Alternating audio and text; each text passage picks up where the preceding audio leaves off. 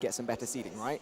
Aura going into this, you know, a lot of people aren't expecting them to be breaking top 4, right?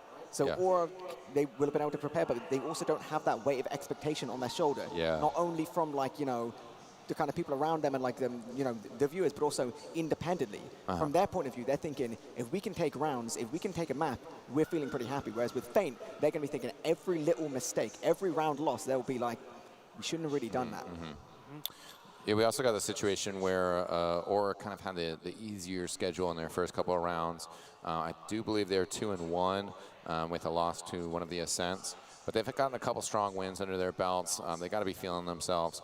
Feint, meanwhile, you know, there's always this thing of like peaking too early, you know, and are they going to take their foot off the gas a little bit and maybe under-prepare for Aura Electro here?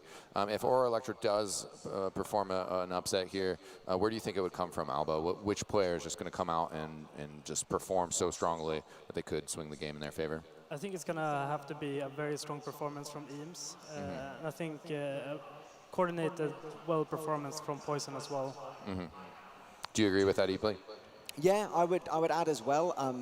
There's a lot of kind of mumbling hype about Azunis in particular, right? Again, it's not as public, but a lot of people kind of looking at Azunis. You know, you've got a lot of situations where teams will play around kind of real playmakers, right? You know, Seven's got Stark, you know, Feint has got Gink, and Azunis can very much fulfill that role. Azunis is very, very capable of making magic happen, and I feel like he might be a real good way to kind of counter some of Feint and, you know, get Aura some advantages. Because I do think that if Aura can get themselves advantages, they'll be able to kind of continue them going forward. I think the difficulty will be kind of, getting themselves in those good situations.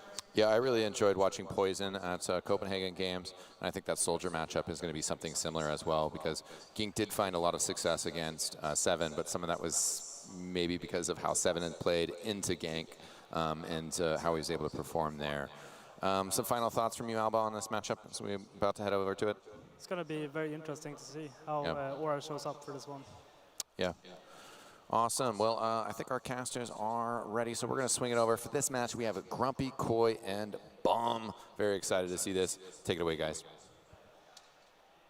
Welcome back, everyone. My name is Grumpy Koi. I'm joined by Bum again, and we're going to be doing Aura Electra versus Feint. Aura Electra, a little bit of a soft spot for me. As you know, I'm very close friends with Poison, the Pocket. He got me into TF2, so it's kind of like I really want him to do well, but Feint are so strong. Everyone loves Poison. If you haven't been to LAN yet and met Poison, that's the #1 reason to come to Insomnia. He's literally the friendliest guy you'll ever meet. And he's always so happy about everything. Like, he could lose and he'd just be really happy. And he'd always anyway, yeah, he'd be like, he'd be like, I've got to play TF2. And I think that's one thing that not a lot of players have, is the ability just to enjoy the game for what it is. But coming into this, we have got a game to enjoy, because as much as Feint are very, very strong, or Electra, then they haven't got bad players at all. They've got arguably one of my favorite roamers of all time, which is Azunis, who just is a French player. He can play soldiers so damn well. I saw him play a product game where he got like 500 DPM, and he was just bombing off the sides constantly. We are going to be going into a process match from the looks of it. Not that strong on Soldier, but like a lot of opportunities for like long range bombs, some really good, like if you can get into a good position, you know, play in the right spots, a really good roamer can be super effective. Absolutely. And picking up on something that the analyst desk were just talking about Feint maybe underestimating Aura Electro here. When I was talking to them last night, a bunch of people on the Feint team weren't looking at this Aura Electro roster very highly. Obviously, they pointed out Azunis, as Epley and yourself are saying, Azunis, the star player of this roster. I think everyone agrees that he's like far and away the best player on this team, an absolutely amazing soldier. They're also saying that they fear EAMS. EAMS is super strong, and the rest of the team is not, was the quote that I heard from Feint. And I don't know if I agree with them, because Yeehaw grinds the DM out. Nevo, really, really good at Scout also. And you can't overestimate Azunis and Poison on soldiers either. Well, another really good point is, how long have Nevo and Azunis been playing together? They've been on the flanks for years. So it's not a case of, like, they're two people that know how to play together, and there's a certain level of synergy you don't see much on the flank. It's like the old school soldier scout synergy that they kind of bring back, which I really, really like. And it's going to be based around, like we've mentioned Yeehaw before, like you mentioned to me about him going like 40 kills in a game, and he's very good at popping off that way. But they are going to be against Classy and Tomas, who so far this LAN and so far the previous Prem season have been nothing but phenomenal. Yeah, Tomas obviously dropping 40 frags in the first game we saw from him this morning. Really impressive stuff out of the Feint scouts so far, and we don't know if Aura or Electro are going to be able to live up to those guys. But also another problem that I was witnessing with Aura throughout their main season, I followed quite a lot of these guys' games, is Demos was dying a lot. Yeah, and Soldiers find it very easy to get in onto him. I remember Duo during the season really had his number, was getting him every time. And I want to see if Demos can maybe take it a little bit more slow, let his team kind of carve the way in front of him before he goes full speed ahead and ends up dying to something he wasn't expecting. It is very interesting because Poison is an example of a very loose pocket. So he plays very far away from the combo. And Yeehaw is adapting to the Electra, and he's very good at getting the frags. So you don't want him to be with the med all the time. So you've got this really weird paradox where you want to defend your med, but you also want Yeehaw to pop off. Poison's not as used to that playstyle. He can play that playstyle, but he's not as strong. And like Poison's kind of like a mini Polygon is the best way to describe how he likes to play. And because of that, you've got Eames defending Demos, and no matter how good you are, you can be Lucas, you cannot save your med as Demo all the time. It's very tricky as a Demo man, and obviously, as you were saying about Poison, he is used to that Roamer role, playing on the bus crew as Roamer for seasons and seasons. He was Pocket on that too? He just plays a very, very loose pocket. Really? Like I don't even believe you that he was playing Pocket then, because he was so roamery on the team. Well, his double bombs with Azunis on mids is what I'm looking out for, because they've been really impressive from what I've seen out of this team. And obviously, Feint agree with me, Azunis is the guy to watch this match. If Azunis can go off, it's possible. Yeah, 100%. Like Azunis has that, wow factor and that capability of really turning things up. But alongside that, it's like Electra. I mentioned this when I was on the Essential Intelligence podcast, like before LAN. Electra are that little bit of a curveball. Like they have a history, especially last year. Like Fryotech shouted them out, saying they were surprised at how good Electra actually were as a team, and they really took it to them. And we're kind of coming into this under the pretense that Electra are not going to be able to hold up against Feint. But it's LAN, it's a different environment. Everything's kind of, like I mentioned it before, the first game of LAN is always like a pancake. The first pancake is never perfect, and then everything else kind of falls into place. Okay. You know what I mean? Interesting, interesting analogy, but I get where you're coming from. I don't think I've ever made it like pancakes in the first one to be good. And I feel like that's what LAN's like, is the first game's always a bit shaky. Right. But Electra can it's the first day as well. They've got that ability, and Feint really don't want to be losing any points. They want the best seeding possible. They've managed to draw against their biggest threat, which is 7. So they're wanting to win everything now, and 7 are going to be the exact same way.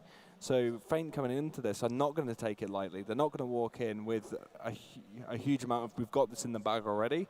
They're going to respect Electra. Otherwise, they are going to get punished by Azunis, 100%.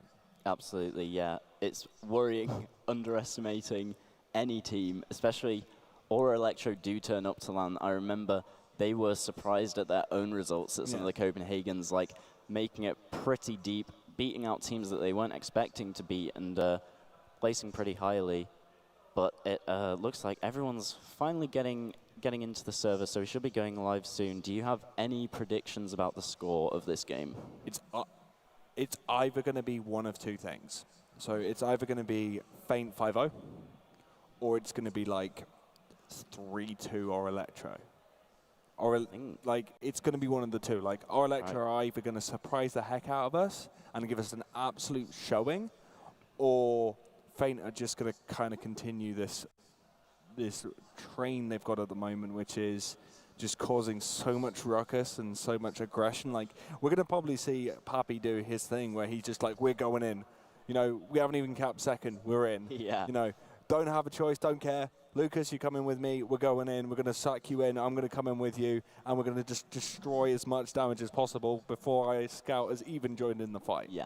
And if they do that, and Electra can't react to that, because it's kind of mentioned, Epley mentioned it, I think, and you mentioned it as well.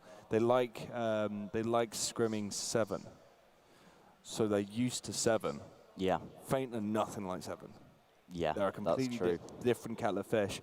You're going to have to be dealing with a lot more aggression, a lot more just raw DM as well. Like, not saying that the 7 guys don't have raw DM, because my God, they do.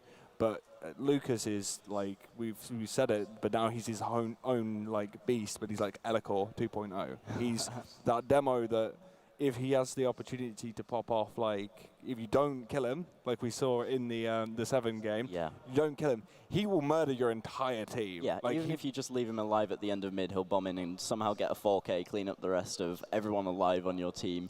Like, Lucas is so much of a threat here. Obviously, we've been talking about Eames, but when you have a head-to-head matchup of Eames versus Lucas, even that doesn't look great for Eames. No, but I don't think anything kind of looks good against Lucas at the moment. No, absolutely. He's come into this LAN on form, made some really good decisions. Papi should be really happy with how Feint have kind of come in. We've seen Ascent NA and Ascent EU.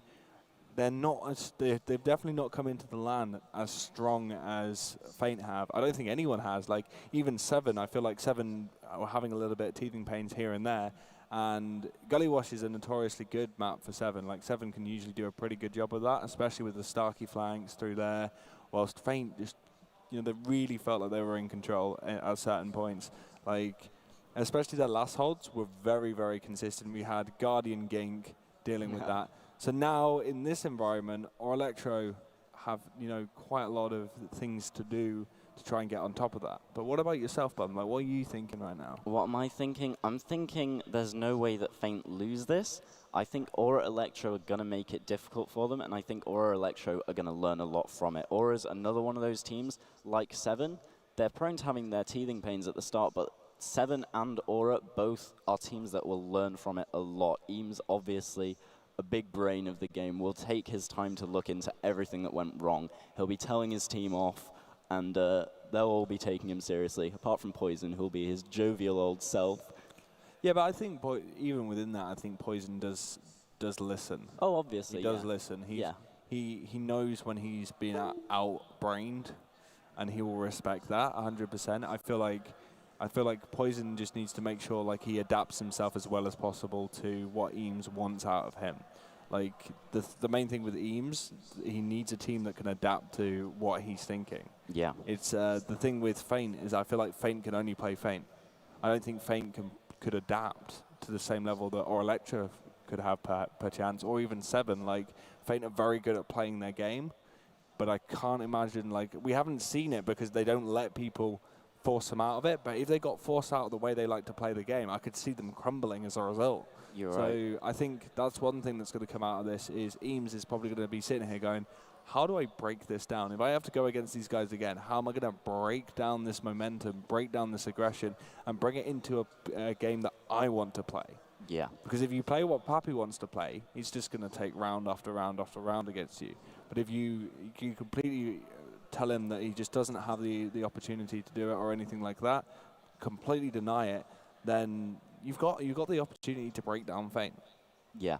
Feint's playstyle is very much like the anti-7, isn't it? Yeah. They'll try and roll forwards off of everything, so even that safe kind of 7 way of playing won't seem safe to them. And that's how Feint have been getting so close to 7, both in the season, in the first group stage game that they've played against 7 today, and in a lot of scrims. As much as we say that scrims don't mean anything, it is practice at the end of the day, and teams here need to practice because LAN is a completely different environment to online. All these different factors coming into effect, and obviously it's Insomnia, the home of TF2. Everyone just turns up all of a sudden. It's literally crazy, like the differing results that you'll see day to day. Like, one team will roll another one. They'll spend that time looking at demos. They've got all their teams around them in like a huddle rather than having to organize things over Mumble and stuff. And then they've sorted it all out within half an hour. But I think one really good point about LAN is, when you're trying to show your team what you want, and you're trying to explain it through mumble, and you kind of like, oh yeah, watch my POV. But now you can just go to them, I want you to do this. This is what I want to do. I want to show you on your own computer. Yeah. And this is how we're going to do it. And you can really start to feed off that energy. Like one thing that a lot of people have mentioned is the energy between when you've got, I think it was on like Bot Mode mentioned it, or one of the Ascent boys doing the like documentary part, was even as a caster, I can say this, it is so different having a caster next to you than it is having a caster on the other side of the country, or in another country. Yeah. And I can imagine for these teams, they're just like having your teammates around you. When you get those wins, it's going to feel amazing. When you got those defeats, you got people around you to build you up. You got that ability to not tilt because you got people around you that you can pull off, and that's so important, LAN. Yeah, well, you've seen all these teams when you sit behind them. All these teams when you sit behind them, you can see them instantly, like looking back through the VOD all together and just really focusing on what's going on and what they can fix. But it seems like all these players are disconnecting, having their weird little hijinks in the server. It seems we are going to throw this to a break just to sort out whatever's going on between these two teams at the moment. So we will see you shortly.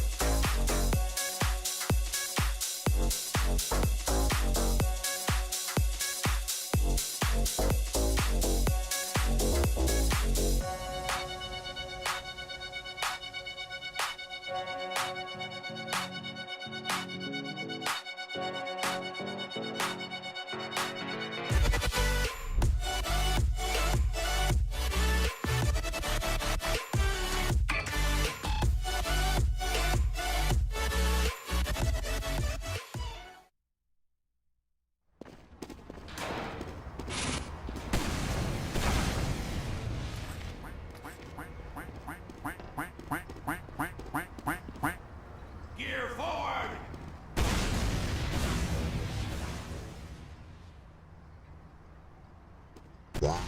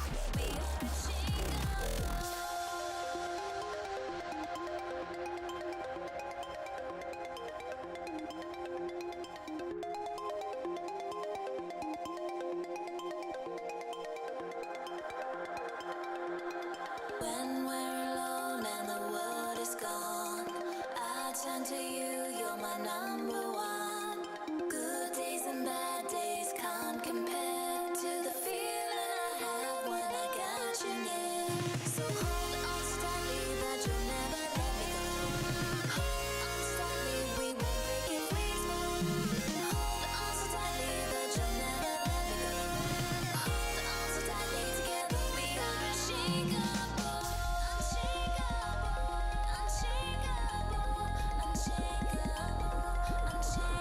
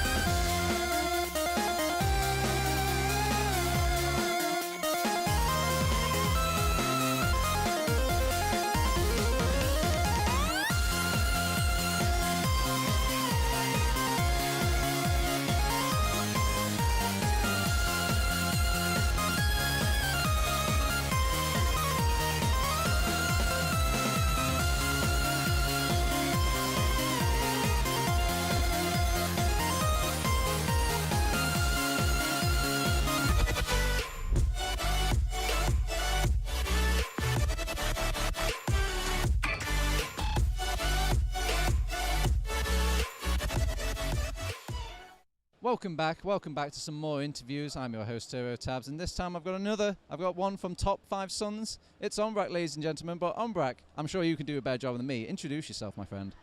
So I'm Ombrak. I play for Top 5 Sons at this LAN. I've been playing this game for 7 years now, 5 of them competitively, and I'm lucky enough to have played Prem for several seasons now, so I know my way around the block. Wow, you do. I could just ask you, you could ask me questions. You're doing a better job than me. Just let you do all the work. Anyway, Ombrak, now I want to ask you, you're not only just a player, a world-class medic, but you're also a world-class caster as well. And I've always wanted to know, do you prefer casting, do you prefer playing? I think at LAN, weirdly enough, I prefer casting, because to me LAN is less about playing, it's more about the social experiment. And I feel like casting gives you the opportunity to walk around, talk to people, whereas when you play, you have a lot to focus on already about winning games, playing correctly, and so you have a bit less time maybe to, enjoy the more social side of LAN. So yeah, casting. Good choice, good choice. Now, Ombrak, usually you're on these kind of high pedigree, top tier teams, usually that's number 2, number 3. I think they're top tier, okay? Don't you let anybody tell otherwise. But this time they're a good team. It's got war on it, but it's still like down there on there. But what's it like playing on a team that's got less expectations than, say, some of these other higher teams that you've played for in the past? It's a bit similar to when I played at I63, where I played under the Ascent name, and we had a lower profile team, as you call that. So yeah, it's a lot of less expectations, but also I think myself and all the people I play with, we expect a lot from ourselves, regardless of what the other people think we're good or not. So there's always going to be the self-inflicted pressure, You always want to do great. So hopefully we can do better. There's a lot of good teams, you mentioned them, and when you have to be realistic enough to realize how high you can aim. Maybe you're going to be lucky enough to miss a bit your shot and aim a bit higher than you should have. Speaking of aim, Ombrak, what are your aims, your goals for this LAN? Have you got a number in mind? Have you got maybe a certain way you want to play? Or maybe you've got aspirations to make this into a full-time team? What's the end goal of this LAN? Mostly having fun. It seems really cliche, but this is why we go to LAN. You should come to LAN, people. It's fun. I also have a bet going on with Condog, who's gonna drop more. I'm leading. I don't know if that's good, but yeah. And yeah, again, socializing. It's pretty much LAN is pretty much come a weekend, hang out with your buddies, and then you go home. But in that case, your buddies are just from all across Europe. But yeah, and then if we're lucky enough, have quite good results. But this is not my main objective personally. Finally, Ombrak, who's your best buddy at LAN? There must be one special person that makes LAN just a bit better. Maybe Opti, because we've been to several LAN together. There's another one looking at me right now. Could be a good buddy. But apart from that, I don't know. I don't have favorite. I don't want to do favorite, but one thing for sure, it's not you. Good answer, good answer. All right, well, that's it for our interview with Ombrak. We wish him the best of luck with his team, Top 5 Sons, and yeah, we'll send it back over to the casters.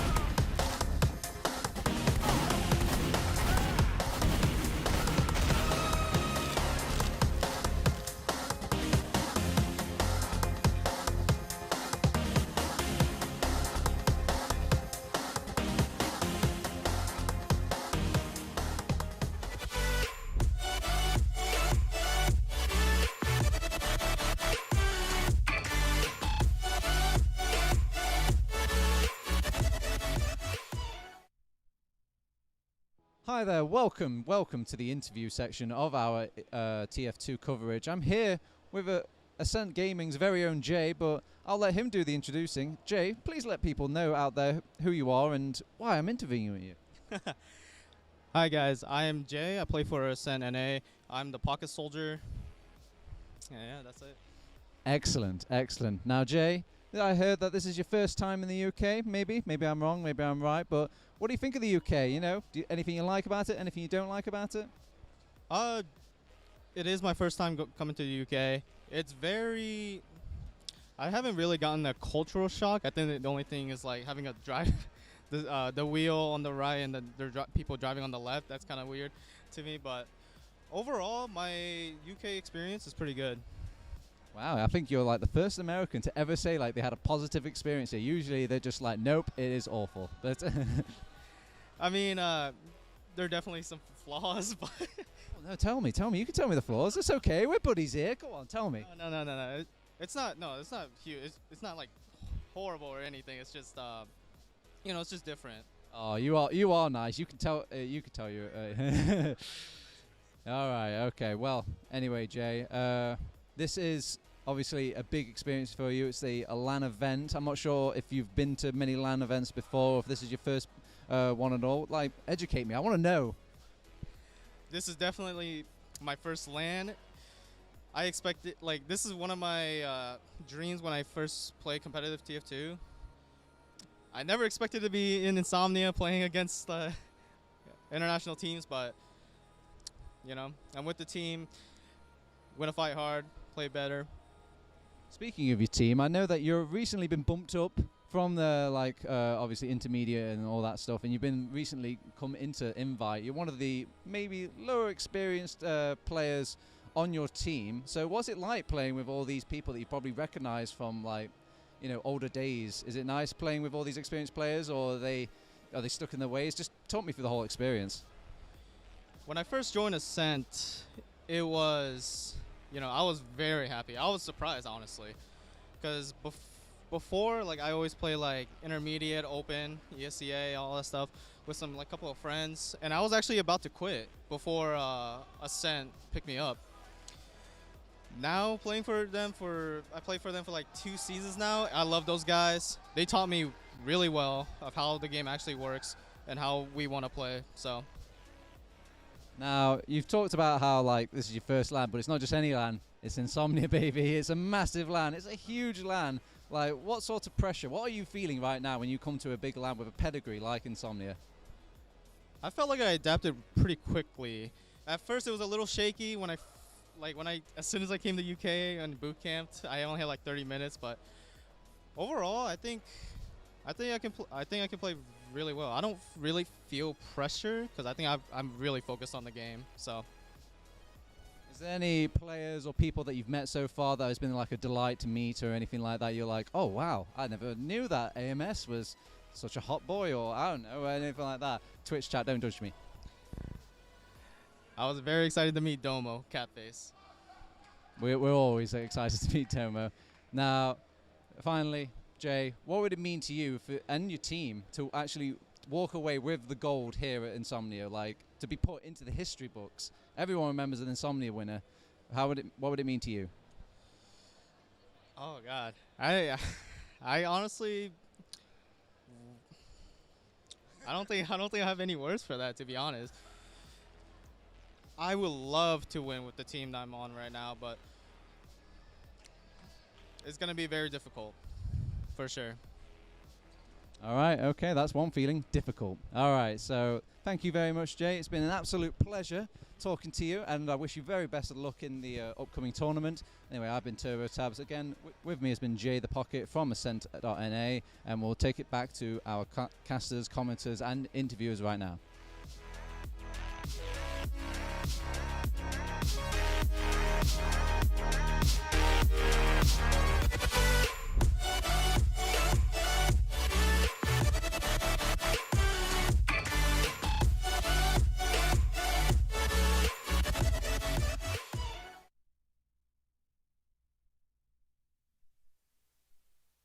up, ladies and gentlemen? Players are on a dinner break, so we're just going to slide in a couple interviews here until we get back to the TF2 action. I'm joined by my good friend Loris. How you doing, Loris? Yeah, I'm good. I'm good. I was just sat in chat, just kind of getting some pogs ready for the ads. I'm really enjoying the marketplace ads. They're fantastic adverts. Oh yeah. Oh yeah. And I thought, why not just jump up here and really, get to chat with you guys, get to chat with you, of course. Oh yeah. Well, besides having an excellent time at this event, why don't you tell us a little bit about what you're up to? We've been making content TM. Yeah, so we've spent most of today building some stuff that you should start seeing in the next couple of games. Excellent, It's just some additional bits that we've been kind of working on today, getting those interviews done. I know you now watch them like 2 or 3 times. I hope you're enjoying them. Maybe there's a couple more coming, Ooh. Yeah, well maybe, actually that was what I was going to do before I came here. Oh. And I guess that's what I'm now doing afterwards. You got sucked into your own content. Yeah, well now we're just making content Inception. live, Content. Yeah, There's no preparation here, we're just rolling. Now, you also were doing content over at Copenhagen Games. Are there some lessons that you've learned from that you're bringing in here? Or is it still just kind of a matter of like just getting more resources, more time? What we learned from Copenhagen was that you shouldn't spend about 12 hours building a laser tag video that essentially only a bunch of people are going to see. I mean, I think it was played to death, and we're very proud of it. Don't get me wrong. We made like an in-game HUD in After Effects. Like we're really proud of it. You have dedicated content. Oh yeah, like Dreamboat and Eeply, they both jumped in at like 1 a.m. or something to do the casting for it. They did a great job. It was really, really good fun. But what we learned is don't do that again because it takes way too long, and then you just don't get to enjoy the LAN. Well, some of the other content that you made was pretty good. Well, yeah, I can imagine why you would say that. Yeah, no. What was it? The top 5 landmarks. Yeah. Yeah, which I got the wrong way around, of course. Yeah. Shout out to Lucky Luke. He's actually enjoying South Africa right now. Wow. Yeah. He's out there living life. Oh, I mean, I had something to learn from him straight away because again, like the top 5 goes backwards. Yeah. And I just got it the wrong way around. It was awful, but it wasn't awful. I thought it was pretty excellent. I was also a big fan of War Pigs. And is that something that you would have wished? That was mostly Soda, to be honest. Yeah, Soda did a really good job on. You edited it, right? No. It was all Soda. Yeah, Soda's fantastic. Yeah, shout out to Soda, by the way. Oh yeah, for sure. Doing a wonderful job. Not so much on content this time because she's just running the show, doing everything. Oh, shout out to Soda. Cracking the whip. Hello. Concept. Very rare sighting. Maybe this is a great segment just to shout at people who are never here. Oh yeah, for sure. Yeah. But actually, it's about you. Oh no, don't please. Yeah. Couldn't possibly. Well, but we can use you as a vehicle to shout out other people. Like for example, Dead Doggo. So Look at that. Yeah, we're currently the best dressed mid team who never made it to playoffs. Yeah, that's worth something. I hope so. I hope so, because it's literally all we've got. I think Aggro actually said something very similar to us. They said, like, we've got the highest ratio of, like, best look to worst performance in esports history. And, like, I know that sounds like a casual burn, but that burns, like, hard. That's hard burn. It's like a backhanded insult followed up with a forehanded insult, right? It's awful. But, yeah, no, shout out Aggro for that one. That was absolutely grim. But, yeah, we went for this, like, light kind of pink. It's kind of like a light fabric.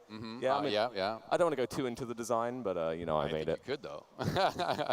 Excellent. And I like the sunglasses, by the way. You were rocking some similar shades. Oh yeah, no, I totally just built them after. I got some Twitch glasses from Special Effect actually. Shout out Special Effect. Yeah, for sure.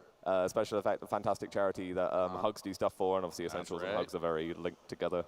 But yeah, no, Special Effect, I saw them down in Brighton, and they gave me some Twitch sunglasses, and we basically like based these sunglasses on those. Did you need sunglasses in Brighton? Well, yeah, it was very sunny. In fact, it was very sunny today. It's absolutely nominally warm outside. And it's hot in here too. It's heating up. Well, yeah. Oh, yeah, it's heating.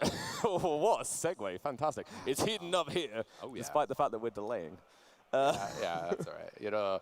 That's just going to give more time for the players to, like, just get it together. Like, not Dead Doggo, right? I bet you went over there. Did you have to bust some heads, or what's going on in the I stand behind them like a very solemn leader, just like I'll see how they're doing here. Do you hype them up, or you just shake your head?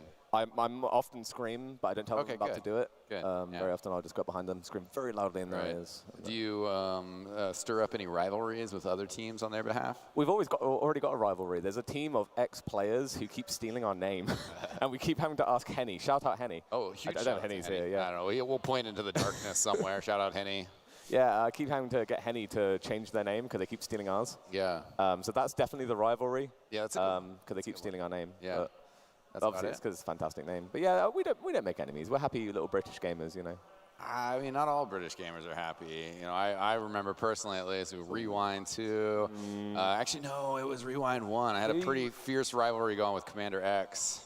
I mean, Rewind 1 was definitely a case of the British come to America in kind of like probably some of the worst ways, because, I mean, you obviously had the boys, Sideshow and Bren, who kind of arrived a little bit merry. They were quite merry. Merry on the game that will not be named Money, no doubt.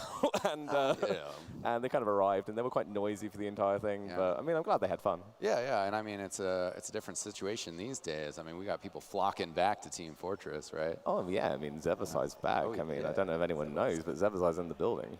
Yeah, he is in the building. And he's looking great. He's looking like a freaking Viking. He looks amazing. I trimmed my beard down. I think he's had his work in for a while, you know. Oh, yeah, I mean, I think you have to commit and, like, invest into something like that. CG's here, thank you. Yeah. This is CG, other member of Not the Doggo, repping the brand. Yeah, the T-shirts aren't available publicly, but I have got one large. If you hit me up after the interview, I've got one large spare. Excellent. That is, somebody should hit you up on that for sure. Oh, yeah, it's very, very limited edition. Do you guys have a social media presence or other spot people can get your merchandise? No, I've literally just been bigging up this brand that doesn't exist for like the last 5 minutes, but I think I've done a good job of it. Yeah, I mean, you gotta start somewhere when it comes to brand building. Yeah, you want to talk about some of your players that you guys got? No, please. No, no. But I will say that this team has been the only team where my brother has played. Oh, okay. In the team with me. I don't know how many people will know this or won't know this, but my brother is equally. I bet if we put the two of you guys on a team together, I mean, you guys would be invite though, right? Oh, God, no. Premier? No, he might be quite good, but I'm very good at dragging him down. Okay, excellent. Yeah, there's a reason I don't play right? That's what brothers are for? Yeah, I don't play any show matches or anything like that, you know, because I'm very bad. Okay. So you prefer to be behind the lens, not behind the screen? I prefer to be anywhere but here, to be absolutely honest. Anywhere but in front of this screen is absolutely terrifying. Wow. But, okay, well, let's keep you here a little bit longer. How's your LAN experience been like, you know, I guess besides the working? I mean, LAN is working, unfortunately. Besides that. LAN is fantastic. I've been to a whole bunch of Insomnia since I-52. They have all been different, always different. Insomnia especially because it's down to like where you're sitting, where the players are, how close you are to, let's say, the screens, how big the area they give us is. This one is incredibly exciting because we have, you won't be able to see it, but there's a massive stage behind us who's been showing the game that will not be named most of the day today. But it's quite a good little stage over there. There's a whole bunch of like drinks and stuff behind us. The players are pretty easy to get to. I'd say in terms of iSerious experience, I'm not going to say it too soon because it's only day one. Definitely the best ever. Ooh, excellent. Well, last question for you.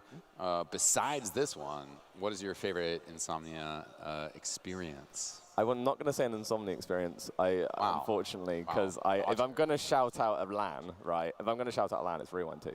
Okay, I appreciate that. Yeah, because as much as it's not an Insomnia, we got to work together. Yeah. Obviously, Ready Up released. We had some fantastic games. Unfortunately, oh my God, the entire team's here. We had some fantastic games. Obviously, 7. I mean, unfortunately, they kind of died. Yeah. Mexico killed them. Mexico won 7-0. But you know, it just goes to show the importance of having a boot camp chef and eating properly, right? Oh, I would say so. If they should be so lucky, Eckstein. You know, are you offering? Holler at your boy. Yeah, is there like an email or something that somebody can hit up for? Oh, of course. Specialist esports cuisine. Eckstein at xtelevision.com, you know. You know where to go? I just got to say, you know, I was trying to drop some hints to Mela, and I would have swung by the Airbnb to cook a meal, but, you know, I guess maybe they're not really showing that committing to win. Yeah, keep this between you and me. Oh. You didn't want to cook at their Airbnb. What was the kitchen like? Not very good? Not the best. Not the best. I've worked with some challenging kitchens. Yeah, I'm a superstar. You realize. I can work with anything. Tiny gas hob, you know, microwave oven, like. Oh yeah, we can work with that. Yeah, actually, the last boot camp that I was at, the organizers bought me a stock pot and then I threw it in my checked luggage on the way home. Yeah, just like mine. Yeah. Nabbing that. Yeah, there's one thing we've learned. Yeah, for sure. It was good. It was good. Yeah, I mean, you know, go to an event, come home with a nice big old pot. You know, what more can you ask for? Yeah. I definitely didn't read that sentence correctly, but I believe that we are wrapping up and probably going to another marketplace advert. I'm taking your wrap up. No. Fine. I'm taking it. We're going to wrap this one up, and we're going to probably take you to another advert. I don't know, but here we go. I'll see you next time.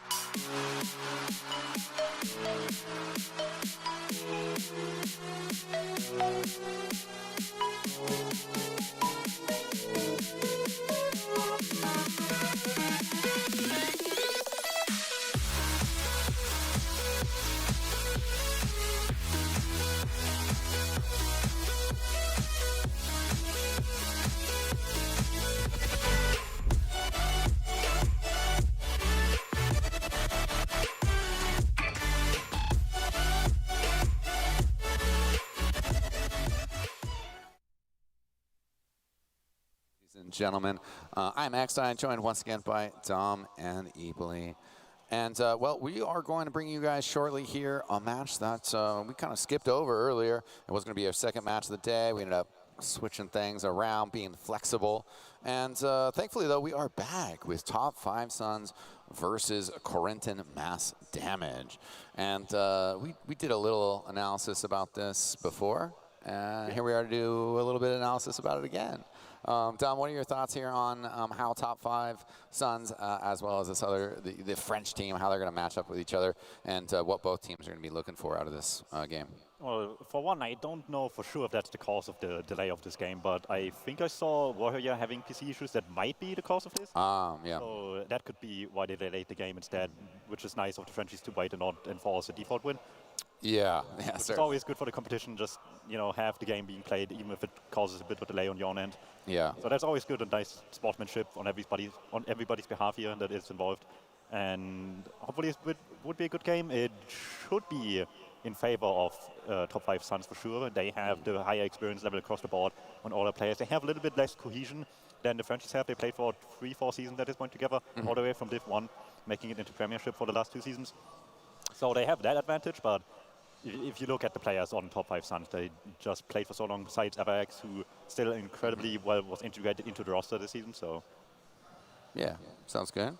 Eeply, what are your thoughts on this? The Corinthians Mass Damage have been struggling a little bit in this group stage. I mean, obviously there's a lot of talent here. Yeah. But what are your advice for them on just making sure that they're focused and how they might possibly take down Top 5 Sons here? I think of all the teams in this top 8 bracket, it's going to be this team and the Big Bloke Lamb team, which is going to be the 2 teams which they're going to be most looking to take wins off of, right?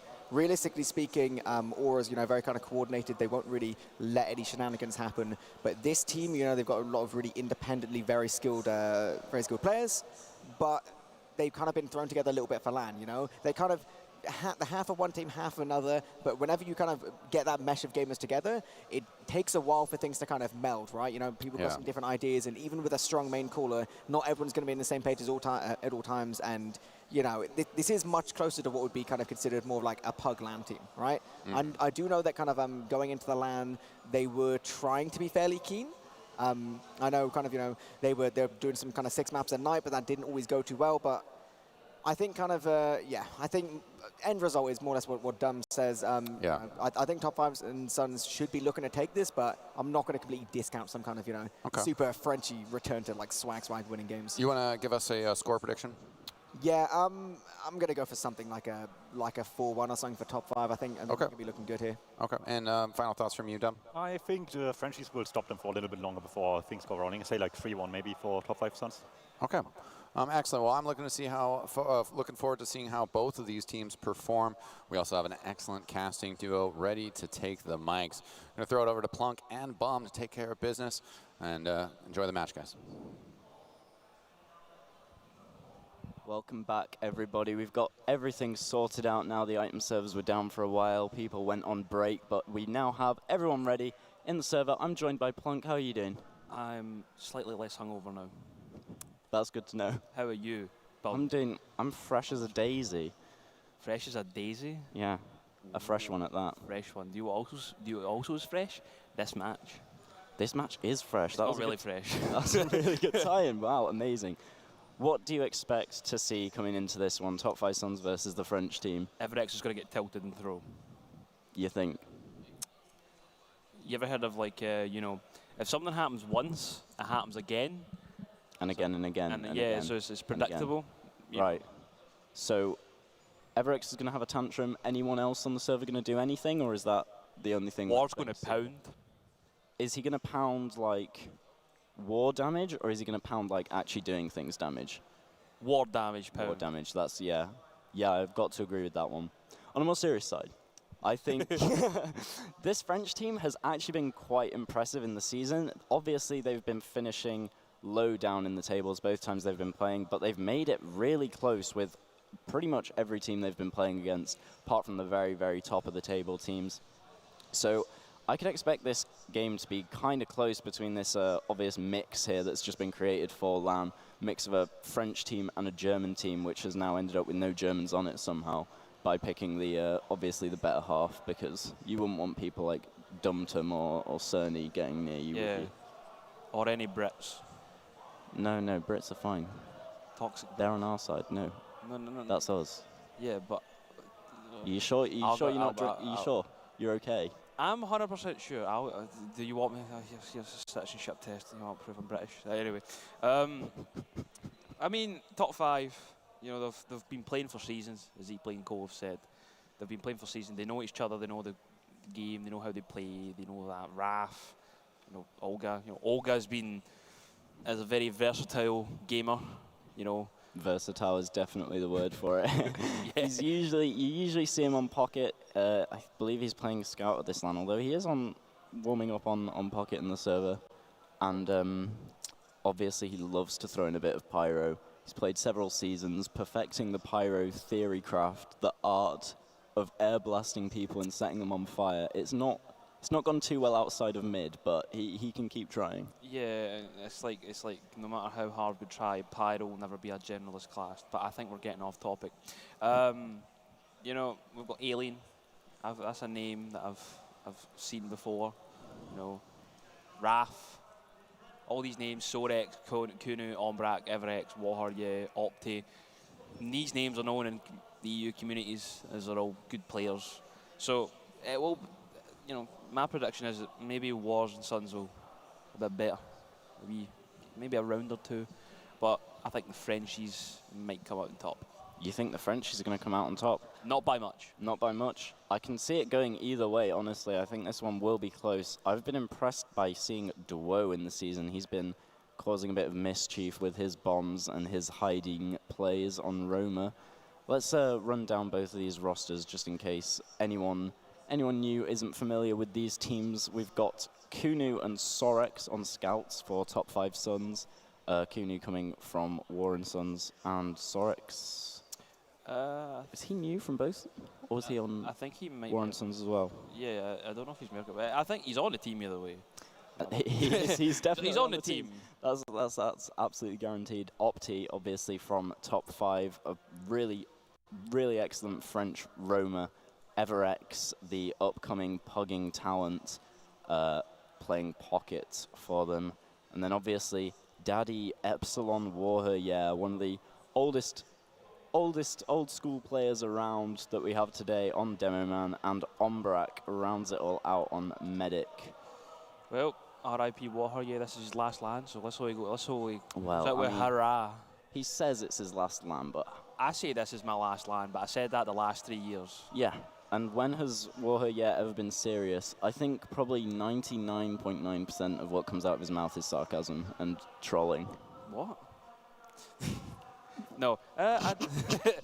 Warrior is bait, but at the same time... You believe him? You yes. believe this is his last hurrah? Not a last hurrah, but I think this is going to be his last time playing serious. So, you know, he's lost all of his games so far. I spoke to him outside when I was eating that mad pork, whatever. And... it's been kind of rough, I suppose. Maybe he's just got bad seats, but he's lost all his games. So maybe this could be a turnaround. Maybe it could be close, bit of enthusiasm in them. Maybe he's just playing with Everex. Maybe that's why he's losing all his games. Yeah, maybe that. I'm kidding, of course. Everex is a lovely guy once you get to know him. I think I spoke to Everex. I don't know. Oh, did you just see a double air shot? I did not see a double air shot. You need to tell me about these things before they happen. Well, it happened in real time. You know, this is a LAN. Things happen in real time. Well, apparently not so far. Apparently there's been a 4-hour delay, roughly, so far. You should have known about that one, like, by noon. Yeah, but I'm like 4 hours ahead, so I don't even know what I'm on about anymore. Neither do I, honestly. We are getting teams readying up here. It looks like the game is starting. Both teams rolling out to middle. We're getting straight into this mid. Take it away, Plunk. Well, we have Lee Warrior up there. He's got his pack. He's ready to pound, I suppose. We see Olga bombing in straight away. He does get Opti. Everex going down to Karnax as well. So far, they've lost 2. and 3. Warhar's just died. Not the best. Yeah, at the start. War getting caught as and well. Olga's going to drop them as well. He's going to get a 2K. It doesn't matter. Doesn't matter. Kunu, he's just going to get Olga in the end there. So Yeah, but Olga's taken down Ombrak, and that's really all he was trying to do in the lobby there. So really good for the Frenchies so far. They have this full advantage on Mular, but all of the spawns from top 5 Suns are going to be chasing them back out to middle. If they can get onto Mular, this will be excellent. Everex going in for a little fake bomb, and oh my god, Opti's in as well. He doesn't quite get the damage into Mular to make him force. Sorex also in under the point, will get cleaned up, so the Frenchies have done a good job of cleaning up these last few players that were trying to get onto Mular, so they should be able to secure second pretty easily here. yeah, now they have one. Well, they have one down now. Opti has just spawned. It's going to be a very tight hold if they want to hold us in second. They're going to do a lot of damage, but it doesn't matter. Everex, he's nearly caught out in River there. He got packed and was able to poke all the way out. Olga and Co are up in River right now. Muller ready to uber charge in. The uber charge advantage that they have is slowly dwindling away. It's 90% for Ombrak right now. They have whipped out the heavy. The Putis is out there. Sorex is ready. Karnax, it might be going into water highway bait. No, they're going to go for the water uber strat. Let's see how this goes. No, they're not in fact. What the hell? I was getting ready. That was a waste of an uber. Well, they've got the force off from Ombrak, and that's basically what they wanted, but they are losing players left, right, and center. Yeah, War is taking people out up in River there, and also Karnax going down. I believe he was trying a little something on last, so now all of top 5 Suns being able to charge forwards out of last, but it looks like the forward spawns are going to come in, so all of these players on the French team are going to be able to hold the middle, and I've just noticed here that Olga is on Soldier after all. No pyro, no party. Wait, don't say that to Olga. So, yeah, Olga's in pocket. So yeah, Olga on pocket. They've switched Raph up to Demo Man. I believe it's usually Alien on Demo Man, whereas Olga usually plays Scout. So they're trying out something new. Maybe this is what's got them in the lead versus top 5 Suns so far. Maybe it is. We do see the red team at Big Door right now. They're just kind of doing their thing. Looks like there's kind of stalemate right now. They don't really... Oh, now I say stalemate, and looks like the blue team is going to put some effort into the Big Door. Yeah, they've got Duo in behind. He's in basement here, but he's trapped off by Warho. Yeah, Sorex also chasing him out. Looks like Sack is going to come in return, or at least Opti's just poking around the Big Door area. There's several players on top 5 Suns trying to get into choke as well. They're just trying to see if they can get anything at all, but they don't want to commit too much of this. And now Everex actually taking the big solo Uber, forces it off onto Raph. There's no one to make him split the Uber onto though, so this is a very just standard Uber. He can't get any advantages out of it. No one's gone behind or anything. Didn't manage to get the Uber to split enough for it to have an effect on its duration, so obviously the more players you flash in an Uber, the faster it goes down if people are invulnerable at the same time as each other. So that's usually what these teams try to do in those Uber trade situations, but doesn't come into play this time, so we are going to see both teams just trying to build up their Uber charge. That's a classic, you know, gully war strat. Just take a solo Uber and choke, you know, stalemate going on. No one really wants to do anything. Try and get a wee force off or something like that, you know. So, you know. Yeah, I mean, the trades usually you need another thing to happen after the trade. You need to have a plan, like a banner or something. You can try and re-push afterwards with a banner, or if you get someone in behind, and then you can kind of do a little pincer kind of thing, going at them from in front and from behind at the same time. But it looks like he's taking it through Big Door right now. Yeah, they're trying to get Duo into basement again, it looked like. But in the meantime, Everex and Kunu taking some space in choke, seeing as no one is there at all. Everex is getting kind of baited by his team here. Warhoyez finally in to back him up. Kunu coming through as well. All the Frenchies have been split up, and Mula just has to force when there's basically no one around him. This is really terrible, but Karnax does force off in return. That was close. But now that the Frenchies are just losing players, Olga down, Karnax down, Dawood down, they're all in the same spawn wave though, so they're going to need to be fast, be quick, and get everything ready. They're going to spawn trap right now. Warrior getting the stickies down. Although they might get the spawn in time, they will. They're going to need to be careful though. Oh, as if just they like fall that. For that one. That is such a blunder from the Frenchies.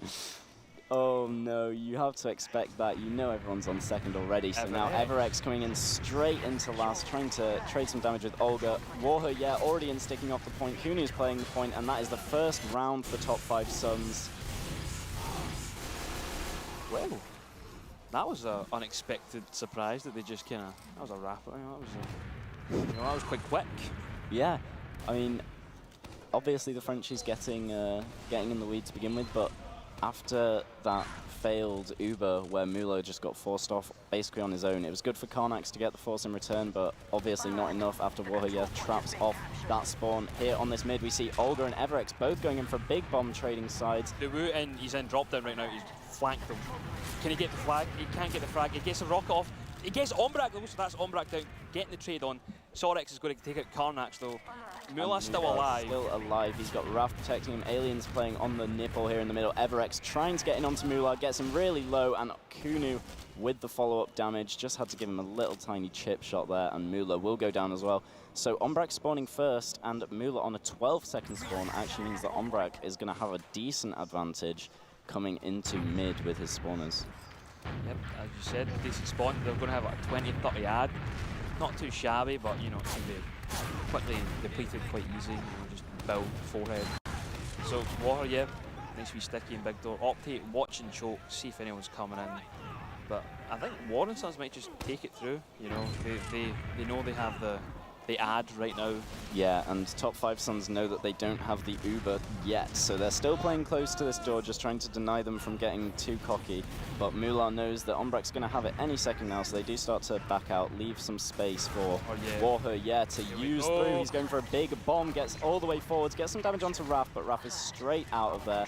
And now Olga trying to get a kill after this Uber, not going to manage to get one, but the Uber charges have flipped into Mula's favor. If they got Mula, it would have paid off, but unfortunately they couldn't get Mula in time. They knew this was going to happen and predicted it, so look how that turned out. Gone. But they're doing the exact same thing in return. Raph fails his jump, hits his head on the roof, so this is an absolutely disastrous Uber from the French team. They're just might going to be able to cap up mid and then have to leave again after Ombrak has his 40-50% advantage here. Yep, Everex playing close to danger right there. He was walking into 2 stickies that have just been planted on the ground.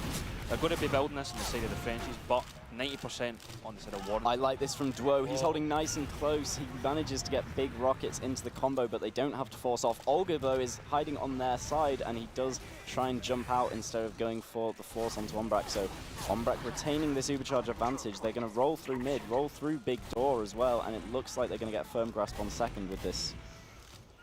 They've played their cards right, but they now have to play and going into second and even last maybe, so maybe necessary. They're going to try and get a force off in Mula soon. They've hit a pipe. Raph couldn't hit the follow-on. Optate, first he's just outside. He can easily get picked off. Uber is used on the side of Warren Sons. Raph is going to jump in, try and catch them out maybe, but Uber's just going to fade right now. They used Uber on the side of I think it's fourth maybe. Can't really tell, but it doesn't matter. They're going to walk in. Karnak's getting Optate. Everyone's dropping on the side of Warren Sons, although they have one spawner. They're just going to take mid.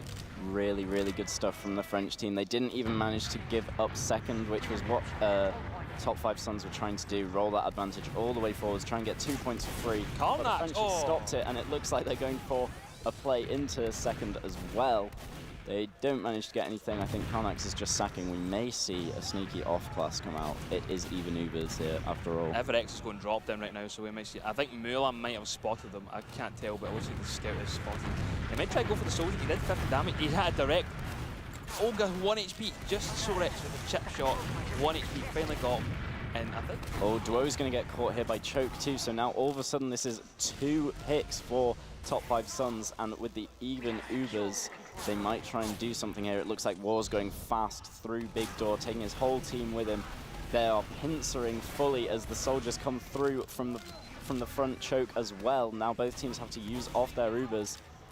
Kunu looks like he wants to chase the medic there, but he does give up eventually. Sorex, on the other hand, will feed in. Everex 2, so it's 2 for 2 trades now. Even Uber situation, and it looks like Top 5 Suns are going to be able to cap up second. Yeah, 2 for 2, but they lost their scouts, but they just spawned in, but they seem to have spawn advantage, but not by much, a couple of seconds. But they're in river right now. It looks like they're going to be taken out. Karnax rushing right now, not really doing much. I think they're just kind of peeking, see what they're doing. Looks like they're returning back to last. They know they don't have Uber. It is equal. I think they're just waiting for the right, thing. Yeah, well, they had those picks. They thought maybe they could do something, but it's way too risky trying to get out of Gully Wash last. It's kind of similar to Badlands in that way. You definitely need a little more than nothing to get out of there, at the very least. Now it looks like all of top 5 Suns are going to be coming into River here. Ombrak doesn't quite have his Uber yet, but he's got both of his scouts under the point. Actually, no, that was a Duo going down. Now they're already just playing the point straight away. Oh my god, they've just managed to cap that out from under top 5 Suns' noses. From under the Frenchies' noses, even. And just like that, they might have their comeback on. The comeback, it's 2-0, mate. Yeah, but still, they're showing quite strong, you know what I mean? I never know, it's 18 minutes in and I've had a few Jaegers, shut up. Now, Raf, let's see what he gets up this mid. Volpe hasn't bombed. Now, a few stickies across, bit of damage, nothing. Oh, we've got the stick on the medic so far. Everex on the air shot, oh my god, Karnak's going down though. Does he get to clear out on Olga? No, he doesn't. He gets. Duo is up behind on the red side as well. He gets a decent damage into Ombrak. Ombrak down to 34 HP and walks straight into Duo again as well, so he goes down. Just Alien Smiley versus Kunu, both scouts weak in this 1v1 here. Kunu's going to get the pack, so he does have the health advantage at this point. Both scouts just chipping each other around this middle cover, and Alien wants his pack as well, so now he has the big health advantage over Kunu. Kunu's going to run away. War has respawned to help out, and Karnak's just fed straight into choke, so looks like top 5 Suns after this relatively long mid might come out on top here, but they are waiting. They're both waiting for their reinforcements. They are waiting indeed. And the Frenchies do just get out. Yeah, they just get out. I think they're just going to hold second because they know that's the smartest option. Rather than re-pushing into mid and maybe losing it. Or winning it, one of the two. It's just going to be probably another stalemate until they get over. They're just waiting basically. Oh, Kunu and Sorex are in big dog. They might actually be rotating around in fact, try to get a wee bit more, be a bit more aggressive, but it doesn't seem that way. They're getting stopped on track for the spam. The route is still down. Sorex is taking a fight in lower lobby, but he's going to get completely demolished by 2 scouts. Not looking the brightest idea going through big door. Yeah, a 1-for-1 trade, not too bad though. They can't be too upset about that. Now, with their spawns, Olga is going to elect to try something else as well, but Karnax feeds at the same time, so this is 2 down for the Frenchies. This is a very easily exploitable opportunity. Opti will get taken down by Alien on the other hand though, but top 5 Suns still want to do something with this player advantage. Kunu and Warher, yeah, trying to get all the way through big door here, exchanging damage onto the enemy combo of Raf and Mula. Warher's hitting pipes, but Warher's getting piped right back. Coming up behind. Sorix has made his way up top from the lobby. He's in a 1v1 with Duo. Looks like he's going to get an arrow. Sorix still trying to fight him. Does manage to take him down finally, but it gets instantly traded out by the team. Yeah, it's looking like a trade fest right now. Yeah. That's all they're doing is just trading. Oh, I think Olga nearly got caught out there. Yeah, getting a bit too close to comfort towards Stickies, taking quite a bit of damage. Just a bit, just a wee bit. Just a wee bit. Not much. He maybe try to go drop down again, maybe try and reenact the plan that he had. Yeah, his drop downs haven't been too successful as of late, but it doesn't look like top 5 Suns really have anyone watching it. I guess Kunu is ready and prepared for any sacks from there, but no one's directly watching the entrance. Someone could theoretically slither on by. It looks like they're maybe rotating big door, ready for a push, maybe even a trade. They're just waiting. They know we have the soldier jump in, try and do a bit of damage, but it looks like Olga's jumping out. They've got 2 people into lobby now. Now they're going to be able to kill Duo, and then if they do, then this is going to be a great opportunity for them. They've picked up Karnax as well from Warher's Stickies, and Sorix again in behind. Everex is going in for the big bomb. He doesn't. Can he hit air shot? No, he doesn't. He does force off Mula though. I think he splashed him off the wall. So now Sorix goes down for it, but it's 100% Uber advantage for Ombrak. And that's what they needed. That's what they need. Yeah, you just need one play like that and you can fix up this stalemate. Maybe but Duo is coming in from drop down. They've just gone past him. He has to go for the back cap instead of the force. And it looks like they're going to come back for him as all of the Frenchies now running into mid, getting this back cap onto middle. Ombrak forces off his Uber for these frags, so Warher, yeah, does manage to clean up Duo and Olga behind. It looks like Karnak's going to go down here too, fighting for his life in the mid position. And now Opti is in behind as well, manages to take down Mula. That is brilliant for Frenchies. They are going to, brilliant for Top 5 Suns, sorry. They are going to be able to roll this all the way into last with a 2-player advantage and a Uber advantage for Ombrak in case this fails. Anti-heals, but the med Nua has just spawned. They're trying to edge the point off, but there's sticks on it. They want to try and get as much as possible. Kunu was on the point, not much could be done. Soldier was there, he couldn't really edge on. I think they're going to need to get out. It is 3 down, Olga, Dawu and Alien are all down. Can Warrior hit the sticks he needs? Opti getting Karnak, holding the med behind the point, and that's another round of Top 5 Suns. Yeah, the Frenchies not putting up as much resistance as I'd initially expected. They're keeping these stalemates going, but they're not ever coming out on top of them. It seems like all of the plays are being made by War, getting people in behind, getting the big bombs in onto Mular, and it's always coming out in his favor as we come into the 4th mid here. War getting there slightly faster than Raf. Slightly faster, but you know, Raf just had a 40G. Mular is going down straight away to Warrior, is sticky. We just, I think that was a bombing. Not so good. The Frenchies are all bombing in. For Ombrak, he's only 20 HP. It's not much to kill him. He's still dodging and weaving. There is a scout behind. He was in drop down. Ombrak's still alive. It's only Dawu up. This was a great hold, and what a mid from Top 5 Suns. Yeah, a really great mid fight from Top 5 Suns here. They didn't lose a single person on the mid fight. Cleaned up 5, nearly the full perfect wipe, and now they have a big advantage coming into last. It looks like Warher is going to want to take this one. Looks like they're going to go from River again. River Schmither. Well, they have a gun up. That's not going to do much, but you know, they have a pyro as well. They're going for the classic, you know, the new gully hold. Where they reflect on the soldier, bouncing away. He's suffering that quite far. Warrior needs to stick you off the point. There is sticks all over, but none of the scouts can do anything. Opti is in there. He's getting the soldier. Olga going down. They're trapped in spawn. There's only the demo and water right and now. Raf underneath are still going to be very tough to take down unless 2 soldiers go straight over the top and onto them. Karnak's on the point. Doesn't matter, the med's on. Everything up. It's 4-0. 4-0 to Top 5 Suns here. Looks like this might be a speedier game than we imagined, Plunk. That's good. We can go with the what? You can, maybe. Sorry, sister. You're an addict. Hey! So you need an intervention. Okay, we'll do it on stream then. That'll make a good interview. All right, coming into mid number 5 here, we're going to see Duo going under for another drop-down play pass. Oh, Olga getting caught out by Opti though, unfortunate. But it's not looking good for the French. Everex 2 HP, unfortunately. Opti's going to jump up, get into their choke. But the Woe's still behind, he's on Warrior. Warrior hits the pipe! Oh my god, 9 HP. It's, oh, he's still got it. Why is he retiring? He's not, he's trolling you. Man. He even made a twit longer, which was basically entirely a troll as well. Yeah, and you still believe in him? Yeah, you still believe this man? I still believe in Warrior. I believe Warrior, who doesn't? Do you believe him? No. Of course I don't. That but anyway, even Uber's into last here. This is the last chance for the Frenchies. They've got to defend this and get 5 or more rounds in the remaining 11 minutes of the game. Kunu has come up on his signature sniper while Karnax is setting up. He's peeking. Oh, Mular goes down. Oh my god, Kunu with the fully charged body shot onto Mular gets his team the full advantage and it's straight in onto Sorex. Oh no! Alien is denying this Uber a treat though. The sentry gun does go down, but everyone's still caught in this shutter for Top 5 Suns. Kunu gave them the opportunity and they've thrown it away, but on last. Kunu, what are you doing? Who is this man? Why is he saving his medic like that? What? Anyway, it doesn't matter. Warrior hit a pipe, doesn't matter. They're 3 down now, they're going to need to get out. Kunu hit, he's got his frag movie clips, that's all that matters.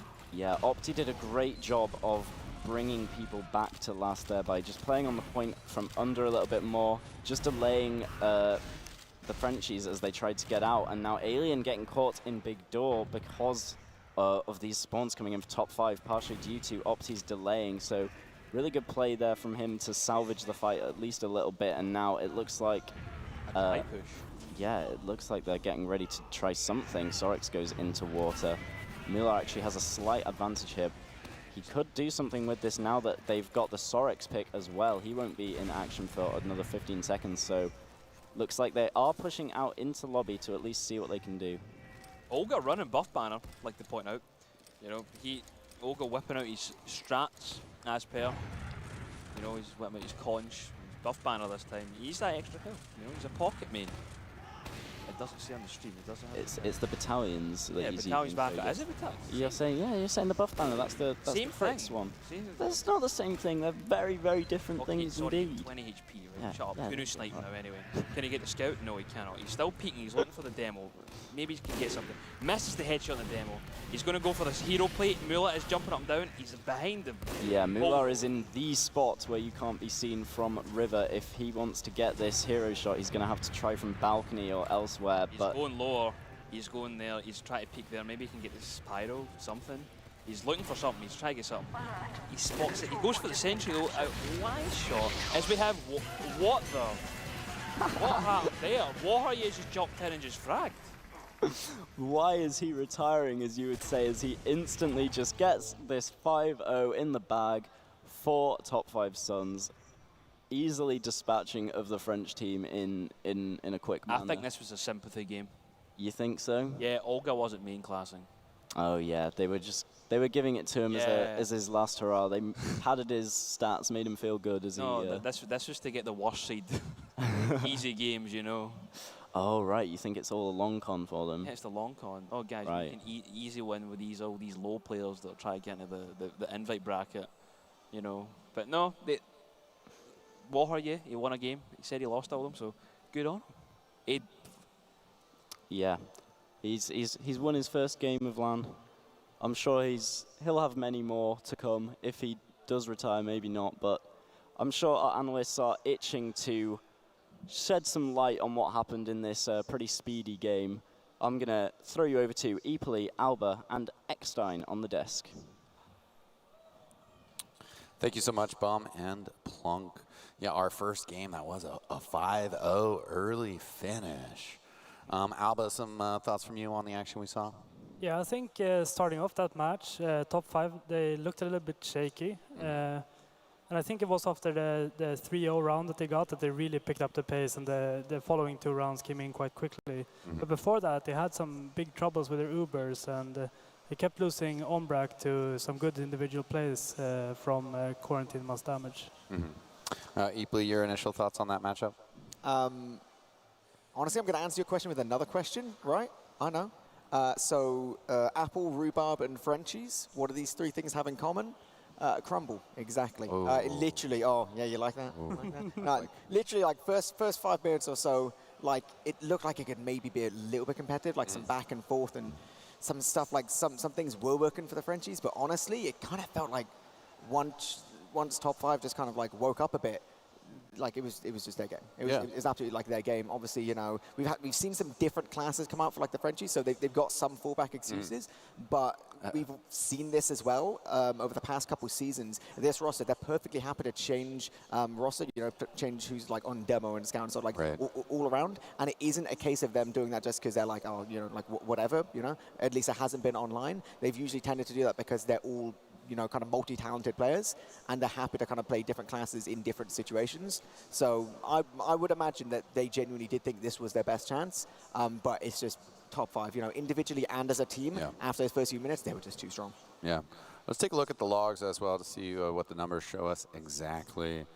And yeah, 17-5, also the top damager, 300 per minute. That's one of the higher numbers that we've seen today from Demo Men. What else stands out for you there, Alba? Looking at this log, we see Olga having a rough time. Did a lot of damage, but didn't really get the picks rewarded. Actually, both soldiers on the French team had a rough time. I think it definitely contributes to Raf being lower on the damage as well, because it doesn't have the same space as War gets. I think another one to point out there is Kuno. Look at that, 13 kills. That's 1 ridiculous. death. That's actually filthy. That makes me feel like unwell. That is not reasonable. I mean, like, you know, Scout's best class in the game and all that, but like, come on.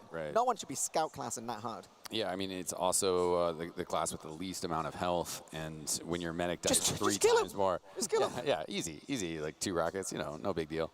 Ombrak dying 3 times, so that's also pretty impressive. That Kuno, you know, coming in a little bit lower than his medic, you know, always nice to see. Alba, some other thoughts from you of what these stats show us?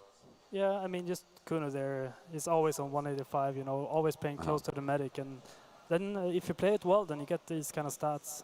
Yeah. It's good to see that he has, what to say, he started to play well, you know, Yeah. Islam. Thoughts from you, Epley? Yeah, I mean, like, you know, between Old Man War just kind of pounding, you know, Sorik's coming out of retirement, you know, engaging full past it. I mean, you know, he didn't get an insane amount of frags, but I mean, it was kind of fairly impactful. And, you know, every now and then he did just run in and kind of make things happen, you know.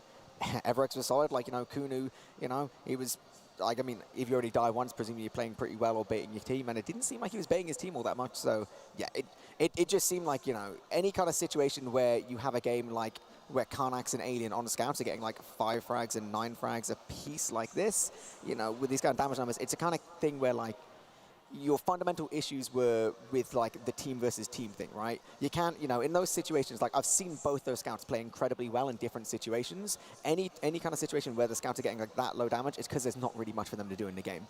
They don't have the space, they don't have the heals to go forward, you know, they're spending all their time on their own last, you know, building guns and stuff like that. It's just going to be a case of, you know, one team is kind of clearly outmatched by the other. Yeah, we'll take a peek at the medic stats here as well, see if that gives us any clues about heal percentages or anything else that stands out. What do you think, Alba? Yeah, it's good to see that both teams have a dedicated pocket scout that gets a good amount of heals, and the heal spreads on both teams is very, very similar. Yeah. I think Sorix could maybe take a little bit more heals than 12%.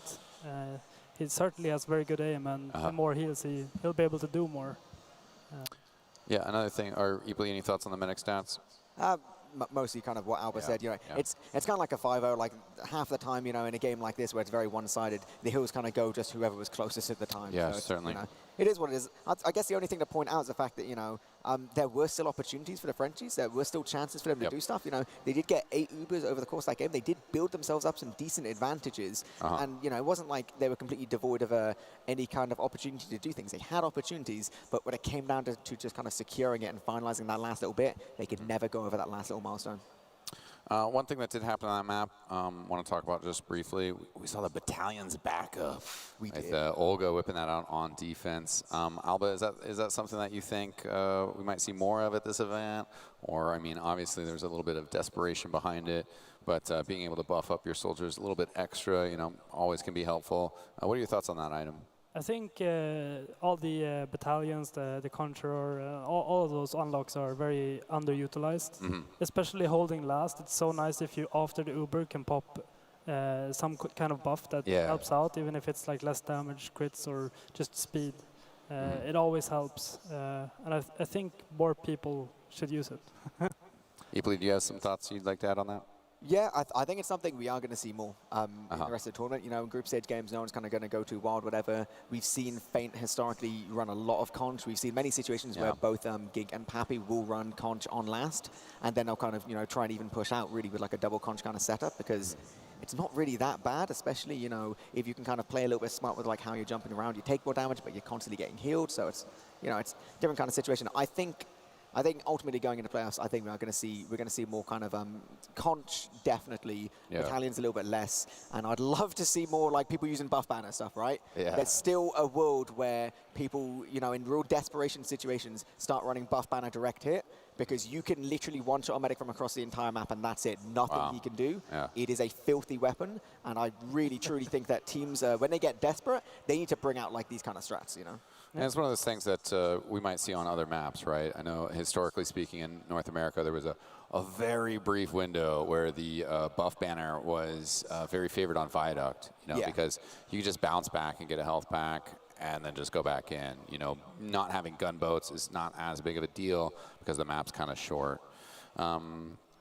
Yeah, any final thoughts for you guys on this matchup? I mean, top 5 Suns, they've sort of had a slow start, but they still have some important matches in front of them. Well, what do you think that they should improve on, Alba? I mean, if they just continue, you know, they picked up the pace after the 3-0, so I feel they will probably be feeling pretty confident going into the next matchup. If the whole match would look shaky for them, it would be difficult for the next match, but they picked up the pace. And Epley, any thoughts from you, words of encouragement for top 5 Suns? I mean, in terms of words of encouragement, like they are really good. You know, I was making some predictions pre-land that they were, going to do some really good things, and there's no reason not to, right? Some of the stuff kind of happening, this is their kind of first significant win of the LAN, but at the same time, I know they kind of had a few different issues. They had kind of random PC things and kind of network things and this, that, whatever. I'd like to hope that this game can kind of be their mental reset. The fact that all the other stuff, it's fine. That's kind of in the past. They've now won this game 5-0. They've shown that they really deserve to be on this kind of upper part of the top 8. Now they can look forward to their remaining games of the day and just be like, okay, guys, this really, really worked, right? Let's keep looking forward. Let's keep up the positivity, and let's really focus on our remaining games, because there's no reason why they can't still just do really well, get themselves in a good position to get a nice, deep run into the playoffs. Certainly, certainly. And speaking of random issues, we had some server issues that were holding us up at the beginning of the day, and then the item server went down, the house item server. So a little bit of whirlwind of bumps in the road, but things are starting to move ahead. The players have eaten dinner. They're going to be ready for more matches. I know we're ready for more matches, but before that can happen, we're going to take a quick little break, ladies and gentlemen. So stay tuned for more exciting TF2 action coming your way.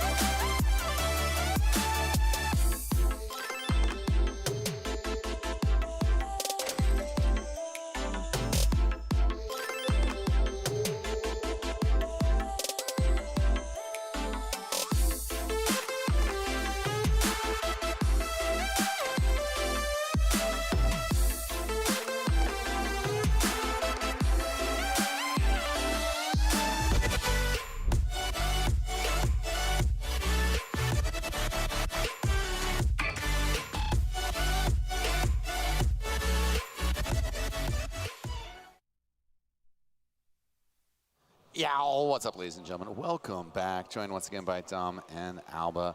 And we got another excellent match coming your guys' way. It's going to be Big Bloke LAN versus Aura Electro. And actually going to be a very important match for both of these teams. Aura Electro has only got one loss so far up against Ascent NA. But you know, continuing to be tested as these matches move forward, need to be able to prove themselves. Big Blokes also some good results. Dom, do you want to give us a bit of a breakdown on what Big Blokes have been up to so far? Yeah, Big Block have been like wildly overperforming, some would say. They had really, really close games, what some wouldn't expect. They had a really close game with top 5 before they. Who else did they play so far? I don't remember quite off the top of my head. Ascent EU was that a notable result. Well. Yeah, that was also not a bad loss either, the way they played it. Yeah. So they've been having closer results than anyone would have imagined out of them. And top 5 is about as close an opponent as they can get at this point in the tournament, still left with the teams they have to play. So if they get any sort of points out of this one, it's going to be a really big result for them. In similar situation, Aura, who still has, outside of Big Block, only the top 3 in the EU left. If they get good points out of this one, then they'll be sitting pretty for a decent playoff spot already. Now, we went over the roster for Aura Electro earlier. We were expecting them to play a game against Feint, which has been delayed to a little bit later in this evening. The roster, though, for Big Bloke LAN is on Scout. It's going to be Zodiac and AF. Their soldiers are Crayon and Leth. And the demo man is Mac, and the medic is Piggles. Alba, what are your thoughts on this roster? I mean, it's what some would consider Theorists 2.0. And that was a solid team. Mac has really been proving himself as a very capable demo man. And I think this is definitely a team that can do big upsets. Should never count them out. What do you think is going to be the key matchup here, Dom? Is it going to be the demos versus demos, a soldier fight, or scouts? I think the scouts are going to be interesting. You have Zodiac, who is in EU at least somewhat of a known quantity. Maybe not at the top of the top, but he's been around for long enough, around high/Div 2 level, that people are mildly aware of what he's capable of. But at the very top, he's not been seen too much internationally, obviously not at all. So a lot of potential is there that needs to be reached for him, and this matchup is definitely going to be important for them to show just that. Alba, do you have any thoughts on that same question? Yeah, I think this is Zodiac's first LAN, if I'm not mistaken.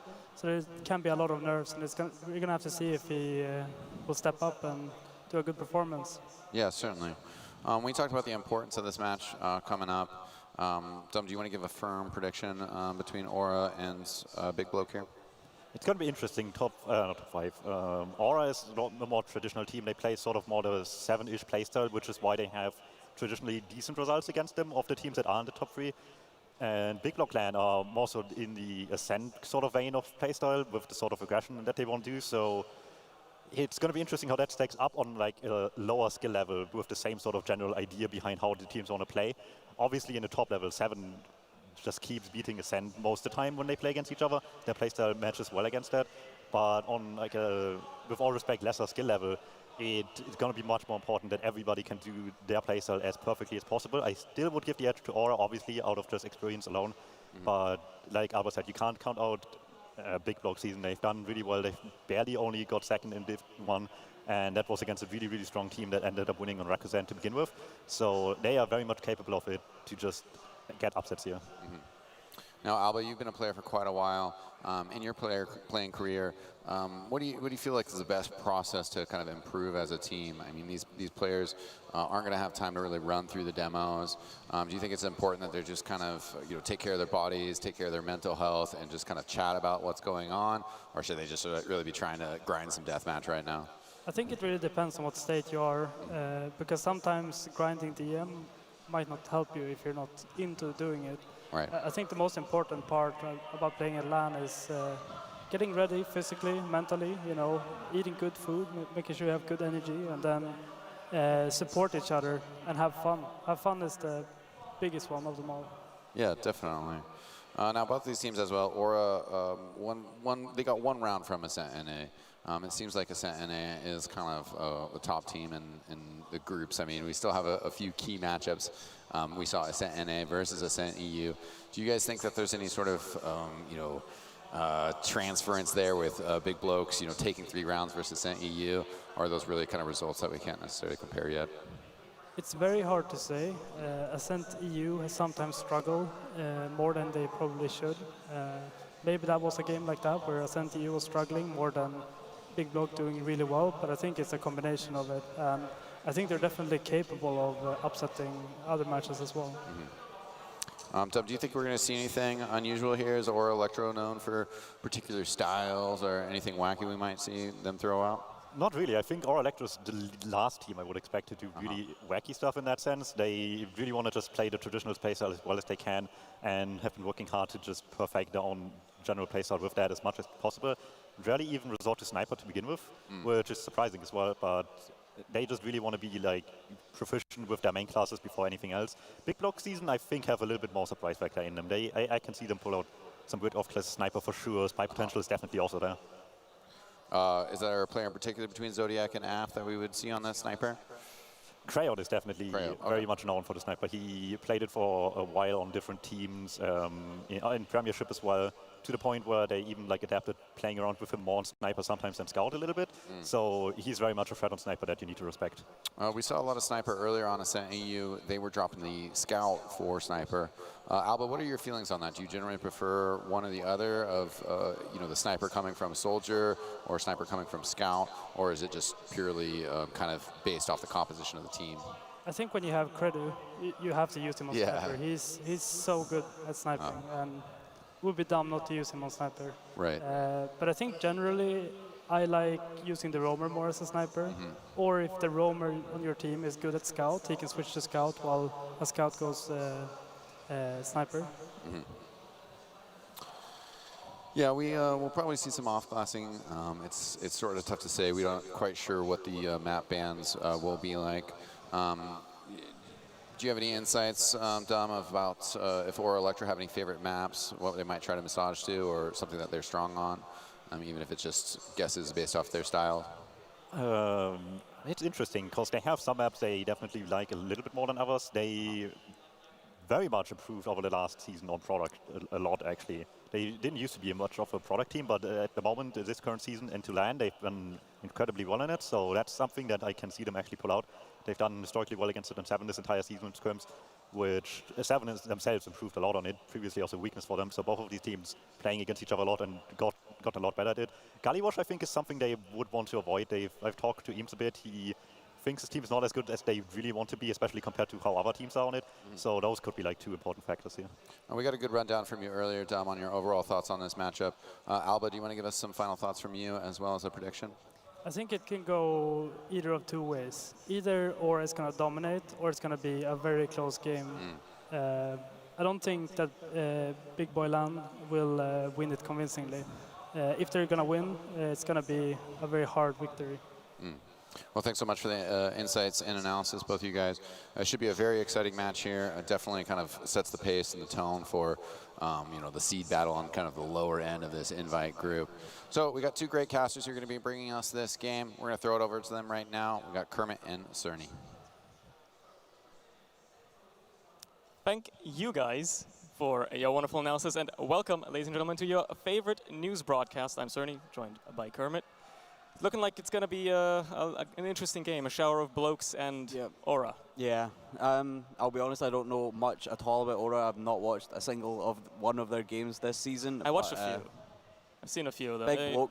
They were Big Bloke season, now they're Big Bloke LAN. I watched quite a few of their games and did one this season. Like, the only difference in their team, I think, is like they've swapped out Spirit and they've picked up Yeehaw, I think it is their scout. Yeah, I'm not. Or is that a mistake? That's someone else. They swapped out Spirit. So they've lost one scout, but they've picked up someone that just is equally as good. But as they were saying, like, there's some players to watch. Oh, that was it, Zodiac. Zodiac's right, yeah. Because this is, in fact, not Zodiac's first LAN. It's his first I-Series, I think. But he performed pretty well at Copenhagen LAN. All right. And I'm expecting him to perform well again in this game, because he is a fragger. I'm looking forward to seeing Piggles play, because he's actually someone that I played like mid-mixes with a couple of years ago. So like seeing him at this point now, he's playing invite group at LAN. That's quite something. He's gotten quite far. I think everyone has to, whenever you mention Piggles, I think someone has to mention the fact he plays on like a 1 or 2 inch 360 and somehow still has like insanely good movement. Like it's kind of mind-boggling that he can actually do some of the surfs. Some of the arrows he hits as well. Yeah, that as well, on like the tiniest 360 ever. It's mad. It's a map player. Yeah. Any other players you might be looking forward to here, also from like the side of Aura, maybe? I know you don't know them very well, but well, I know the players. I don't know how they've done as a team. Like one thing I do know is that Poison seems to have improved like a lot in the last like year or so, like the last 3 seasons. So it's nice to see him like on LAN as well. Azunis, I think, is here as well. He should be. Yeah, people have been hyping him up a lot. He's really sick.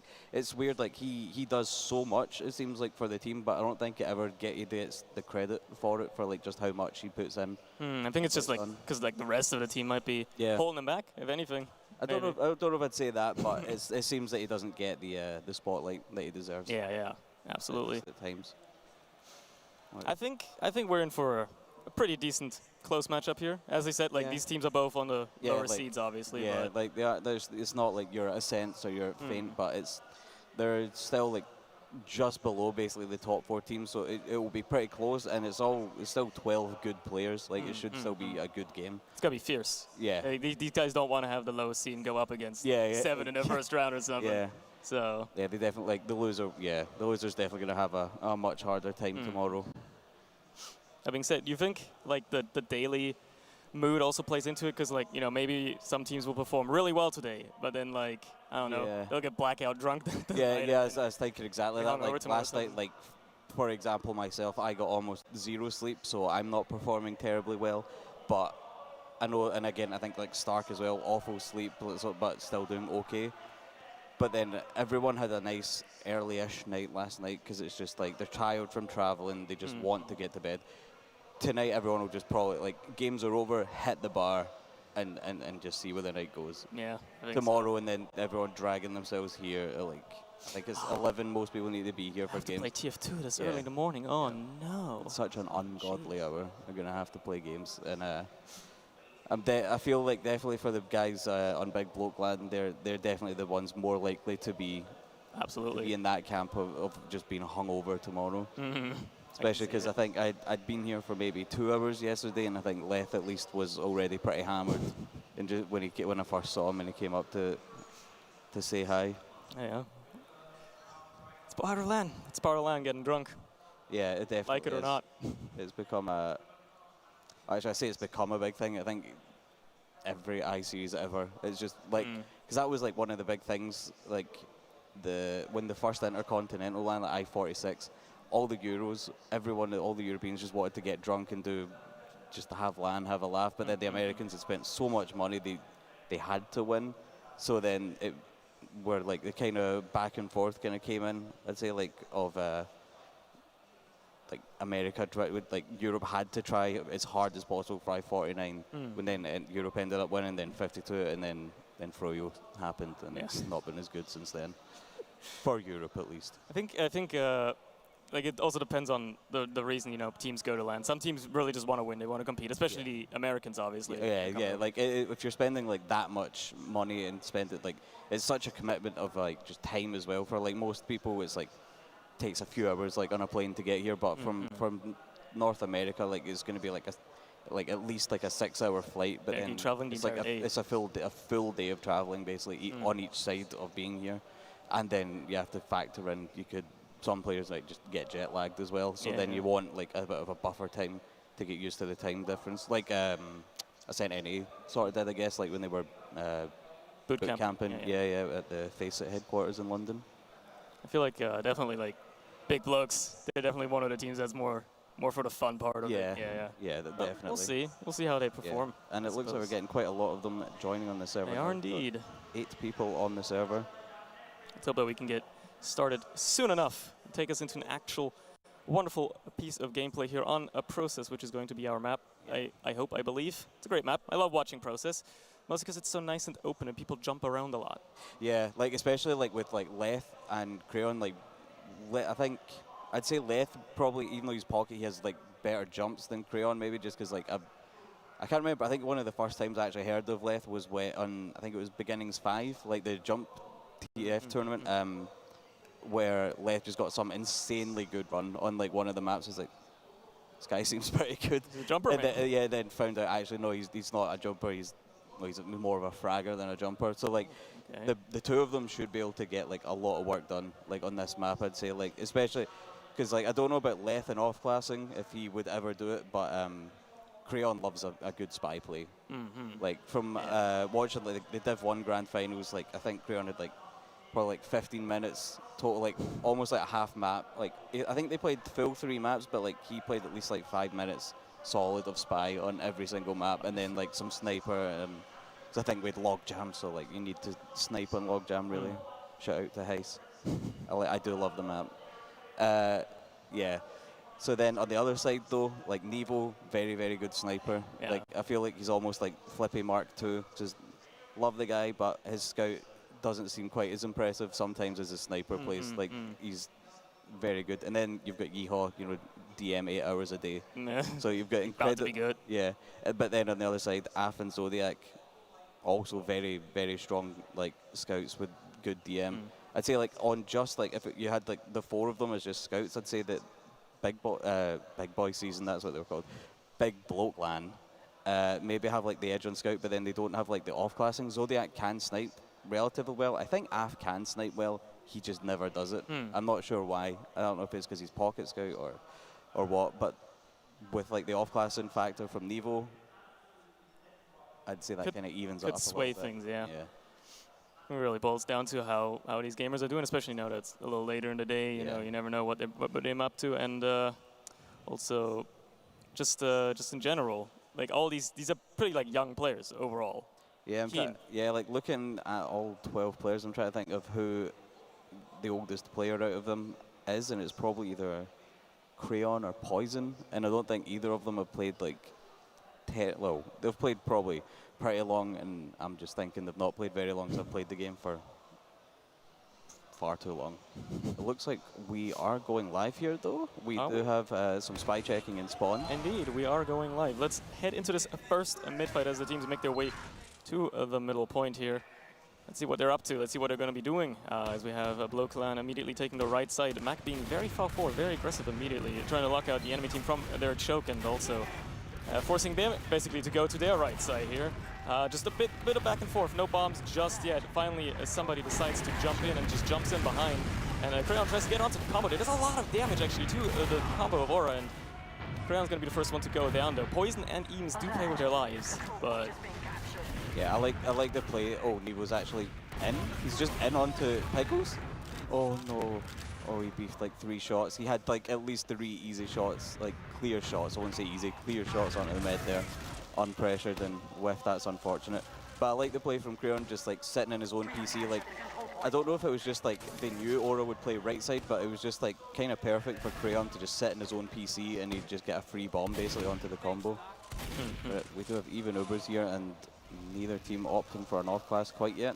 They're just busy staring at a choke point where nobody else. Mac finally just trying to poke forward a little bit, but just teams are very comfortable just waiting it out until somebody decides to screw up and die, kneel over, die of heart disease. You never know. It looks like they're going to be opting to go into the sewer here. Actually, maybe going to be trying to catch Aura off guard. Poking forward a little bit, just a little bit of damage being thrown around, not much happening. Maybe they're waiting on some sort of bomb to come in, some sort of play here, or just going to go back. And yeah, I was thinking what you're thinking there. Like I thought this play in sewer was going to be something like an opening for Crayon if they just try and bait people onto the low ground in front of choke, and then Crayon can just get a free bomb in from choke. But they don't know. I guess they were just trying to peek and find out what the setup was before they actually commit to something like they're doing now with Leth going jumping through PC here, and they get into. They got onto Azunus and he lives with 5 HP, and then they just rotate Poison in. That is incredibly unfortunate, but then Poison does die. He does get Crayon gets arrowed as well, so he's like they can't even chase the frag. That might be an opening that they can use here. It looks like they're going to be trying to do that, moving forward through IT. Crayon does pay with his life though, and that might just be that's just the stopping point right for that one. You lose one of your soldiers that early. There's not much you can do, especially when you're in IT. You've got a demo lobbing any kind of explosive your way. You're going to be having a rough time getting through there. But maybe... Crayon off class here. Ooh. Oh, yeah. There we go. Oh, well, actually, we've got Azunus actually went in there. Did not get the force, though. Got some damage on Piggles, but not enough to force him. Might just be the counter sec. I mean, I would be surprised to see him off class, but you never know. Crayon are going to be looking if you can maybe pop somebody's head off here through this choke point.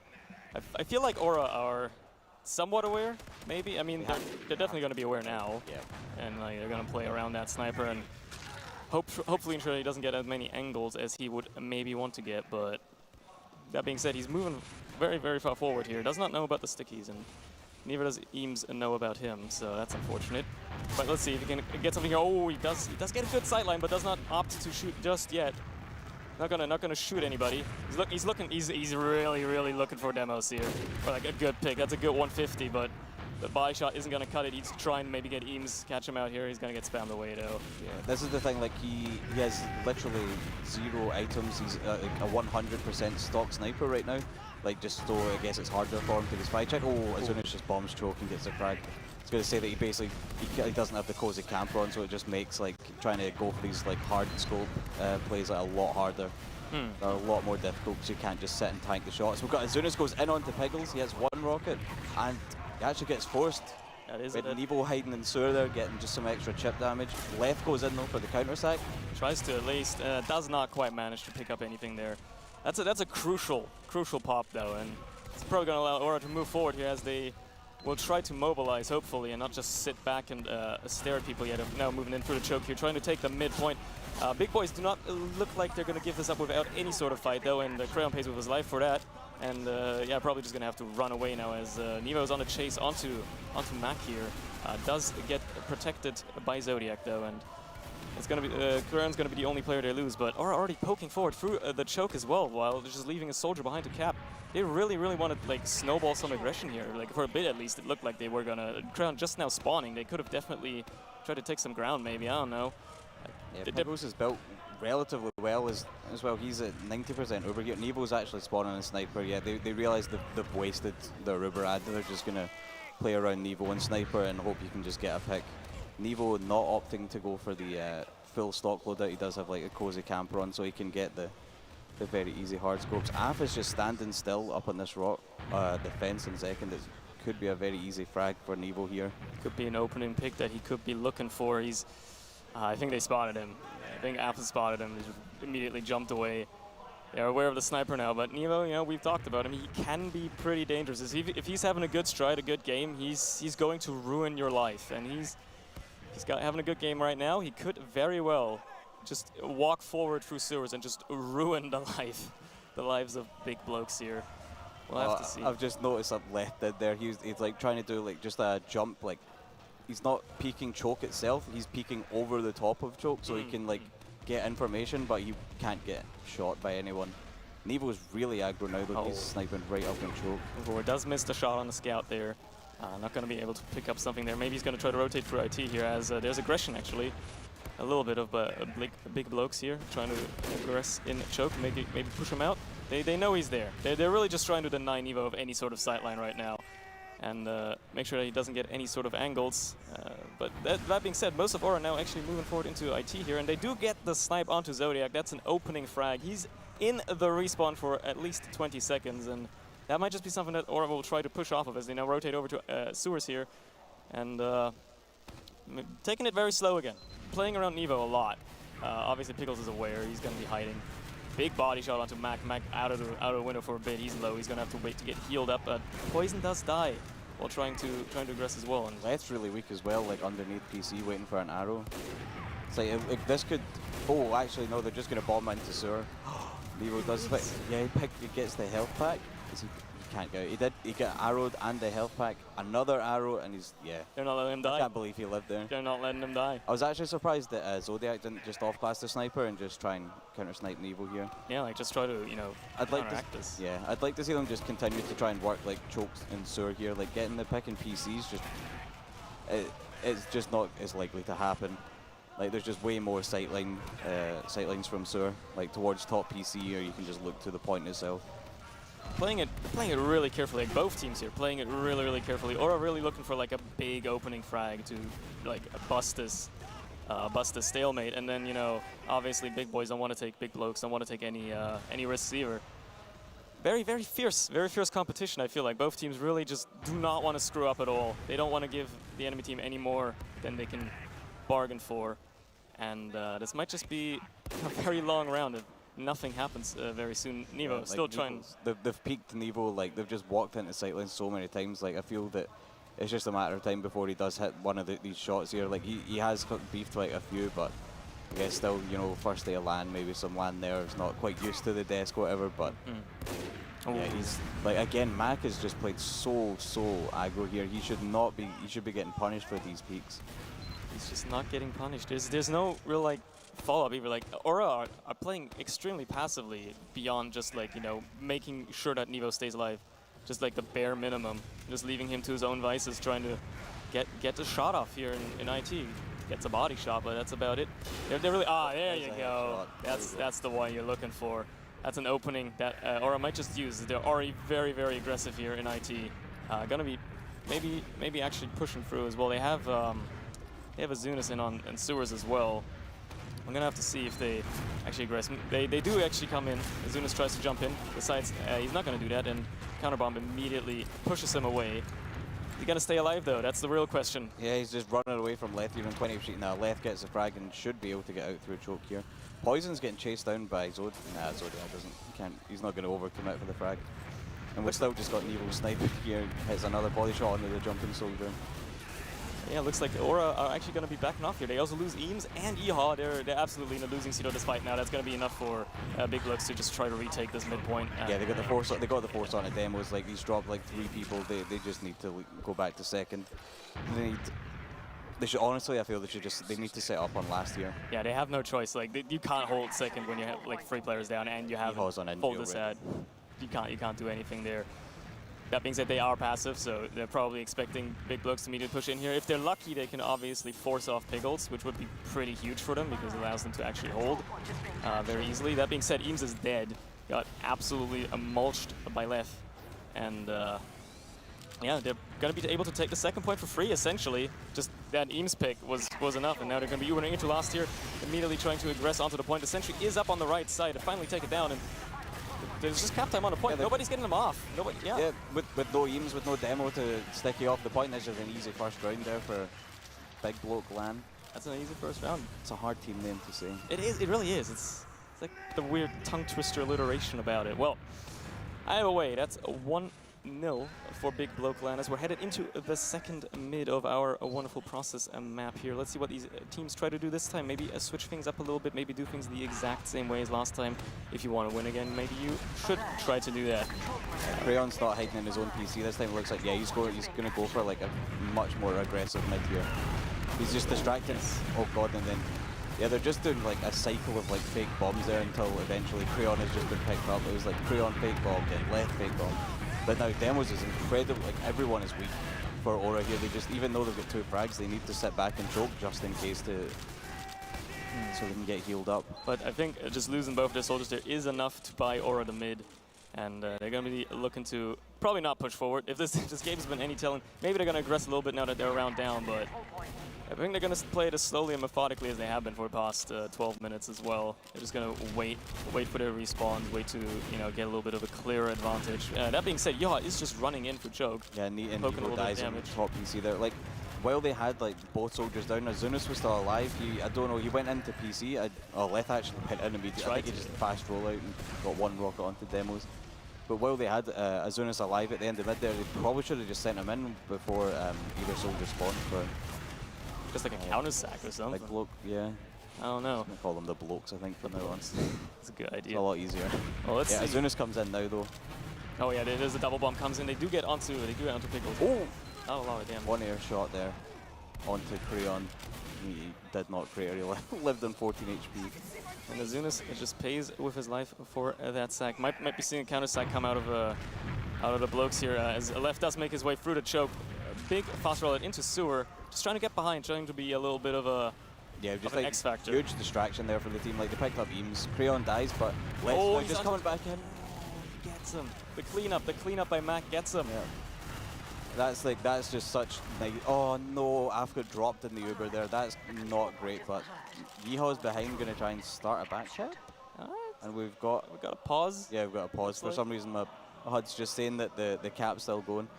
There's been quite a few pauses here already today. Like I don't know if it's just people having if it's rental PCs they're having issues with, or if it's some people have had mumble issues. I have no idea. There's But been like a lot of network issues generally at LAN as well. So maybe again, it's, just, like it's the first day. You know, everything will get sorted out. But what was I going to say there? Yeah, that the play by Leth, like everyone, I think all of Aura just expected them to try and actually just straight away commit on to Piggles, demos even. But just going behind into Sur, they've all turned. As they turn and look at him, like just running behind, everyone from Big Bloke they just flooded through choke. They got Eames straight away. I think he died to Mac, I think, and then. As like they turn back to then look at everyone coming through a choke, that's when Leth comes back in and cleans up. I'm going to call it the drop on the demos Leth's drop because it was mostly like his work that got it done. Most of the well, Mike did fire maybe a couple of stickies. Like a random sticky. I'm gonna give it to Leth. But at this point it's going to be pretty much even Ubers. Like the Ubers going to fade for Piggles here, but I think demos is going to spawn very soon. So it might be like a little bit of an Uber ad. But they are going back for Yeehaw in the back cap. I can't remember where it was, like how far along the cap was when the pause started though. So he could actually be just like a couple seconds away from capping it, or it could be safe. And going by the positioning of the blokes, it looks like they're sure that they can't actually out-cap him on mid, even though they'll have spawners probably very shortly after the pause. Gonna be looking to... he's probably going to get that back out. They're going to be looking to go back. So he's buying a lot of time, that being said. Yeah, he definitely is. Like, we've got... Eames has just spawned, I think. Where's Azunis? Oh, I didn't realize that. Azunis is actually in the blue sewer there, so, like, as long... Right. I don't know if the pause affects things, but there is a health pack there. He can pick that up, and then if they go through choke, if they don't know he's in sewer, he could just come out when Yeehaw calls it, and he can just get straight onto Piggles. Might not be an easy frag, but it could happen. Could be crucial if it works. If it works, it could be an absolutely huge advantage. Especially now turned the other way for Aura. Well, but that's all. This is all conjecture at this point. I've got no clue. Because, like, as I said, I've just really remembered Piggles Uber hasn't even ended yet. It just says 0 in the HUD because of the pause.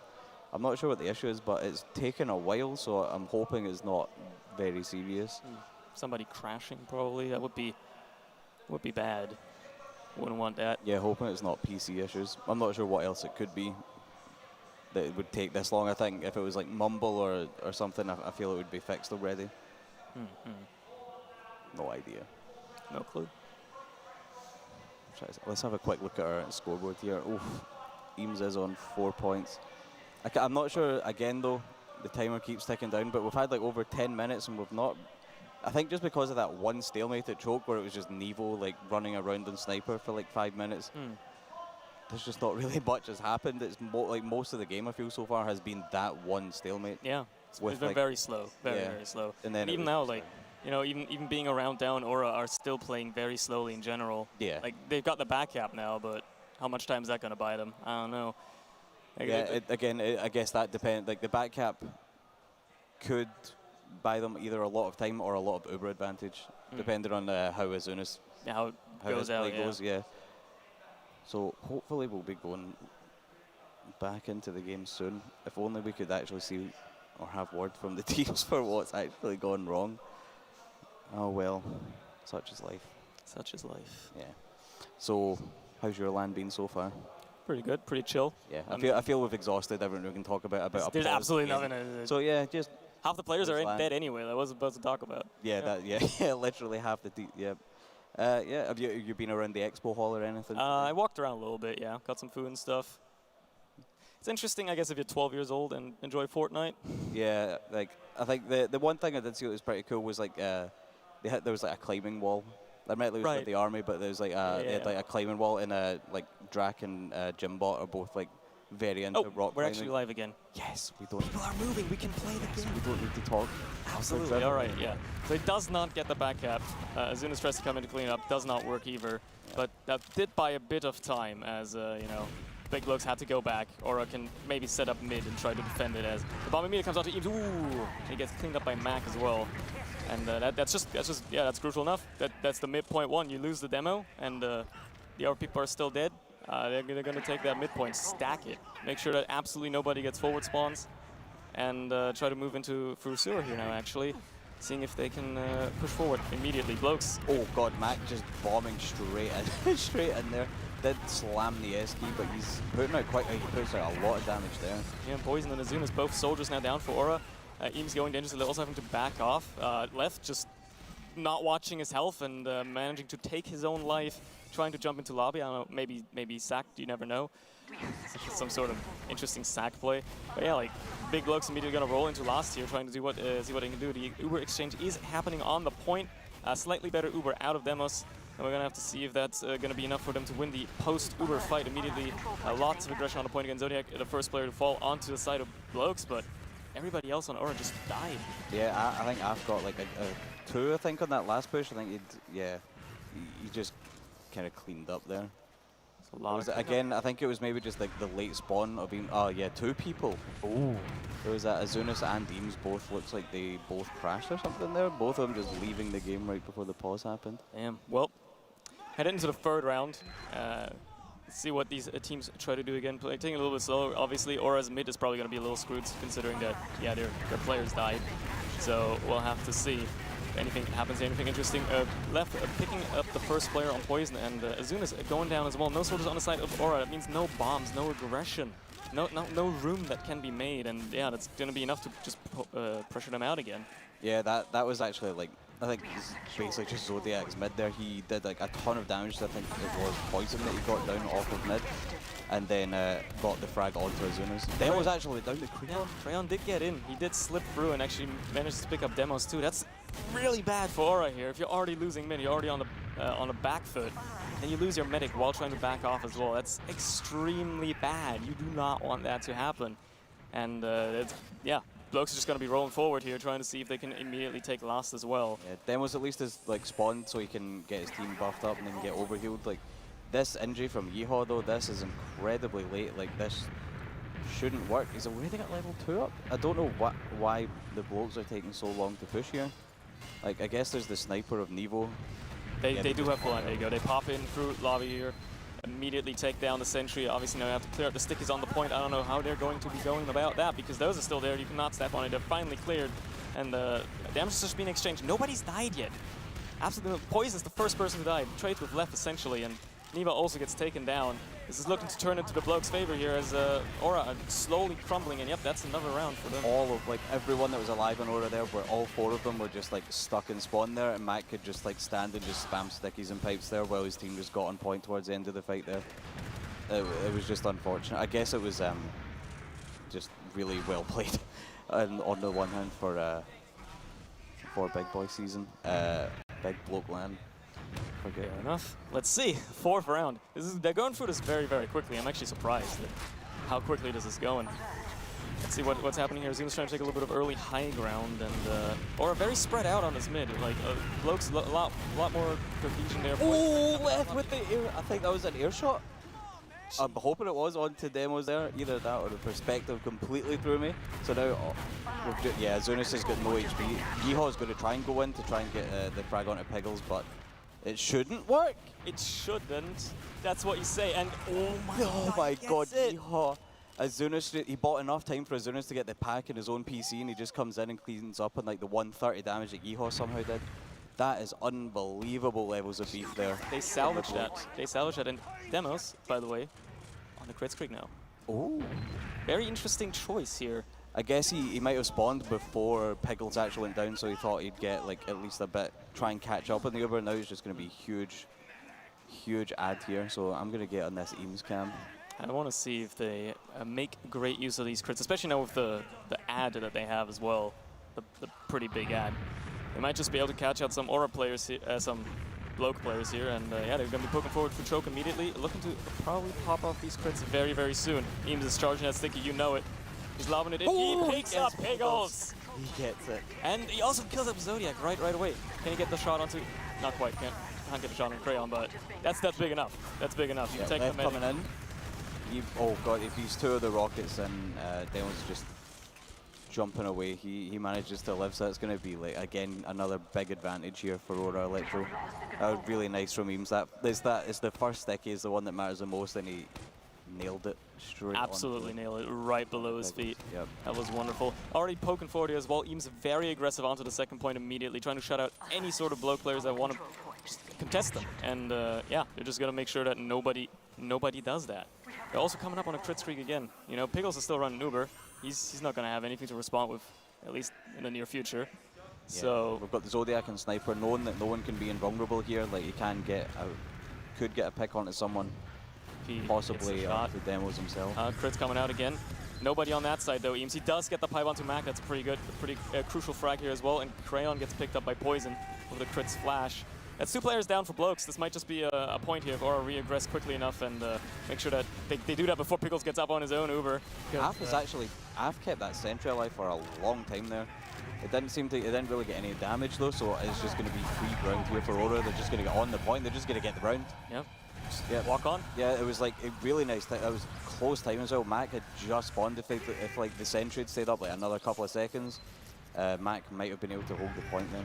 Yep, could have been. So really nice. Like the crit Krieg play, that was really nice from Aura Electro. Yeah, taking a round off the back of their crits. They're obviously not opting to go for it again just yet, but they're still in this game. They haven't given up just yet.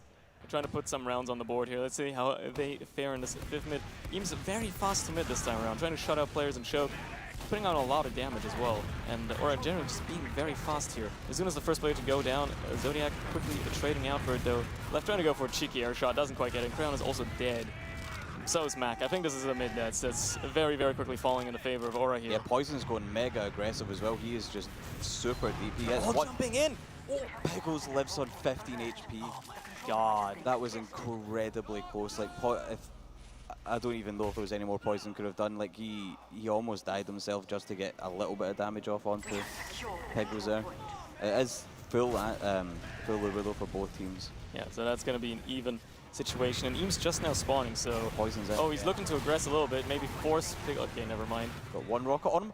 He has the pop. He gets stuck underneath a ramp on the right-hand side there, and Azunis just with a couple of spam rockets got the force. That's crucial, because as long as they can keep Demos alive here now and keep that Uber, that being said, they have to back up a lot, because Bloke's being very aggressive, you know. 2 players down, you can't really protect it easily, but they're going to be trying to re-aggress immediately, Uber in, make sure that these players do not get out for free, do not get out unpunished. That being said, Mac's going to die, and that's about it.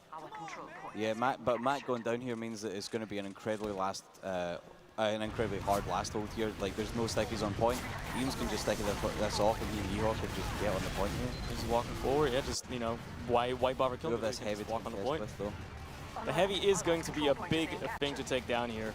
He's just getting heals pumped into him. If you don't focus that heavy down, he's just going to kill all of you. Yeah. He's doing that right now. Yeah. He's killing all of them. Yeah. 3 kills there for Zodiac on the last hold.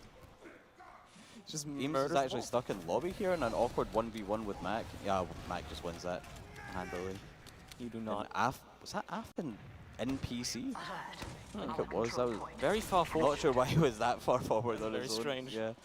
Oh, he does pay with it. Does pay with his life for that. So. And we do have a 25% ad for Pickles here. We've got. He drops! Azunis just comes in from Zone, gets the drop onto Pickles. Immediately left trying to go in to respond. Does not manage to pick up Demos though. Going dangerously low, but he does not die. And Aura stay in the seat. Stay in the driver's seat for now. Yeah, Crayon going down in PC as well there, just to Nevo and Poison. That's absolutely not like it would like you know Crayon wanted to go in from PC, but there's just 2 people just standing there just spamming at him. Can't do anything, and yeah, that's the Uber coming in from Aura immediately. Mac instantly destroyed Senator Meat Grinder. Sentry also down before he can really do anything. They do have a sniper trying to do a little bit of a cheeky headshot there, but yeah, that was really nice from Eames that Uber. Like he just like crouched dead just straight into last, got onto the. I think he must have like synced like 2 stickies landing perfectly on Mac's feet in spawn, and then just straight to the other side, kills the sentry, and then just gets the frag. Yeah, it's very quickly done. Let's see what the 6th round holds for us. Still 7 minutes on the clock, a lot of rounds here in this time. Still a lot that can happen as well. Both teams again, obviously just exchanging their usual spam. Looks very slow and choked there. He's all bunched up for a bit. We'll see. Crayon is actually he's playing very passively here in IT, very slowly. Yeah, this is what he did on the first bit. So then his team can tell them that there's people near the PC. He just comes in, he gets loads of damage on the Poison there. And bombs being exchanged as well. Crown actually going to be the first player to pay with his life, and Mac and Meaty getting cleaned up as well. They're looking pretty bad for the blokes now. They don't want to stay into this, and yeah, Aura is going to take that mid and immediately roll forward into sewers as well. Seeing if they can snowball a little bit of momentum potentially. As Eames jumps in, just trying to take a lot of ground. Poison went in as well and just died on the point. They pop, but the counter comes from Demos immediately. Yeah, that's an Uber exchange. You don't really want to have an Uber exchange there, but you know it does happen. Left goes down, but Eames is also dead, and Neva and Poison have been dead for a while, so. Yeah, this is going to be blokes hanging on to their second point and potentially even moving forward a little bit more aggressively as the reinforcements arrive. Yeah, as soon as does go down, but yeah, I think they're just going to be able to hold this mid here now. Yeah, that was a really weird start to the Ubers there. I don't think it was actually a force from Piggles. It just looked like Leth wanted the Uber on him, and he just jumped straight in and got the pop onto Demos. We've actually got Mac just kind of bombing in from, oh god, he's incredibly weak though. He tried to do some cheeky bombing, like a half commit into second and just dies for it. Crayon, ooh, nice rocket onto Nevo and PC there. That's both soldiers down for blokes as well as AF. And they're bleeding.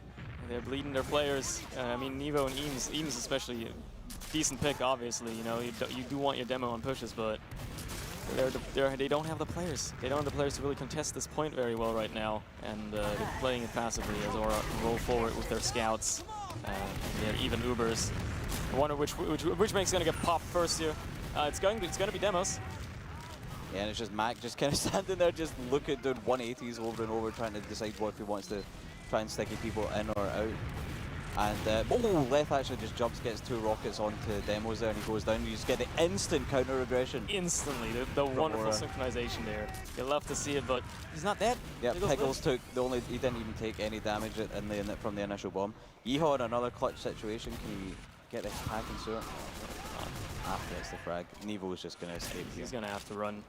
If he'd be a fool to try to contest something like that. And yeah, that's just Aura again losing the mid fight here, losing the middle, and not much they can do. Yeah, I'm not sure if it's like they didn't realize the spawn times for the blokes. Like everyone was up in like a few seconds, like 1 second after they came through choke, and like the spawners obviously for blokes are going to be way closer. Left and Crayon both like pretending to bomb in for a bit there though before deciding to get out again. Crayon, just a little bit of aggression, but poking forward just ever so slightly. Mac's really alone on the low ground here though. He's actually, he actually gets the frag onto Zunis. I was surprised he didn't go down there. He lives, just does it like Leth is mega deep. He just gets it. He does get it. Absolutely wonderful. You love to see it. And Crayon also trying to follow up a little bit with the aggression. He does pay with his life, but that pick onto Demos is crucial here. They have the full Uber ad, and I wouldn't be surprised if we just see them wait for their soldiers here and then immediately try to take it forward, as there's still no heals up at all on the side of Aura. Yeah, they're going to have to contend with like some overheals from Aura Electro, but it is just a full Uber advantage. They should be going lobby here like through 4 or something. Like they should be going through 4. They should assume that there's going to be like a sentry somewhere and like actually try and get some info before pushing. Yeah, especially with with 1 here, all they can do is maybe get the medic and heavy. Yep, there you go. The Uber comes in for 1. Medic does go down. They do pick up Demos. He gets caught out, and the stickies of the point get cleared as well. The sentry is down already as well. The heavy's trying to jump down. Not enough. Okay, apparently Zodiac just ran in from like 4 or 5 there and just got straight on the point. I don't know where the stickies from Eames were, if like one of the soldiers just cleared. I think they cleared them off a little bit, yeah. Yeah. So he just walks on the point. Why kill people when you can just walk on the point, play the objective? That's what it's all about at the end of the day. That's another round for the blokes here, as we're now headed into what could be our final round with 2 minutes left on the board. Mac again, choosing to go the right side here, and meeting Eames on his pack. As soon as with a high, big bomb in, trying to get onto Pickles, he does pick him up. That's clean. That's very clean. Clinical almost. You love to see it. Left and Mac also going playing with their lives. Crayon with the counter jump, the counter aggression just goes straight from his own PC and gets the frag onto Demos though. He salvages the mid for them, and that means that it's going to be a much easier time for the blokes holding on at least last tier, if not second. Especially with those 2 minutes left on the time and 2 rounds down, Aura they just have to roll forward. They can't wait now. They have to absolutely take any advantage they can and try to just make it work. Like Eames is standing on the low ground there. Like honestly, I feel they should just all be on the point here stacking this. And they're just, if it takes them much longer than like 30 seconds to get this round, it's just going to be GG. It's going to be mathematically impossible, yeah. So they're not really looking to be aggressive either. Yeah. They're very passive, still waiting. And I feel like that, honestly, Piggle's death on mid there was what only, honestly feels like it was only like his second or third death on the whole map here. Like, I feel he's not died. Demos has like almost full crits now, so I'm going to get on this Eames cam and see if he can work his magic again. See, oh, that's, nope, never mind. The Uber pop, they have the Uber. Mac mulches in lobby, gets Azunis, Eames and Demos in quick succession. Yeehaw trying to be on behind, nothing he can do there, and yeah, I think that's it, honestly. Nevo trying to see if he can maybe make something happen, but at this point it's just for the logs. These games are just trying to get clips for their frag videos. Yeah, I think we're in what the kids call garbage time at this point. Very well. But that was like really good though. Pop from Piggles there on last history on the Mac. He got the 4K. Piggles dies now, but oh, that was actually a really nice rocket from Azunis. Azunis just going there. Huge. They're killing 3 people just behind. That is definitely some good log frags for him there. But it is GG at this point. Very well played by both teams, but the blokes coming out on top there. Absolutely. They do pick up another round actually, or just for the scoreline. I mean, it does matter, I guess, in the end. Yeah, like it does. Like the game was. I think I'm not sure how long the first 3 rounds took when like the blokes were just miles ahead, but because it was 3 really quick rounds for Big Bloke Land there, and like Aura just kind of brought it back like really quite well. It was like despite blokes going up early, it was very balanced. Yeah. I mean, the first round took like what, 12 minutes? That's pretty long. Yeah, and then it was just like another quick 2 rounds. So I think it was a very evenly matched games. I mean, the scoreline obviously suggested these gamers, they did well. Yeah, they very well. And I'm just gonna give a shout out to Zodiacs. I've already brought the logs up. He did very well, and I'm proud of him. Yeah, Piggles single-digit deaths. Yes. But yeah, that was a really good game. It was about as entertaining as I expected it to be, and like with Leth and Crayon both still like every single time. Well, it wasn't many times to be fair that Piggles died. They were straight in, like with the jumps just to get in onto the demos. Yeah, like it was really well played by both teams. Wonderfully done. Yeah. Yeah. Right. That's going to be it from us, though. Let's have a more in-depth analysis, because we're just scrubs. We don't know anything. We're going to have the analysis actually do our thing. We have Xtine, Alba, and Dum joining us on the analysis desk, so they're going to be doing their magic now. Thanks so much, Cerny and Kermit. Certainly an exciting game, 4-3 being the final score line with that last-minute round by Aura Electro. Alba, what were some of your thoughts on that match? So starting off in the beginning, both teams, or I should say Aura, looked very uncomfortable with how slow Big Bloke Land was playing. And they managed to grind up, I think it was 2 rounds. And after that, Aura realized that they had to start to put the pressure on, which they did. And they kind of managed to bring it back a little bit. And I think overall, Big Bloke Land did really well with the roamer plays, making sure either they were for distracting or the team would distract so the roamer could get a lot of work done. Dum, what were your thoughts there? I mean, Aura Electro certainly made some adjustments. Do you think that if it was a best of 3 that they could have rolled that back, or just generally there, what were your thoughts on how they approached the game?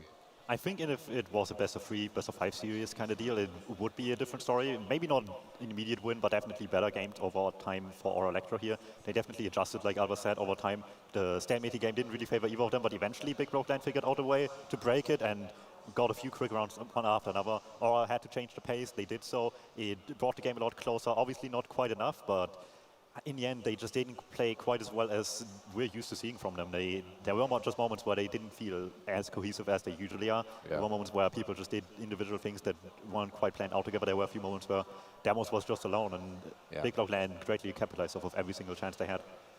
Yeah, let's take a look at the logs as well to see what else we can pick out about some of the individual performances here.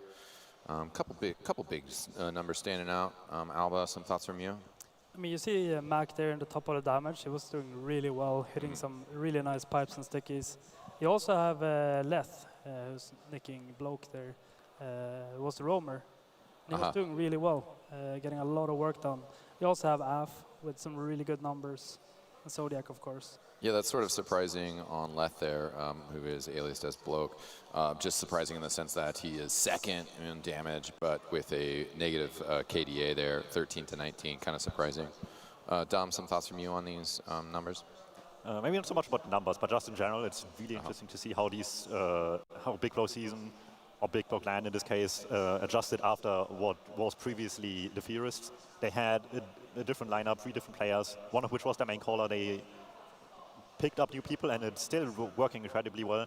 So it's not quite the same anymore, but it's still working really, really well for them. They, I think, even had to change a little bit around a bit for LAN here with Zodiac being picked up, but it's clearly working out for them.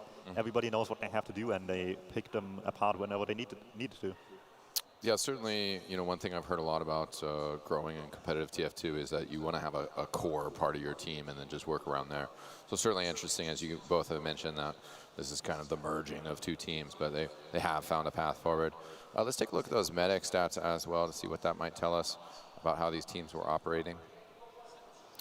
Some thoughts from you, Dom? Do you see anything that stands out for you?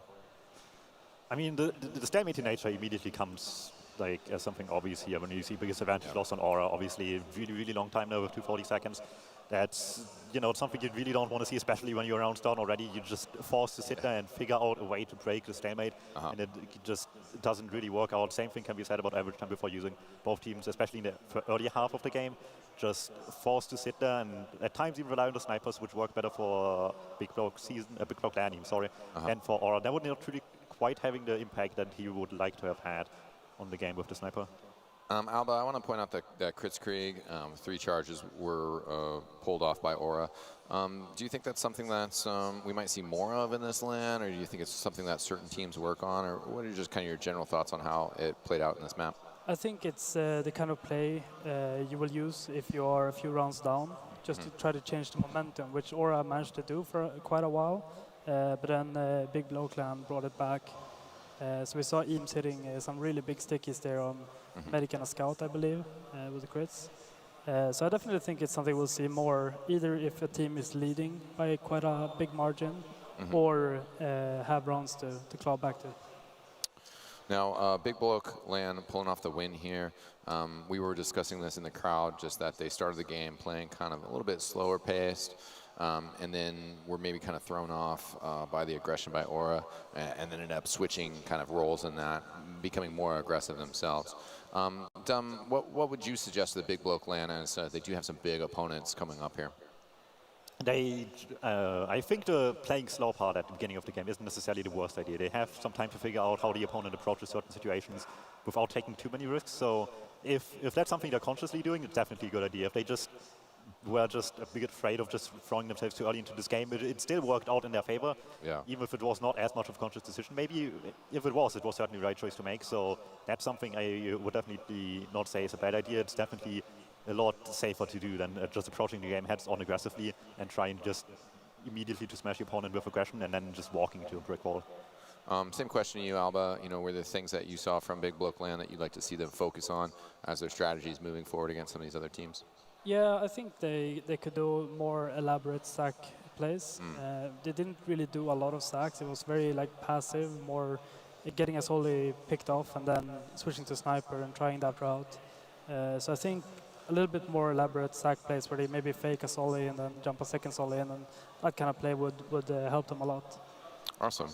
Well, thanks so much for your guys' thoughts and your excellent analysis. We're going to, again, take just a quick little break here as we get set up for our next match. But we have a few more of these invite group round-robin matches. We'll also give you guys an update on the open group once we have some time to sit down and look at the latest results. So stay tuned, ladies and gentlemen. We'll be back shortly.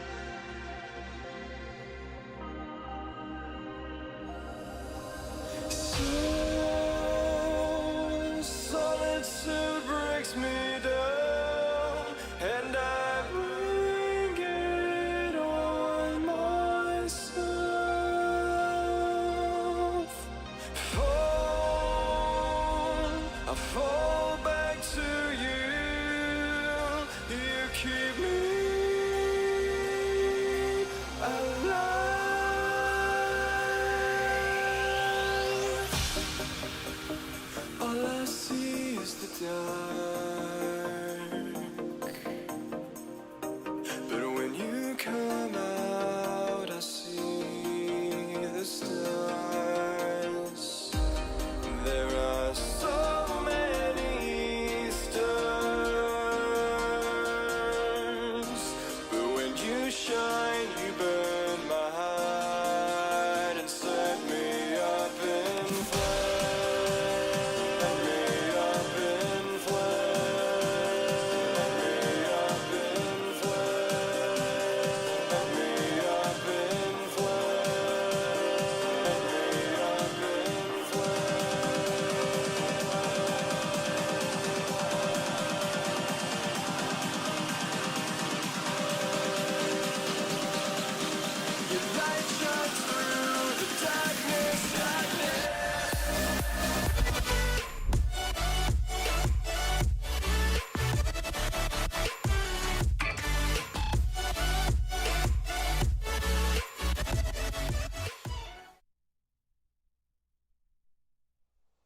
Welcome, boys. Welcome back to the analyst desk. We're in the night shift now, and you know what that means. Your boy Turbo Tabs is here to take over.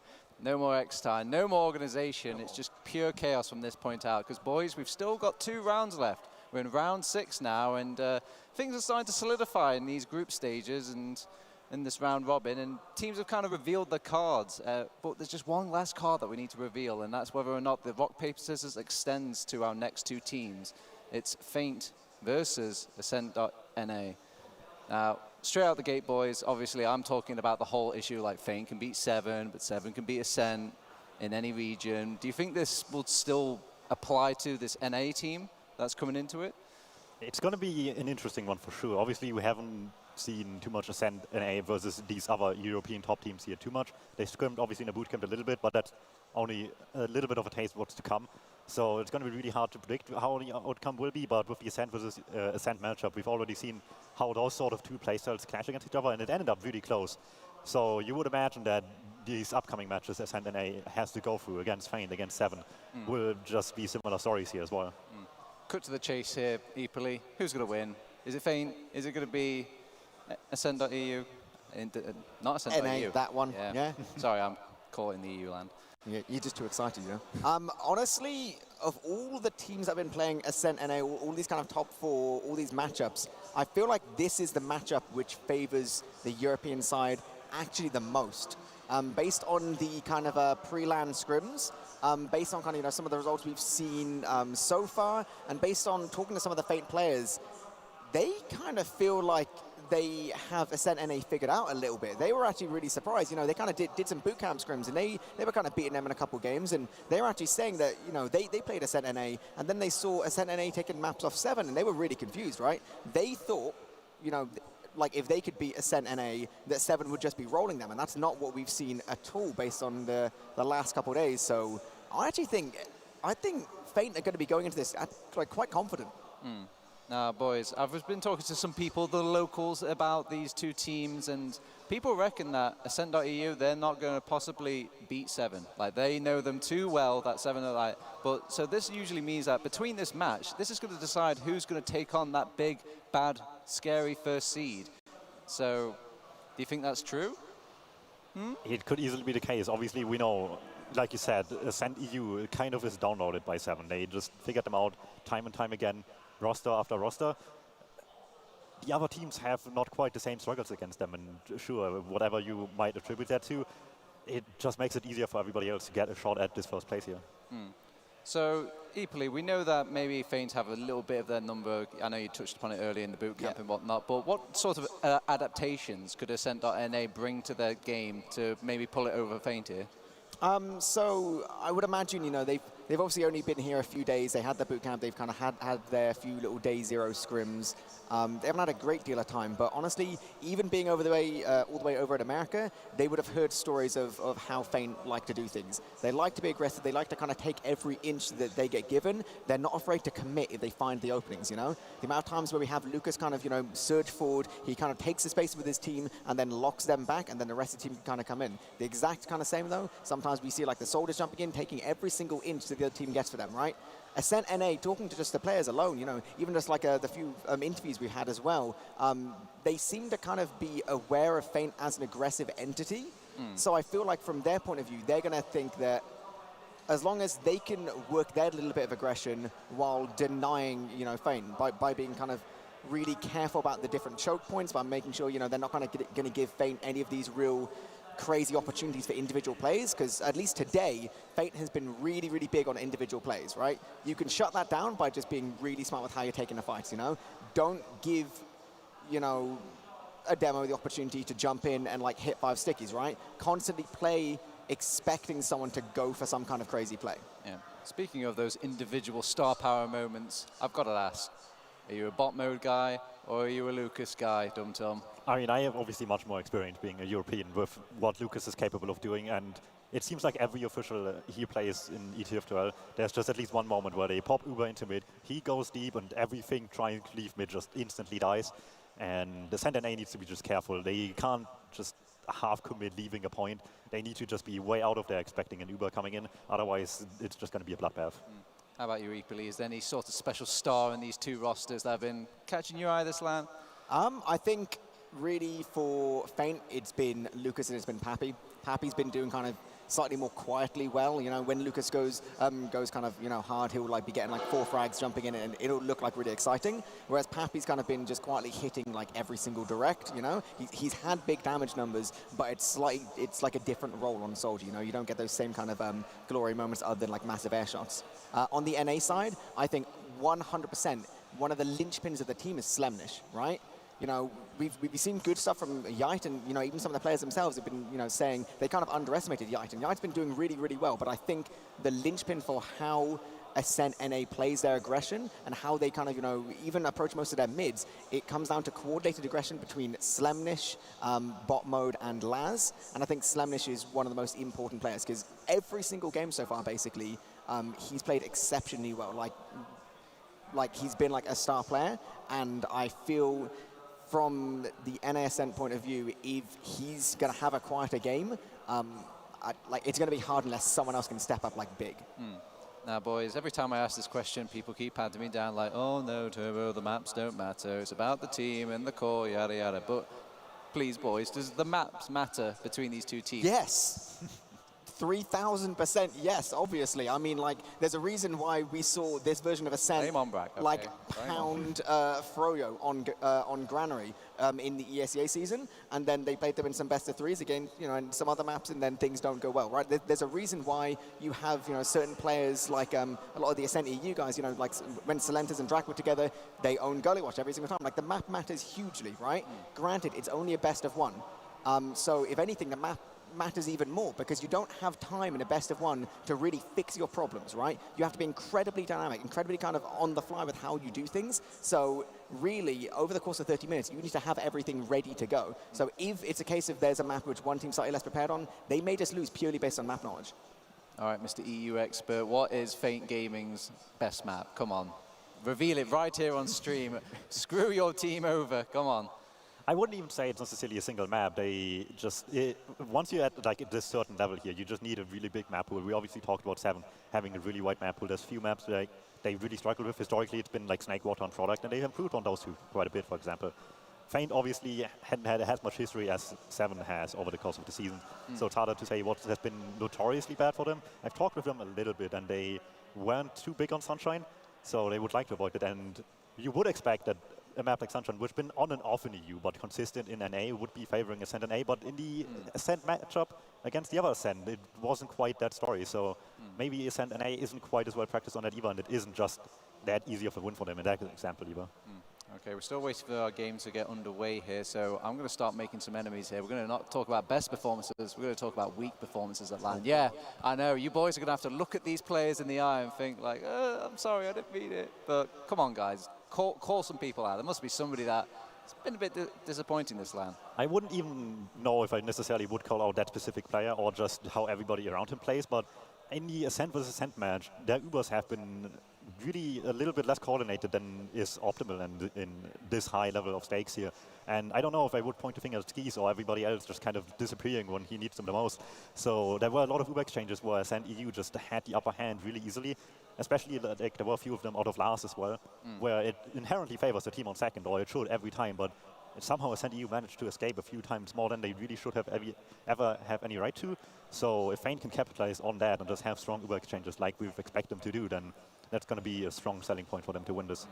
Well, let's be fair to NA here, Eepily. Surely Feint has been dropping the ball a little bit. No team's perfect. No, they're by no means perfect. We saw one game earlier where Thomas took over a game, and then the very next game he had an incredibly quiet game. You know, 10 for 16, some kind of stats along those lines. Thankfully, kind of, you know, Classy really stepped up and kind of did fantastic work on the other side of the scout equation. But, you know, it definitely seems like a lot of their players are fairly consistent, but they can't do it all of the time. We saw in their game versus 7, Gink had a huge impact in the first 15 minutes, and then in the second 15 minutes, he was much, much quieter, right?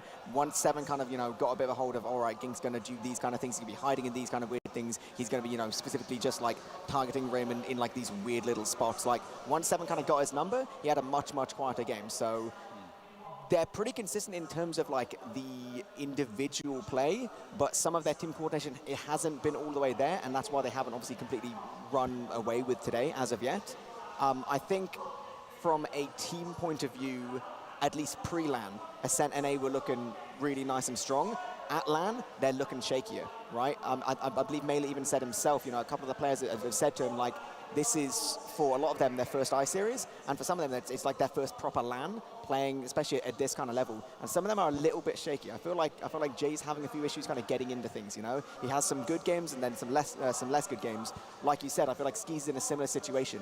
Maybe that comes from a cooling kind of situation, you know? They're not used to the same kind of noise, and, you know, that information doesn't always kind of get communicated properly, but there's a few players on each team which aren't doing great, but I feel like it's really more of a kind of, it's got to come down to like the team play, right? Each team has certifiable like fraggers throughout, but I don't think either team's going to be able to rely on pure DM, right? Because there's too many good people on the other team. I do like the idea of a certifiable fragger. They got certificates on the comes wall. around, just presses a sticker to your forehead, you're a certified fragger.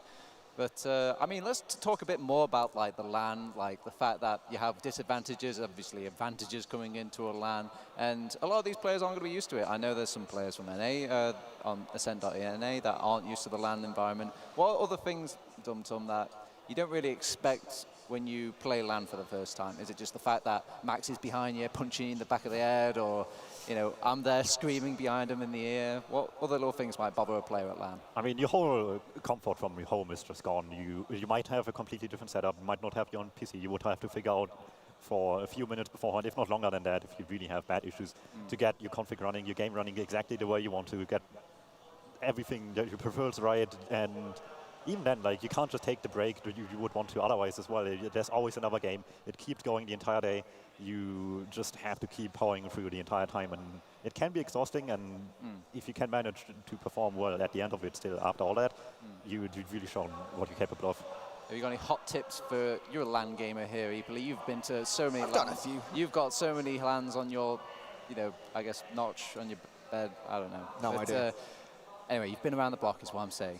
If you've got any hot tips for these gamers in the first LANs, anything that you would kind of suggest to them, like, okay, you need to watch out for this, watch out for that. I know it's round 6, it's a little bit late, but hey, these are just the, you know, the practice scrims, right? Yeah, kind of, yeah. I mean, you've got to take the first games kind of as they come. You've got to let, you know, if you do get a bit of a loss, kind of, especially in a best of one, you've got to let it not hit you too hard.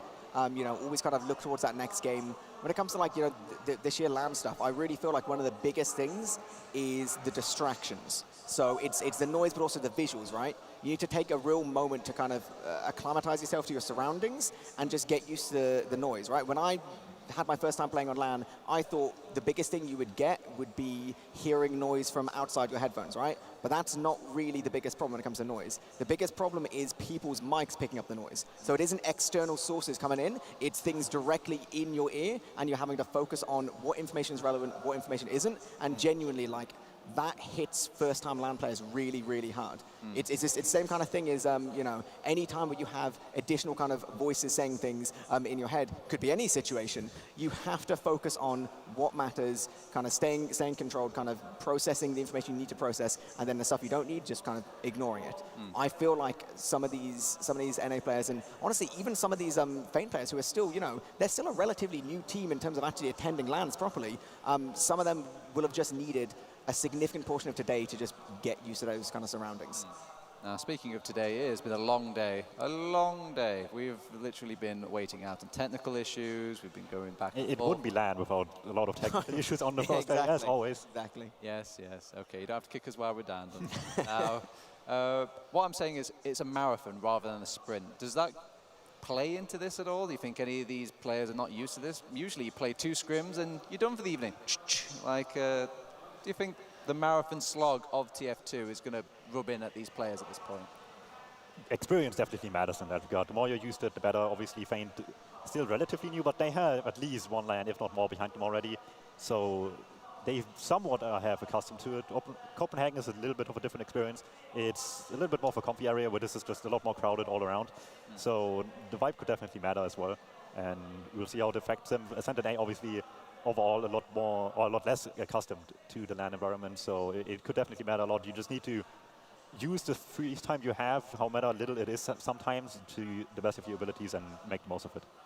Equally, what are the signs of like a very tired gamer when we're watching in game? I mean, it's easy for maybe you and I to spot it, but if Mama Turbo's watching this game, they can't tell that AMS is playing differently than usual, or what are the easy things to spot of just someone that's a bit tired of TF2?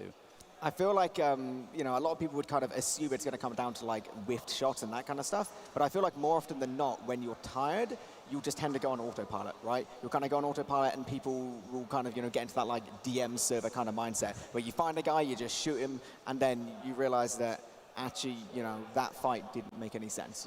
It wasn't relevant. The kind of things where like sometimes there'll be some kind of distraction, like a guy getting aggressive on the flank, or even someone trying to go behind, and you just see people like chase to the ends of the earth, and it's like, realistically speaking, that didn't matter. Getting that frag of that guy behind didn't matter because the rest of your team were moving forward. These kind of like fairly easily missed calls, again, in this kind of environment, I feel like that's usually the biggest signs of fatigue. And then sometimes it's literally just, like hearing the calls, but just being slow to react. The best and kind of most effective way of playing TF2 at this highest level is to be really dynamic with how you do everything, right? Every situation has to be a case. There can't be a clear cut, we're just going to push and do this. Very rarely is that going to be a case. It's going to be a case of, we're going to take this bit of space, we're going to move a bit further, and then you need to make a split-second decision. Do we commit forward, or do we continue along this route? When people start getting tired, they stop being able to make those split-second decisions in the same way, and they get like slow, and then before you know it, you've dropped a player, or you've dropped an Uber, or two guys have committed in when the rest of the team's not quite ready yet because someone forgot to communicate something. It's those kind of split-second decisions which is the most difficult part of TF2, and those are the first things to kind of fall to the wayside when you start getting tired. Now, boys, the players must be entertained to no end with this death segment because we're still waiting on that game. But it has been really interesting, and I think a really interesting topic we can get into, because it kind of somewhat relates to Feint Gaming, is the MVP. I know that's a big award around for the Copenhagen Games, but why not steal a good idea? I like the idea of an MVP. I like it, yeah. And so, I mean, has anybody immediately just caught your eye with that sort of MVP thing? It doesn't have to be just these two teams. It could be everybody in the LAN. Is anybody just like popped off? That's a tough one, because there's so many individual great performances that pop up here and there. I think I will continue to route that Ipali has been on, and would say Papi has been doing incredibly well mechanically, and obviously decision-making wise, the team still continues to do incredibly well. He's the main caller, so a lot of praise goes to him, as well as just incredibly performance just single-handedly by him. Outside of the calling stuff, he's been playing incredibly well. He's been sort of taking more of the sort of heal-heavy pocket role a lot more that you don't see too much anymore these days, and it's still working really well. He takes a lot of the heals and tanks a lot of the damage for the team. Luke is still obviously second in a row here, but a little bit less than maybe we've seen from them so far, and it's clearly still putting in the work, so just a slight shift, and suddenly they're all on top of things again. How about you, Ipali? Who's someone that's not only captured the point, but has captured your heart? Oh my God, that's a big claim. Honestly, I guess I'm heartless because no one stood out too much to me so far, right? I mean, we're only about 5 games or so into the LAN. It's all group stages, it's all best of ones, and really, what I look for in a player is consistency across a significant time frame, right?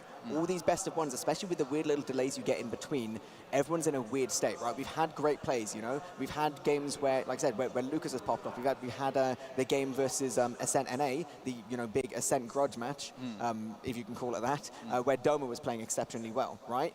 We've had really good games for really almost all of the players, but we've not seen, at least from my point of view, there's been no one who's just been consistently good every single game over a considerable period of time, right? Especially in these best of ones, you'll have a good game and then it's like, okay, like then you've got like an hour or whatever. To me, I don't think you can make any real decisions about like real MVP kind of material until we start getting into the best of threes, right? This is like the sneak little like preview, right? Where everyone like gets ready, starts flexing, but honestly, no one's going to be going 110% until they get to best of threes, because there are like secrets up people's sleeves, right? There are going to be like big old sexy players that we're just not going to know about yet. All right, boys, I know it's going to be a bit cheesy and you're going to roll your eyes, but is this the closest LAN we've ever had in TF2?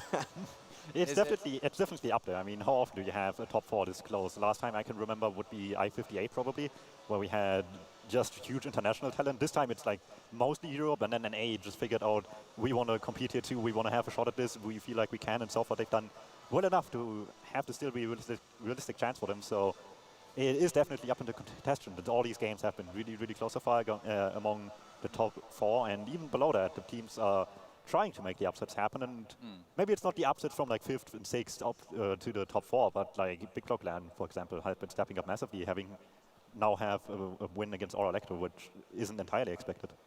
How about you, Ipoli? What's your thoughts on the closeness of the LAN? Is it pretty close, or is it? It's been close in the past. It's been close in the past.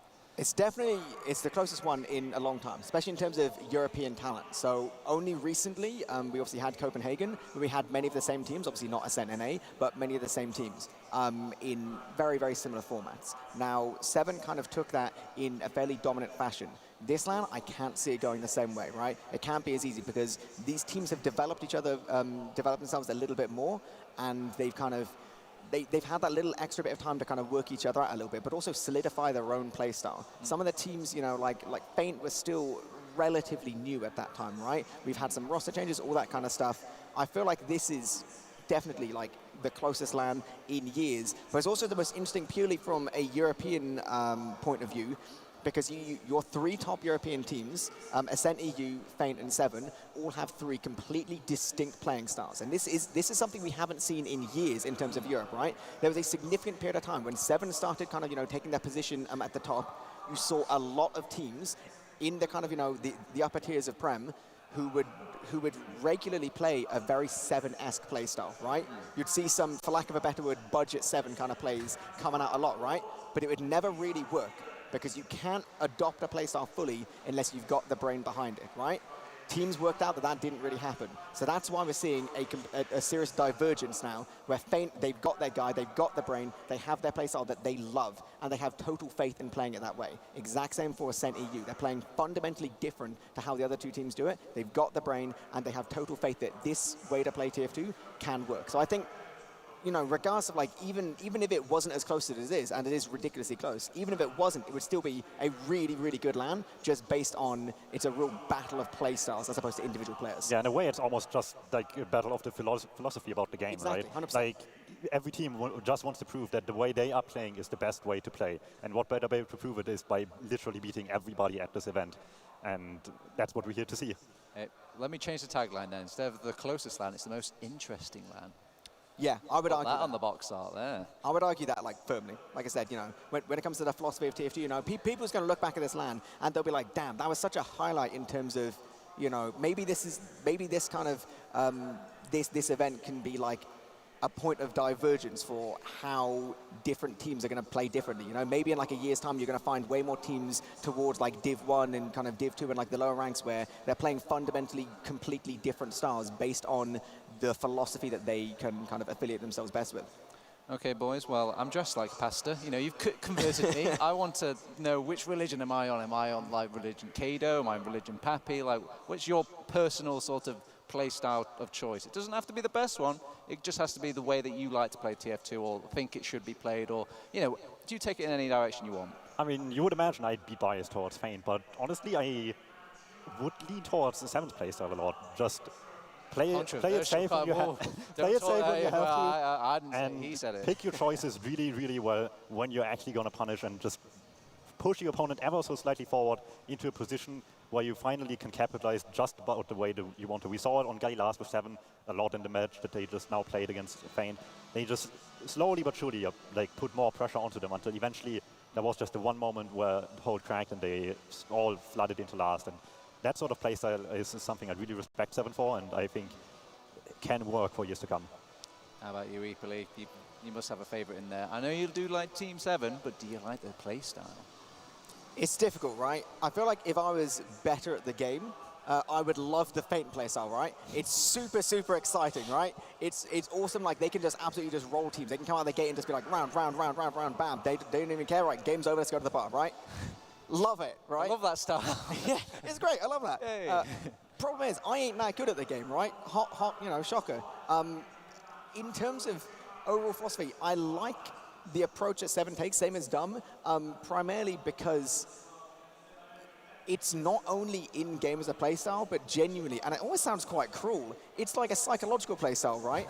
Where you are genuinely grinding them out of like the entire game, right?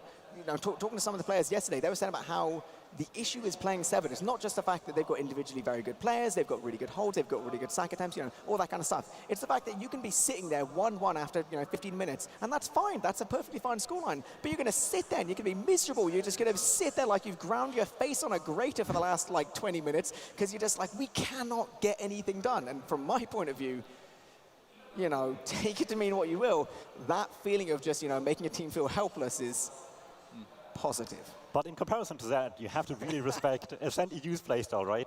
Like, they go into every match thinking we are the best. Every time there was a post-game interview with AMS, he is always confident that as long as they're playing to the best of their abilities, they can win every match. And it doesn't always work, obviously. You can't always be perfect, but that's the mentality they go into the game with. And if that's something you can get behind, just always push yourself to your absolute limit, then you just can't not respect Ascent EU for at least trying. Plus, right, I feel like I've got to put it in, right? One of my all-time kind of favorite ways of playing any game was like the Fnatic CS era, when they were like super just like, you know, like the way that they played the game was they would join a server and all 10 guys in that server knew that they were going to win, right? That way of playing with like total confidence of like, of course we're going to win, right? If you can really be on your day, that gets in your head just as much as 7-1. If you go into a server with all 6 people being like, we're going to win this, right? And then you start hitting your stuff, then the other team starts being like, no, they're going to win this. They're going to win this. That way of like styling over your team, I think it's not only just, you know, it makes you feel good as a player, but it's genuinely a valid strategy overall. So you're saying what's worse than a cheese grater is a cocky cheese grater, basically. Yeah, well, you know, yeah, pretty much. It seems like we've got a couple of STV issues, so we're actually going to be switching games. So I know we've been working for the past half an hour, we've been saying like, this Feint Gaming, this Ascend.NA, it's going to be the greatest game ever. Let's change. So, but it's okay. All the games, like we've said, have all been fantastic, haven't they, this LAN? So, you know, one quick hot swap is not going to really bother the overall impact of the viewing experience. Yeah. I mean, Blink, Big Bloke versus Frenchie is what I've been told. So, yeah, that sounds like an exciting game. I know there was a bit of a Big Bloke on the stream earlier. Yeah? Guys, inform me about Big Bloke and tell me, educate me. Go on, Dom, go on. I would expect sort of a similar story like 7 Ascent, obviously on a much different level, but after the last match against Aura Electro, I'm not so sure. Big Bloke always have been, from the start, as the theorist, like been a really aggressive team. They want to play just about the way they want to at all times and not let the enemy get in ahead. But today, Aura just made them play a lot slower, and it's still been working incredibly well. So maybe that sort of small adjustment that they made for this day today, for the first day of LAN, is just what they need, because the Frenchies are inherently a fairly passive team, not like the most passive team of all time maybe, but still more on the passive side of things, waiting for sacks, waiting for the sniper, waiting for banners as well with Olga. So they have the tricks. All right, okay, we're going straight into it. It's time to head over to our casters. It is Cerny and it is Adiski. Take it away, boys. All right, I guess we're just starting. Now, okay, sure, yeah, we're heading into the map here right away. We're already in the first mid, and we see just apparently Big Blokes. They're doing pretty well. Olga's already dead. Crayon has also died, though, and there goes Dewo. I think this is probably a mid that's going to go the way of Blokes here, as they try to clean up the last few stragglers, like good old Alien there, just caught out, and they're going to be moving forward from this midpoint. Yeah, we've just tuned into basically Mac just walking over the point and basically destroying all of the Frenchies at once with both of his bombing weapons, and now they're crashing forward. The Ubers are pretty even at this time, but it looks like Big Blokes are going to be stabilized so far. Yeah, they're definitely like having a lot of aggression here. I mean, obviously also coming off of that win last game. I don't know how the Frenchies played, but they're going to be trying to just maybe keep it rolling, you know, use that momentum theory. It does exist. People do believe in it sometimes. Let's see. It does look like there's a little bit of a stalemate building here. I have noticed that Olga is on the Conjurer, which is a pretty nice thing to see. And we have Left on the Sniper as well. So there's already a lot of gimmicks coming out, just mere minutes into this game. We already have a Sniper and a soldier using the Conch, and Left also has an angle on Meg. Does not quite get him, unfortunately. Mula's a little too slippery for him. It looks like Left's just rotating around the lobby. He was entering from lower there, and we're in a pause. The game might even pause straight away. Wonderful. I wonder what have happened there, but so far we've got a red soldier mid-air just doing the bicycle. That's nice. Always love to see that. They have a sentry up. They do have a sentry holding last here, so It's pretty important, I suppose. Pretty important to have that sometimes. All right, so we didn't get to talk about much about these teams At all for the game. So now that the game is paused, good time. We can do that. So we've got the big blokes on blue, and we've had them casted the last game, and exactly. They've won against. They won against Aura. Against Aura. So if you think about Aura playing against, you know, other invite team that's not in the highest caliber, you would think that they're not gonna be having a bad time. Yeah, They're just gonna roll that. But it looks like the big ball gang is just coming in hot into this run and into this match as well. I don't think Frenchies are gonna give them much hard time. Yeah. Like if they continue, as I said, if they continue that momentum off the last game, I feel like the Frenchies are gonna be having a hard time putting up a real fight here. I mean, obviously, like they're known for not being the highest tier team, so could be an interesting matchup nonetheless, absolutely. But it really like depends on like the standout players of the Frenchies who like really pull in, because Zodiac's been on fire, Mac's been on fire, Piggles just doesn't die at all. That's what I've noticed watching that match. Piggles, like, he's always super slippery, just getting out on like 10, 15, 20 HP. Just lives. That's a huge thing for your team. Like, your team can be losing fights, but you can still recover if your medic gets out and you rebuild the Uber and you still have that advantage and you can retake the point later on. It's very important. But we've so far... Oh, we are unpaused. So far we've been in a game for around 2 minutes and we've already seen a stalemate on last. And Snakewater is very well known about stalemates in last. Oh, Left trying to really peek aggressively there. Obviously they have a counter sniper on the side of Alien as well. And it's just going to be a back and forth, an endless back and forth of peeking. Left just trying to get those shots. Alien trying to do the same. He does hit a nice body shot there. Does not manage to kill Crayon though. And they're definitely aware of him now. If they weren't before, probably were, but still. I think it's really just down to which sniper gets the first cheeky shot here.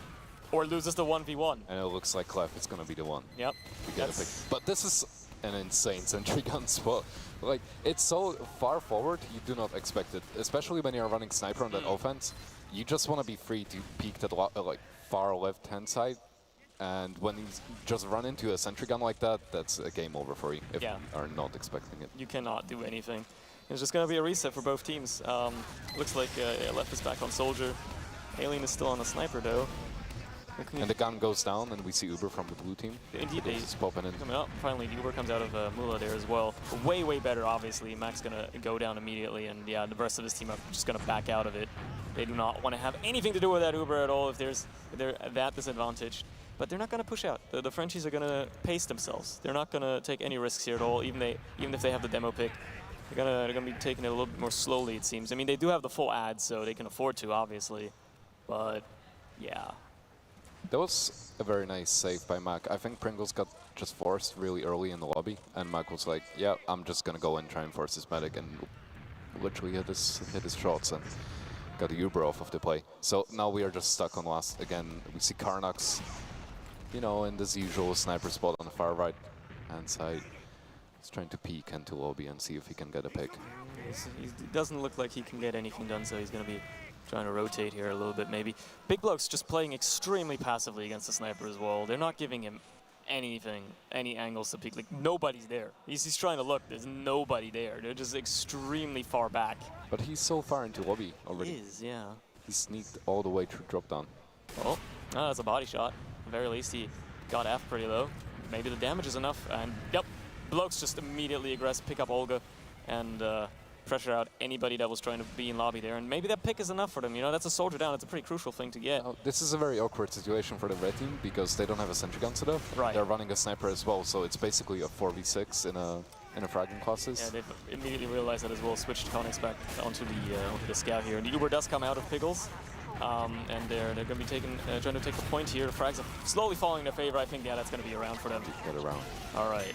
So that's the one thing that you want to watch out for, right? If you're running a sniper and you don't have a sentry gun set up and your sniper dies or someone else dies, you're instantly in a 5v6 when you're defending a point. And that puts you in a huge disadvantage. Like, the other team can just walk in, get a Uber force or get a trade-off, and you're instantly playing holding glass on disadvantage, and that's not something you want to do. That's never something you want to do. Right, headed into the second mid here. Both teams arriving at mid at roughly the same time. And let's see if Max just walks across the point and waves his sticky bombs around again, or if something else happens for once. Deep bomb by Dewo. Does not get anything though. Gets Zodiac pretty low, but that's about it. And or Mac actually, but yeah. Alien also gets picked up on the side and left fighting up there with Olga. Olga also getting picked up finally, and that's going to be a mid for Lokes really just off the back of those. Karnax also going down in the tail end of that. At least Mula escapes with Raph, but that was they're a being very chased. slow mid overall. I didn't see like any soldiers bombing super high up. Like I think it was just Dewo going in at the start, and that was it. Nothing else really happened after that. But at least Raph escaped with Mula, so like they will maybe try to contest the second point. No, it looks like we are about to see a Uber trade on site. There it is. So we get the Ubers out of the way, and afterwards it's just going to be a big fight. But most of the blue team is not ready for this fight.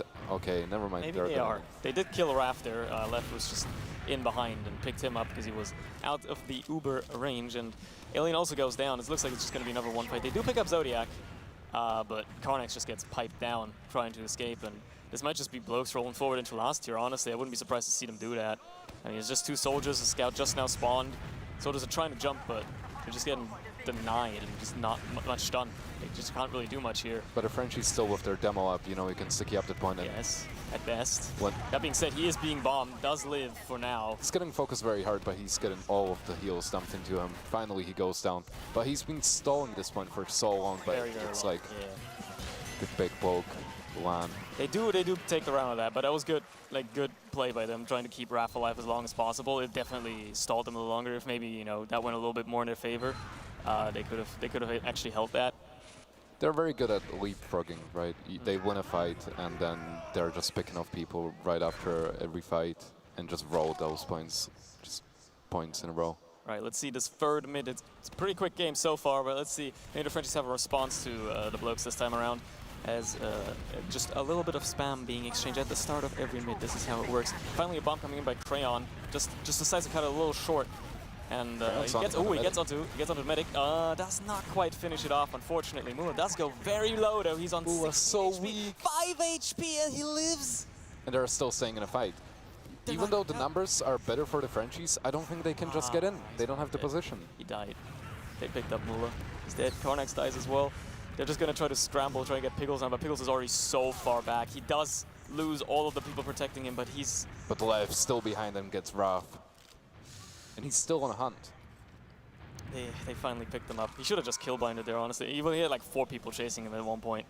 But yeah, that late death is going to really hurt the Blokes here. They're definitely going to be having to probably even set up on last, maybe. I don't know. Depends on how much time they can buy. It looks like it's just going to be 20% out for the Frenchies. Oh, maybe around 25. I think this is very holdable, especially on Snakewater, where most of the teams are going to decide to push out lower. By the time the enemy team gets on the 2 point, you get those extra 25%. So it should be pretty safe for the big blow clan to hold the second point. That late frag onto Pickles really saved them. That he decided to just die so lately, but oh well. Let's see how this stalemate or this point progresses, as neither team is really at their Uber just yet. Mula's getting very close, and we already have aggression coming in by Olga's already bombing. Going high, trying to cause a little bit of a distraction, a little bit of a drawing the views, and Zodiac does go down. Let's get fragged by Alien, and I guess that's going to be enough to just push the Blokes out. They're like, all right, we lost the player. Let's not take any risks. Let's go to last and maybe take these exchanges, because that's probably what's going to happen. It looks like they just want to keep rolling. They're already rolling. This pick. Olga's, again, just jumping in, creating space for his team. I think they're just trying to get a force off. Bernax goes down, Olga goes down, so that's 2 players down. They didn't quite manage with that sack wave. But I wouldn't be surprised if we see one of them, especially Olga. He's a notorious off-classer. Wouldn't be surprised if we see some of these guys maybe trying to switch off now. Who knows? Maybe not if big Blokes are being so aggressive. They do force the Uber out of Mula. Exchange obviously comes out of Pickles as well. They're very happy to take this one as they have the better Uber. And Left is behind, picks up Alien. Mula also goes down, just caught out.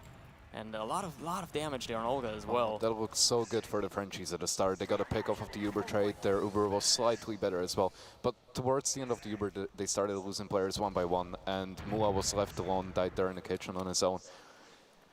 Very unfortunate. Hate to see it. You hate to see it. Yeah, Blokes just going to be rolling forward here.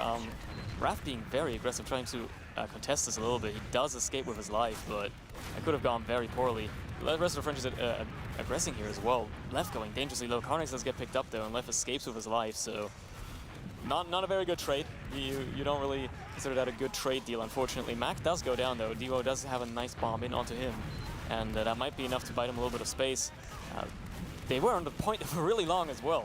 They just stayed on there for so long. Crayon is also in. He's trying to jump onto the combo here. He does pick up Alien. Can't really chase Mula though, and he's gonna get into a fight here and probably lose it. But yeah, they really pressure out the Frenchies there. I mean, Mula does escape for now, but they lost 4 players. They're down 4 players and they're about to lose their second point. They really need the super to hold the last. Yeah, they have to get it faster, and they have to maybe even like try to get it heavier or something, just to have like more fire to draw to something, right? Because Blokes, they're gonna be rolling forward very quickly here. I would not be surprised if they roll in very quickly, because I mean they're aware of the ad and that it's probably fading away, but just the aggression could have probably done something. I guess they're not going to be doing it. Okay. It looks like they're just going to slow it down here in lobby. I mean, the scoreline is 2-0 up. It's 18 minutes left. It's looking very promising for them to just stalemate this game out. You know, they get a sniper up. Yeah, they can afford to. They can. I mean, they're in the driver's seat. They can take a little bit more. Olga. Oh, that was so close. He does not get to play Minecraft today, unfortunately. Pickles did die though to something. What did Pickles? What did?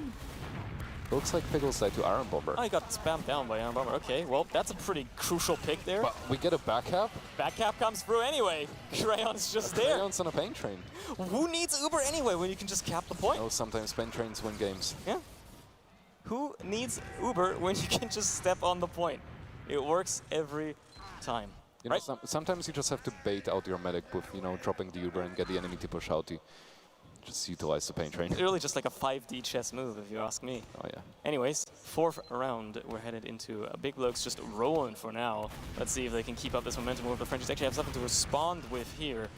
As you know, have some people take an early high ground, the usual stuff. Devo again in very, very quickly. Crayon's just high-bombing on top right. Ooh. Easily picking off Olga that was just weak, just sitting there waiting for arrow. And yeah, that's just really off the back of that, just all the frags falling. That's a wipe. That's just a clean push. I mean, Snake Water mid, very notorious for not being very good for soldiers. If you're just gonna sit on that top area, you're eventually just gonna get bombed, spammed, or brushed by a scout. And that's exactly what happened to Olga, right? Speaking of, he's on the spy. He's a notorious off-classer. I'm actually surprised that this is the first time. Blokes are already on last. See him. Yeah, they are on last, but they might not be aware of the spy. And if he can get the stab onto Pickles here, he does! It's a drop too! You love to see it. All right, that's going to buy his team a lot of time here, especially because they still haven't capped second. The Blokes but they're still dropping players. Why are they still feeding players? They just... Alien was trying to block second and lost the 1v1, and it looks like they're going to stabilize on last, but this is pretty bad. This is bad, because like the Blokes are just aggressing in. Zodiac is just walking in and just rolling through everyone. Unfortunate.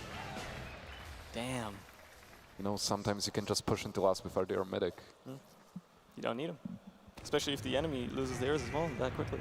And if you shoot your gun very accurate. Yeah, if you know how to aim a gun, if you have a Kovacs aim trainer moment, you win. All right, let's head into this 5th mid here. Blokes looking like they might be able to take it here, even unless the Frenchies just pull a TCM here. Let's see if they can actually do something, have something happen here. Zodiac immediately down. The first frag finally falling in favor of Frenchies for once. And the Frenchies are playing so much aggressive. Oh, big Devo there, picking up Af and essentially Pickles as well with the cleanup by Olga. Olga's picking up Olga's Left. already on a 2K. And picking up Raph. Raph getting picked up by Crayon. Crayon getting picked up by Alien. The taunts as well. Blokes wiped? Blokes wiped. But it looks like the server just turned into a trade server where people is like everyone's literally just taunting on mid. I don't know what's going on. They're just showing off their cool taunts, you know? You paid a bunch of money for that. You want people to see how much money you've spent on their cool items. And especially if you're getting a game casted at LAN. Yeah, absolutely. You want people to see your cool hats, your cool taunts, your cool stuff. It's what this game is about. I mean, people call it a hat simulator for a reason. Talking about skins. Yeah. Mac is kitted out. He's kitted out. Absolutely. Look at that. Look at that cup. That cup skin looks beautiful. That being said, they do find themselves on their last, and yeah, the Uber comes in from the Frenchies.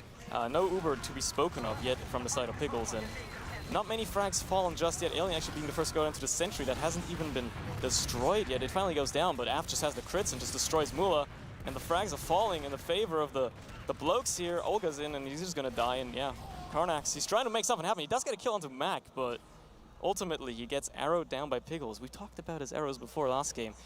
Dude plays on an insanely high sense, but he hits arrows like nobody. Like he's a fucking dollar. Oh, before this one, I didn't even hear of Pickles. He hits arrows like he looks like a very slippery man. He is slippery, but his arrows, for some reason, are always on point. I don't understand how. No matter if you're trying to hit an enemy or not. Olga, and the blokes are just rolling in. Yeah, they're just going forward. Olga's been killed. Crayon does die in the exchange, but the Uber is just going to be enough to take them forward here. Actually wrapped around, trying to take care of these players behind, and Pickles, finding himself in a little bit of a dangerous situation. He does live, yet again. Has he died more than like twice this game so far? I don't think he has. I don't think so. Alien was the last player behind, and he got cleaned up. So now it's just going to be a cookie cutter 4v5 gameplay here as blokes are pushing into mid very aggressively. Max just spawned as well in there. Yeah, they're being very aggressive. They do get punished for it though, both Zedek and left dead, which pretty much means that that push is just stalled. There's nothing they can do now, and they just have to just wait as Frenchies make their way forward through Saw here, looking to take a lot of aggression. Mac does pick up Raph with a good trap actually, which is going to slow them down. Raph gets double bombed by the French soldier duo. Absolutely nutted on. But yeah, it might not be enough for the blokes here. Again, the Uber situation looking very even, but they have to mount a pretty good hold here. I think the Frenchies, they're starting to feel the burn. Maybe they do want to put at least a round on the board. So. Yeah, Frenchies definitely have to make something happen now. Yeah. I mean, they got 13 minutes left. They have to get at least 4 rounds to get any points out of this game. Exactly. They do want to do something here. They do have a sniper on the side of Af as well. He's looking at the shutter door. Looks like he's expecting the Frenchies to come through there, and he's not making a bad decision, because it looks like the rest of the Frenchies are kind of mounted up to go there as well. Actually, Olga and Dimo both go down. Yeah, both of the soldiers dying, and Karnax just hiding on barrels gets spotted by Lev, and this is easy for blokes. Easy for blokes. Ooh, Raph getting a little bit of spam in there, and oh, that's a... Surely this is going to be a 3-second point. Raph gets absolutely destroyed, trying to surf out, just eats a rocket, eats dirt.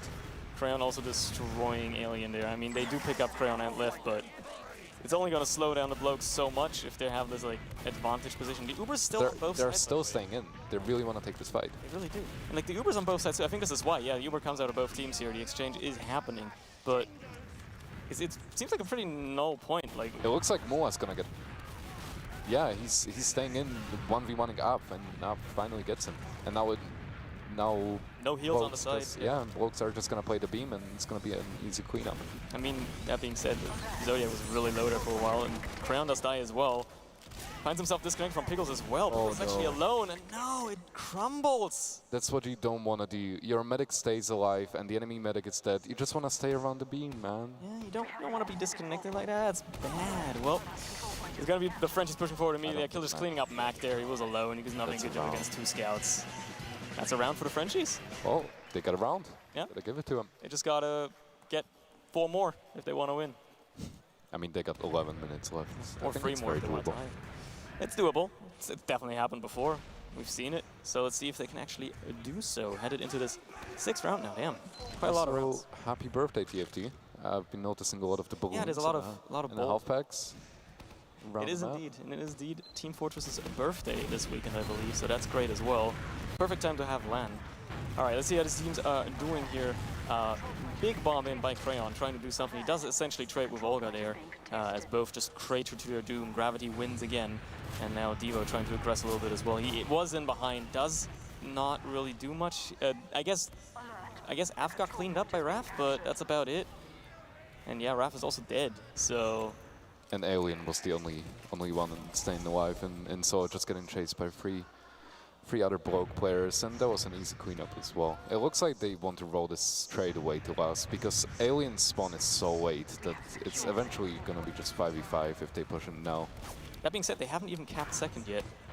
And they're just hiding in this cheese area. Look at the combo there. Oh, what are they trying? What are they scheming? What are these players trying to move here? What is this maneuver?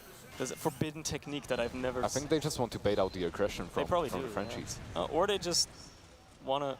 I guess they're just going to do it normally now. They were trying to bait it out, but it didn't really happen. So yeah, they're just going to be pushing this normally as is usual. The sentry does pick up left before getting taken down though, and Devo finally going down on that. Mac goes down to spam as well. Mac, yeah, gets cleaned but up. they're still staying in. They have the Uber, really so don't fear. Very early Uber use. He didn't achieve much with it either. That's unfortunate. Crayon does go down, and yeah, Mula just has his own to respond with to chase out these remaining Bloke players, really. And they should be able to just take second off the back of this. And actually, Blokes are aggressing a little bit, trying to, you know, maybe slow him down. And the left just bombs and eats Alien alive. And this is just crumble from the Frenchies. They're just all dying left and right. No, that was such a good bomb by left. Yeah, but Blokes just win the post-Uber fight again, really. That's why it boils down to Raph, the only person alive. Obviously, he's not going to be able to do much. He's on 9 health, and that's it. Blokes take another round. You know, sometimes you just send a soldier in, and he just distracts so much. And at the same time, if he gets like an insta-kill on your scout, that's pure fear. If I was that scout, I would be bailing out of the server. Absolutely. You know, typing disconnect into console. Have a bind for it even. It's even better. Especially when you accidentally press it. It's lovely. Right, head into this 7th round. Again, spam being exchanged. Let's see how these teams look to approach this one. Obviously, it's been dominant so far by the Blokes, but the Frenchies did have one mid, and it's always been the team that wins mid wins the round. That being said, Crayon and Karnax essentially trade, and Olga also gets picked up. Left is onto the medic here. Does he get Mula? He does not. He doesn't, but he trades himself for 2 other players, and that's so good because Mula is now cut off alone in Sol, and he's just gonna, you know, die super late. And that's very bad for his team because look at that respawn time. Yeah, 12 seconds for Mula. Long. And that means that when Pickle spawns and he starts building with someone, they're just gonna have Uber advantage for this last. Oh, absolutely. Wouldn't be surprised if it was like extremely large, like 50% or something. It's around 20. 25, 20, yeah. Okay, but fair enough. That's still something to write home about. You got a little few second window there that you could work with if you just want to push it off the back of that. That being said, Frenchies have actually stabilized on second, despite essentially getting wiped at mid. It looks like we are just dry pushing into grass here. Yeah, that's what they're. Perspective, and Ralph is just gonna get caught out 100%. Oh, Mula dies as well, and so and the left with the big bomb again, just getting a 2K on Mula and Alien. That was crazy good. Af also cleans up Olga behind him. Evo is behind, but he's gonna be falling down. That's, you died to that situation. There's nothing you can do. Karnax now the only player alive. Obviously, he's gonna run for his life. He's literally flying through the map. Yeah, he's like flying away, trying to live. It did work. He did meet up with Mula again. Elon Musk hired this man. They actually do have a slight ad now, because Mula started building a little bit earlier. But let's see if that is enough to write home about it. The timer's definitely ticking down now. They have to pull out 1 minute 30 the rounds. Frenchies are so aggro in lobby, and they really just getting mulched by Mac. To speed. He's laying so much damage into them, and they're just getting wrapped around by top left. And that's gonna be a game. Crayon again. Oh. Crayon and left both. How many weird rounds have we seen where the Blokes are just gonna wrap around and just get a backup out of nowhere? It's happened. Or it was Crayon, right? He was Crayon jumping behind with the pain train. Just jumps through, like, you know, bait the Frenchies out essentially, and then just go for the back cap. You know, sometimes you just see an opportunity and you really have to go for it. Have that window, you want to use it. Yeah. Fair enough. And if you're not 7 and you're not covering every entrance, you don't have Drag watching that big door. Exactly. You're going to get back up eventually. Yeah, it happens very much in this game, unfortunately. Oh well. Overall, though, I mean, the Frenchies, obviously, they lost, but they didn't perform horribly. I mean, at least they got the round, right? They put a round on the board. It's 1 round on the scoreboard. We are going to be throwing you guys over to the analyst desk, and they're going to be talking more about the game that we've just watched. Thanks, boys. Thank you very much. And nope, no, we are not, because I know that was an exciting game in the sense that I was 4-0, 15 minutes in, it went straight into it, but I've got my 2 analysts here, and they're foaming at the mouth practically to talk about all the other games that have been going on. So I'm going to get out your system, boys. Go on, the floor's yours. Tell me what you want to talk about. Yeah, in a sea of scheduling issues, we unfortunately missed a really nice match, apparently, which was Ascent EU versus Aura Electro, which happened a little bit before this game even started.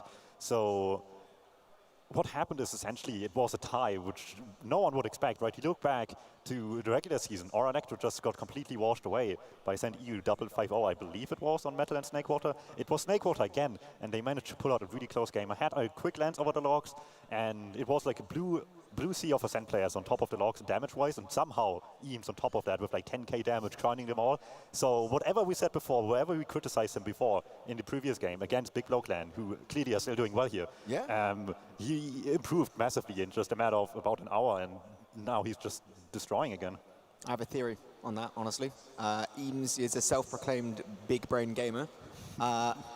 If you are wait, so he's not a certified fragger? No. Self-proclaimed. Okay. Different kind of certificate. This is okay. All right. Sorry. Completely different kind of setup, right? Really yeah. Tonight. Yeah. It's all good, right? So, if you are Eames, right, and you're looking at the big teams you prepare for, not to BM, right? You're not going to look at one of the teams which is, full of someone like the lower prem players. You're going to be looking at, those top four, right? If you're going to counter-strike anyone, if you're going to, understand like the inner workings of how they play, it's going to be someone like possibly Ascent. I feel like that makes sense with the whole way that Aura does things. That is really like an Aura thing that happens, though, right? They've done it with 7. Yeah, they keep having these close to that with 7s over the course of the past few years, where they somehow are like the most consistently strong like scrim partner 7 has. Yeah. And also one of the most winning ones to go through what 7 is doing to teams a lot of the time. but they're doing it to learn from them, yeah.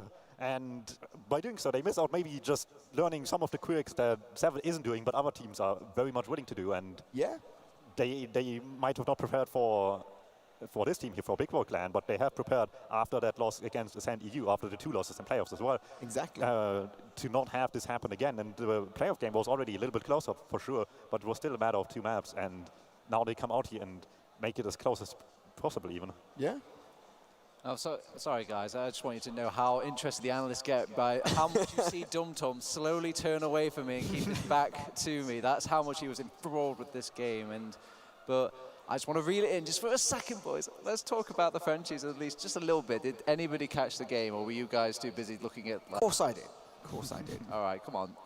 Talk a little bit about the Frenchie game. Come on. Okay, so ultimately, and I think most people who viewed it would agree, it was very much the ball was in the Big Blow court from the very start, right? There was a little bit of back and forth, some kind of tussling at the start, kind of same as what we saw with the Frenchies in one of the previous games, where they were kind of, feeling each other out, and then Big Blow just kind of turned on, and they just started doing almost seemingly whatever they wanted. Like, I don't know whether the fatigue's hitting some of the Frenchie guys. I don't know.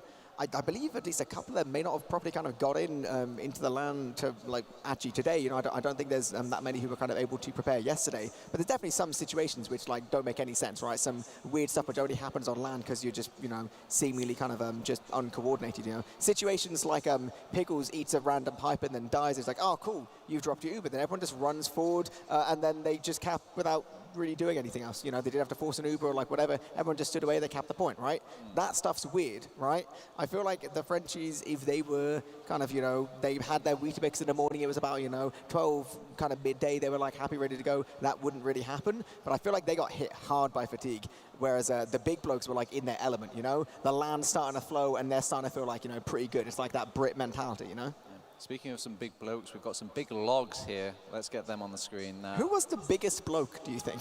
Well, maybe the big bloke himself. We can just look at the big bloke himself. That's genuinely really funny. He's right on top there, right, towering over everybody with the damage. And boys, I don't think these logs do justice, like how much of a kind of a whitewash this was, because it was 4-0 at like 15 minutes. I was eating halfway through a Subway, and then I had to just jog on over, like, oh my God, they're going to finish this game in like 15 minutes. It was like this one-sided affair where still like a lot of chaos happened, though. It was just a lot of messy fights that Big Block Clan just keep having the upper hand in, so obviously there's still going to be stuff that is going to go the Frenchies' way. They didn't like get out-damaged, severely at least, to the point where you just say, oh yeah, of course it's a roll. Like, they didn't even get a chance to deal the damage to get the kills in the first place. No, there were enough messy fights that if you just take a first glance, yeah, it's a win, but it doesn't immediately look like a 6-1 until you maybe go down all the way to the bottom and see the Roma did not get the chances he wanted to, whereas obviously Left just completely had every opportunity given to him, and like Epily said before, there's just things happen and it shouldn't, and especially a roamer or like a flank scout are the ones to capitalize off of those situations. Yeah, it's looking like the story between the scouts here. Like you could just pretty much both of the scouts are just towering over the poor Frenchy scouts with all those deaths on both of them. Ooh, it's not good playing scout at LAN, is it, boys? I mean, it's good to the degree that you're kind of you can kind of do your thing. Granted, I believe they're still kind of mostly playing online at the minute, so it's a different kind of situation. Okay. Yeah, they don't even have that excuse to it. I'm there, it's like, oh, it's LAN rockets. It's like, it's not even LAN. Well, there's no debate about which server to use, at least. No. It's still an even playing field at the very least. Exactly. But like really, it was fundamentally one team just kind of outmatched the other. Like, all these situations where you have like I said, the big bloke scouts like 20 for 6 and you got 21 for 8. Like, it's kind of night and day compared to, like Karnax was putting in like a respectable performance, but ultimately they just didn't have the same opportunities, They didn't have the same kind of, obviously as a scout you can make loads of incredible individual plays, but if you feel kind of suffocated when it comes to space, it becomes incredibly difficult for you to kind of move forward with the rest of your team. Yeah. Their kind of team dynamic in terms of taking space and kind of, initiating some of these fights, it just wasn't on the same tier as big bloke right now. And I'm looking at the medics, and the stats aren't too different, but let's go a bit more into the nitty-gritty. Maybe we can find some differences here. And the things I'm noticing immediately, 2 drops coming out of Pickles. What on there, boys? They won. It's again one of those weird things, right? Like something bad happens to Big Blow Clan, and then they just capitalize off it greatly. It's like this sort of Ascent EU thing, right? Where sometimes they just suddenly like increase in power level by 50% the moment Connor dies. And it was kind of the same story here. Pickles dies, and suddenly they just win out of nowhere, and it has no right to happen. And it just goes to show what kind of game this was, which is surprising because you would imagine, oh, it's like the lowest seeded teams in the invite group. This would be a close game, but somehow it was like the biggest showcase of like levels in terms of skill that we've seen so far today. Yeah, they do strike me as a team that it's not so much a heal beam, it's more like a heal leash. Like the second that leash comes off, they just go a bit apeshit, really. And I mean, I can even remember from the last Copenhagen LAN where basically I remember standing behind the Theorist and they had lost a demo man to a sniper. They had a horrible Uber in earlier. The enemy team had Uber. They were like, no, lads, let's dry push it. They won't see it coming. And they just went in. And you know I would imagine they didn't see it coming. Yeah. I mean, I hesitate to use the phrase clown fiesta, but sometimes it works, right? Especially at LAN. Like, it's not even like it's a particularly weird or stupid thing to do. Like, it makes sense at LAN, right? Because everyone's like a little bit uncomfortable. You're not really on your computer half the time. There's someone like spilling drinks behind you, and you're kind of like getting prepared for whatever. And then before you know it, that situation where you thought you'd have at least 5-6 seconds just to kind of coordinate things before you do your big Uber ad push out of last or whatever. Suddenly there's just like 3 guys who are hiding around a corner. There's someone coming from lower. Everyone's got pain trains on because it's 2019, and then a point gets capped, and you're just like, what the hell just happened? Like, it seems like that is the kind of thing that Big Bloke kind of went for, and as a result, it's kind of like, just purely log-wise or medic, like they seem pretty much the same. There's, like a few kind of differences, like the drops obviously go in the way that you wouldn't really expect for like the winning team. The heals are basically identical. Like, you got some differences when it comes to like time before using things like that. But please look at the biggest advantage lost: 41 seconds. They have 41 seconds to do something with an advantage, and they did nothing. I need to know the context. Why? I mean, if there's just constant chaos, then people just die. You're matched alone. What are you going to do? If there's Pop nobody up nothing. to Ubo, what am I supposed to do? Yeah, exactly. Like they just never got into positions where they could really comfortably have a good advantage push going the way they wanted to. And even if they did, then we have another one to look at. Average time before using being 30 seconds higher.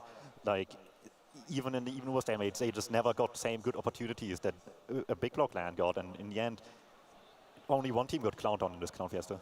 All right, I think I've heard enough of the Clown Fiesta. Let's pack away these logs. Let's get our beautiful faces back on the screen. And let's talk about the things that you really want to talk about. I know. Let's talk about Aura Electro. Let's talk about Eames.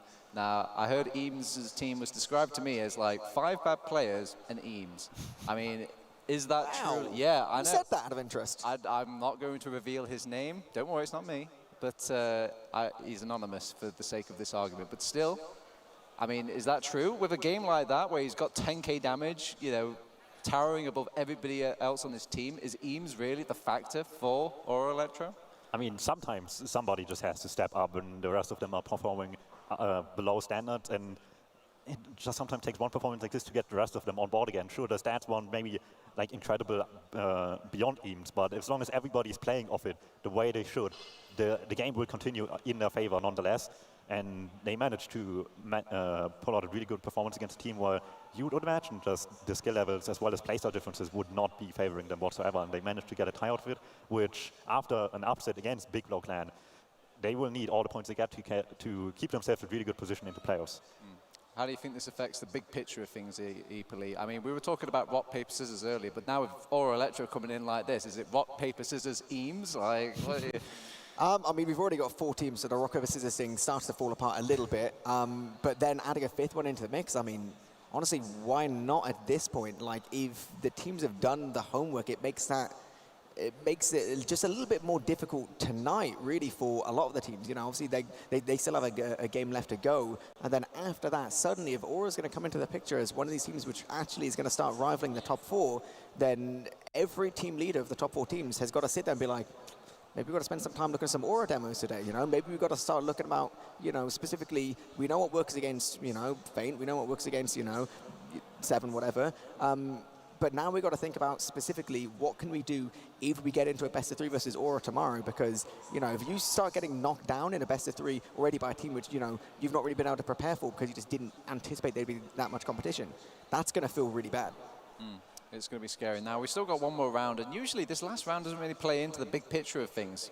Usually tables are kind of solidified, you know, it's already been decided in a way, but because of how close things have been going tonight, who do you think's performance in this final round is going to need it the most? Like, which team is really relying on a good round 7 performance tonight? Basically everybody but 7 and Feint. 7 and Feint had like the most rock-solid performances today. I think not on stream was also 7 versus Ascent and A, which was a 3-2 victory. I don't remember the map they played. I believe it's Granary, I think it was. Ooh, interesting. I think it was Granary. I'm pretty sure I walked past them when they were playing it. That seems like a map I would imagine 7 to be strong on, yeah. So it's going to be interesting for everybody below that to just fight out plays 3 to 8 among each other, really. Eepily closes out with some final words. What are we going to expect coming into this next round?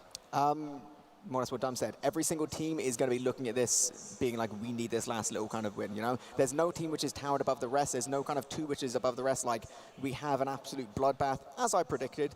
And I feel like you can't really afford to stop now. You got to keep on going all the way to the end. All right, thank you very much, boys. Thank you, Eepily. Thank you, Dum Tum. And thank you, me. Turbo Tabs here hosting, and we're going to be going into our round 7 fairly shortly, but we'll be going over to a quick ad break, and yeah, okay, so over to the break, I guess. I guess we're over to the break, yeah. One more round to go.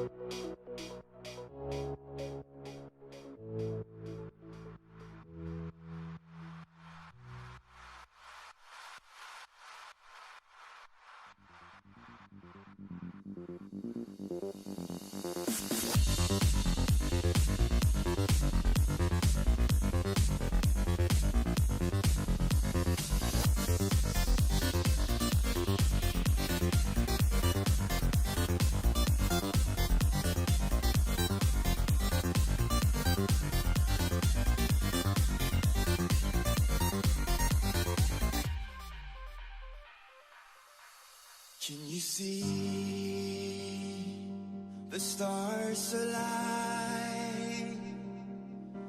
A night like this can never rewind. Can you hear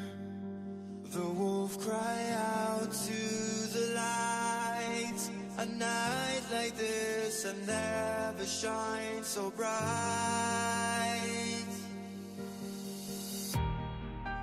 So take a couple steps back as you hear me start to howl.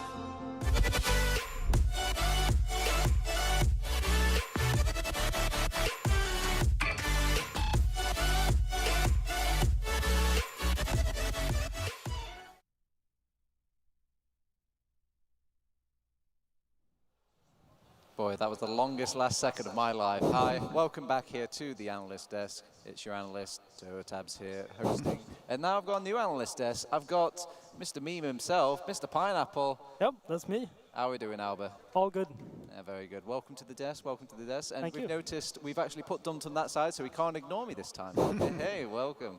Now, Duntum, I know you've got some burning information. Before we even get into round 7, which might be our last one, by the way, let's talk about a bit of round 6 results. Yeah, it's a shame that our technical issues keep getting us away from what seems to be an incredible land, because we missed Ascent NA versus Feint, which was a win for Ascent NA, 3-1. I'm not sure of the map. I have not been updated on that, but it is a 3-1 win for Ascent NA, which is something that wasn't entirely expected. Italy was fairly confident in Feint winning that matchup. And so was I, to be honest. Ascent NA has not been playing terrible, but not quite to the caliber of play that I would have expected them to be able to. So it seems like they're slowly stepping up to the task here. Now, Albert, you're a high-level player. You've got the more experience on this table with both of us combined. So what's it like being in the position of a player, like having all these wacky results going off? How do you even react to all this? I mean, at some level, you just gotta play your own game. It doesn't really matter if the team you beat some team, because it's your game versus your opponent that matters. You can't really take anything away if you see another team beating this team and you beat that team. So it doesn't really work. Now, you've got to know, like, the connotations on the tables itself must be just looking like an absolute, dog's dinner at this point.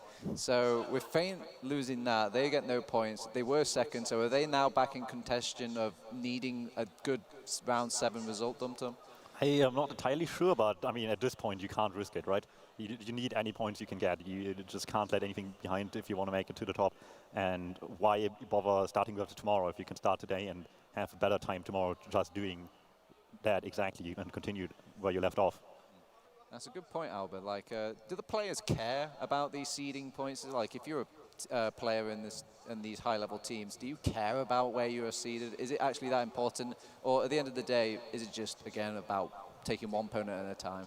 I think at some level it's important, but what's more important about this invite group is that you get to play all the teams. You get to get a feeling for how this team plays, which you can take advantage of later when you go into the best of 3s.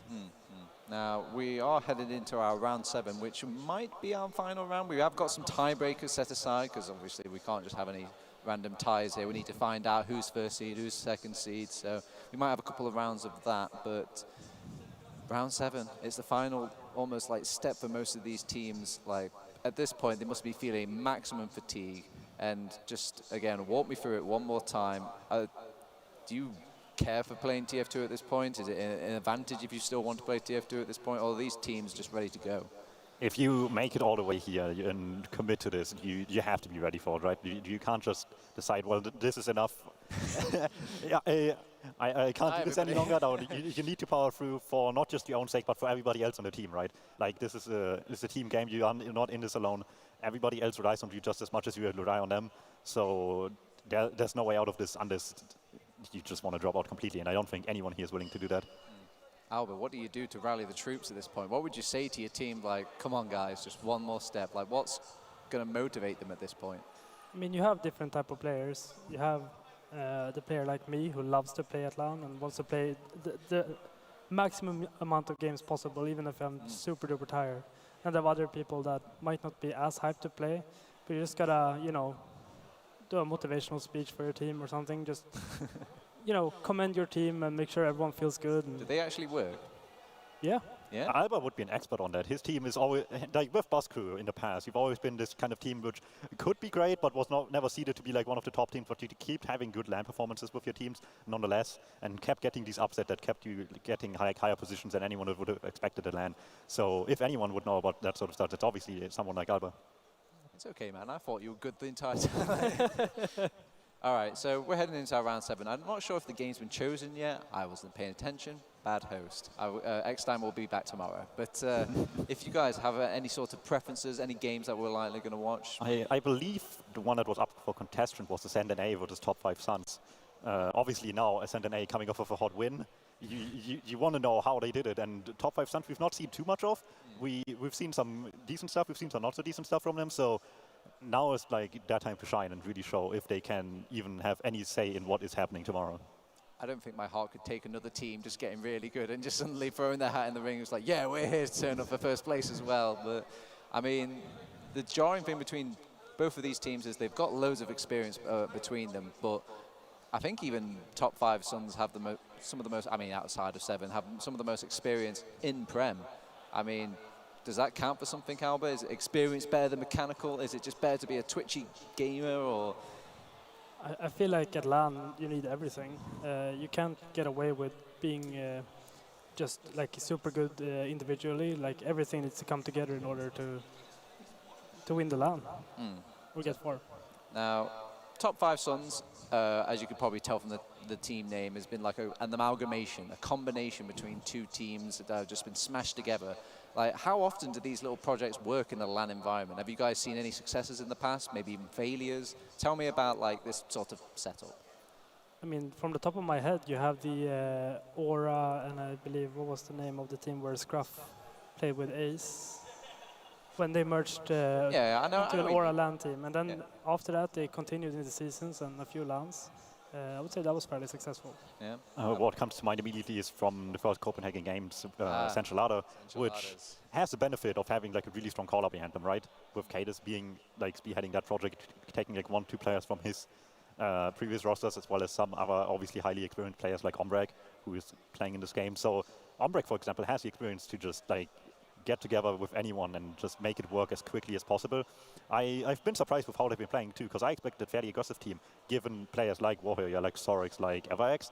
But surprisingly, it felt a lot more like an Ombrek-led team, where they played a lot more safe than I would have anticipated them to be. So a strong voice makes a big difference, and it seems like maybe Ombrek is the one stepping up for the task here.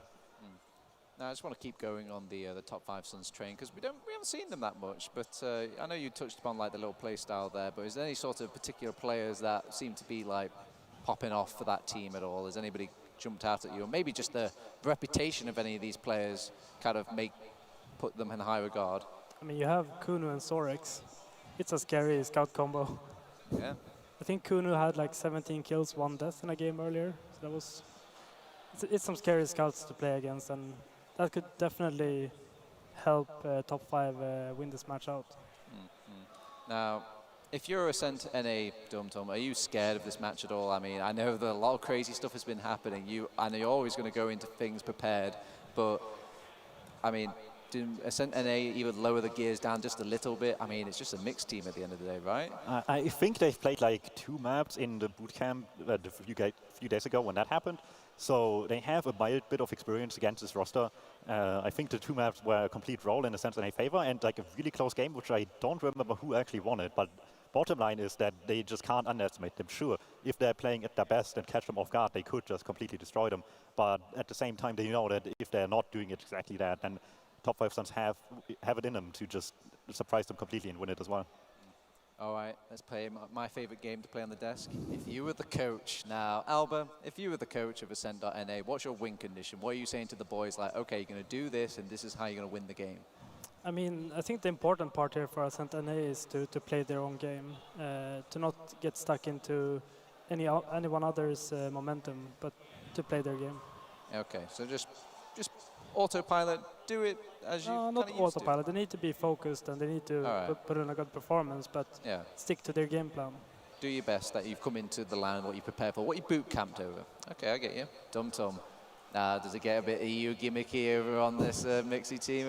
I mean, we all know that's the stake to the vampire of NA.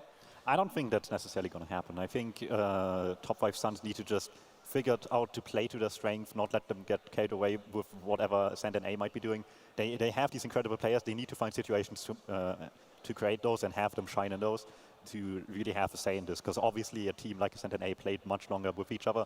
They're going to have more cohesion. They need to do something about that before it's too late. Is there any maps that we should kind of keep on about? I don't think we've got the map information just yet, but if there's any nightmare maps for either of these teams, you're thinking, oh, no, don't want to play those maps right now.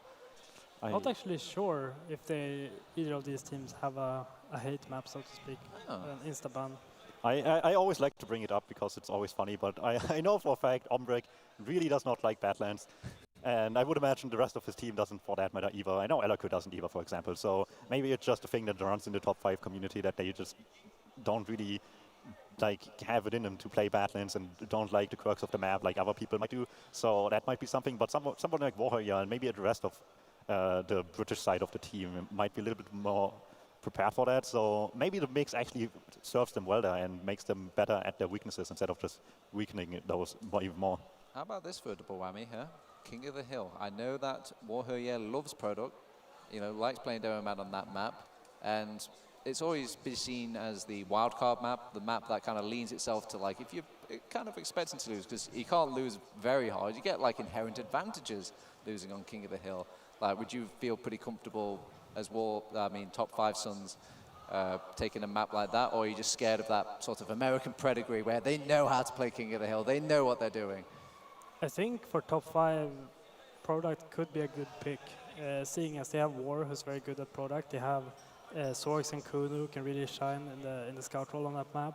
You have Everex, who can do some good bombs. It's hard to compare, I think, between an NA and EU for Product, because we all know like Froyotech is a team that's incredibly proficient at Product. But then you have every other NA team that might as well be, compared to EU standards, really, really strong on it. But they never get to shine because Froyotech might overpower them on that map specifically. So it's hard to really tell how good a team like Ascent and A might be on that map. As for individual talents, like Albert said, there is that obviously plentiful on top 5 Suns. They have Warrior, they have the Solis who are incredibly proficient. 2 scouts that would just love to run over any team on Product if given the chance, and Kuno. Just as much as Sorix for that matter even, but Kuno maybe a little bit more so known for the sniper plays, which is a bit sketchy because you don't really have soldiers known to be able to off-class to scout with no issues too much.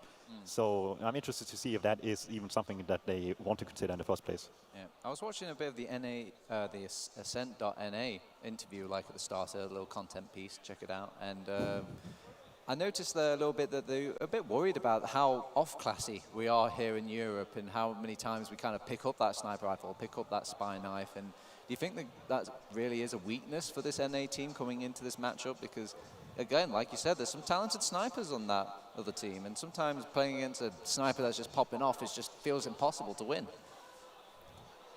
I think the Ascent versus Ascent match was a great first look at what it could look like when Ascent NA is not prepared for the off-classing. Credu did not snipe much, but whenever he did, he just hit his shots perfectly fine, and Ascent NA suffered for it greatly. They were not prepared, and Credu picked them apart for it. And even situations where he was not quite like the impact himself, Ascent EU was still very much capable of playing around the threat of the sniper. There was one last push, I think, where everyone else was dead. It was just the medic, Ams, and Credu pushing to last against 2 people. And Ams just rushes forward still and forces people to contest him in the sniper sideline and makes it incredibly hard for them to take that fight. So that's just the sniper side of things. Obviously, there's a lot of people that are more than willing to play Spy, for example, as well as the pick class, and obviously are more than experienced to figure out what's the best place to just go for any sort of play like that. Speaking of sniper, we've got our own very land sniper right here. Now, come on, Albert, walk me through sniping 101 on land. Like, what's different, what's easier, what's better, what's harder? Like, is there any differences at all to online sniping? Personally, for me, I think it's easier to snipe on land. And it's the factor that the enemy team is usually a bit more tense, and that makes it easier for you to go aggressive and catch them off guard. All right, boys. Simply, quick question, 1-word answers. Who's going to win? I still think Ascent NA will take this. 1-word answers. Ascent NA. It's still a 1-word answer.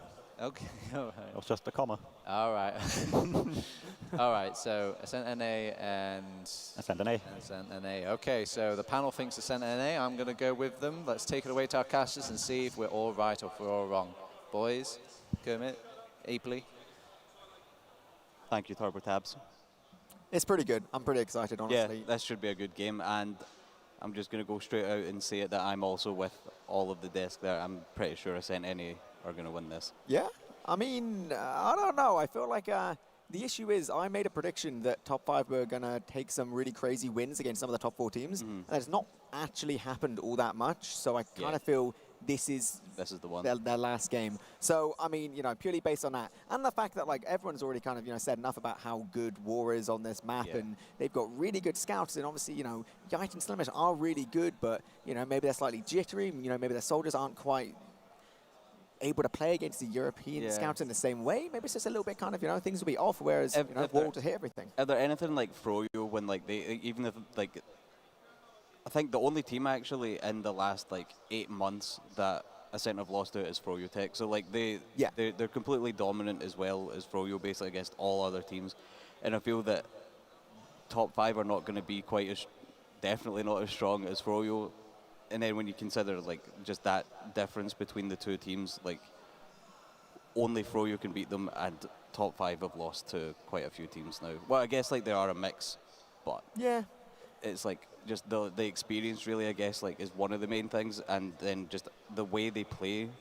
I don't actually know if there's any big differences between the way they really play Viaduct in NA versus EU. I mean, I think you get less off classes in NA, like, there's not as many snipers and stuff, but they could make, like, I don't know. We can see, like, in the warm-up here, we've got, like, a lot of people sitting. Half the server's basically sniping. They're doing that like, mind game thing, where every scout in the game plays sniper, and every soldier as well. So they think you're running perma-sniper, then you just play cookie cutter, and it just kind of, you know, it is what it is. I don't know about particular region differences. I think it's so difficult to know, but I feel like that might be one of the reasons why this game's going to be, like, brutal and really scrappy, because neither team knows each other, right? Like, you know, as Ascent NA, you don't go into this land preparing for the top 5 team, right? You prepare for, like, the other boys, and then maybe these guys can kind of come out on top, or maybe it literally just be a case of pure DM's going to win things. Because obviously, you know, Slemnish is crazy. Slemnish playing against 7 in their boot camp hit 400 DPM, like 38 frags or something, and, you know, very, very nearly won them the game almost, you know, entirely kind of off the back of his, like, insane play. So, I mean, if he can do that versus the likes of 7, our top 5 and Sun's going to be able to kind of, you know, put up that same like, contest. when I looked through the logs for Ascent NA, like, I swear, like, there was only, like, one game where Slemnish, like, didn't have at least 30 frags. Yeah. Dude's crazy. He just destroyed everyone, basically, like, win or lose.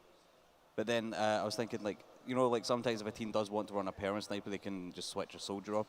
And they do kind of have that on the side of top 5, where Everex is, I think Opti's still pretty good in the scout, but Everex, as long as I've known him, has, like, mainly been a scout main. So they could, like, run, like, Kunu on, like, sniper just the full time if they decide to, and they'll still have a strong scout combo. Yeah, I mean, there's no reason why not, and I feel like they have that bit of flexibility. I mean, even if Sarx is feeling sniping, honestly, you know, we'd never kind of, it wasn't that historically prevalent for Sarx as it's been, like, for Kunu, but I mean, Sarx has had his times where he's been like, you know, fine, I'm going to start sniping, he'll just hit everything, and I feel like the way that Sarx does things is he can be, like, fairly streaky, but, like, when he's feeling it, he's feeling it, and you just kind of let him, like, do his thing. And especially when it's a pug team, you know, there's something to be said of the fact that top 5 might be slightly more relaxed because, you know, maybe they're not expecting to win this, so they're just going to be a bit more chill. They're going to start hitting their shots, and then, you know, before you know it, SNNA's just like, we're losing to these random, like, low-prem Euros.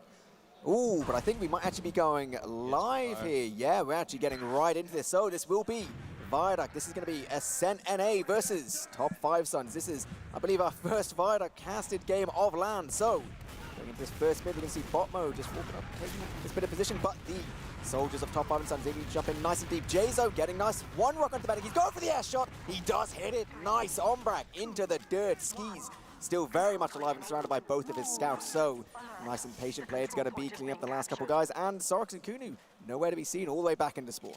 Yeah, that, like, Skis had, like, I don't think, this is probably the first time I've ever said it, but the medic had a pretty nuts mid.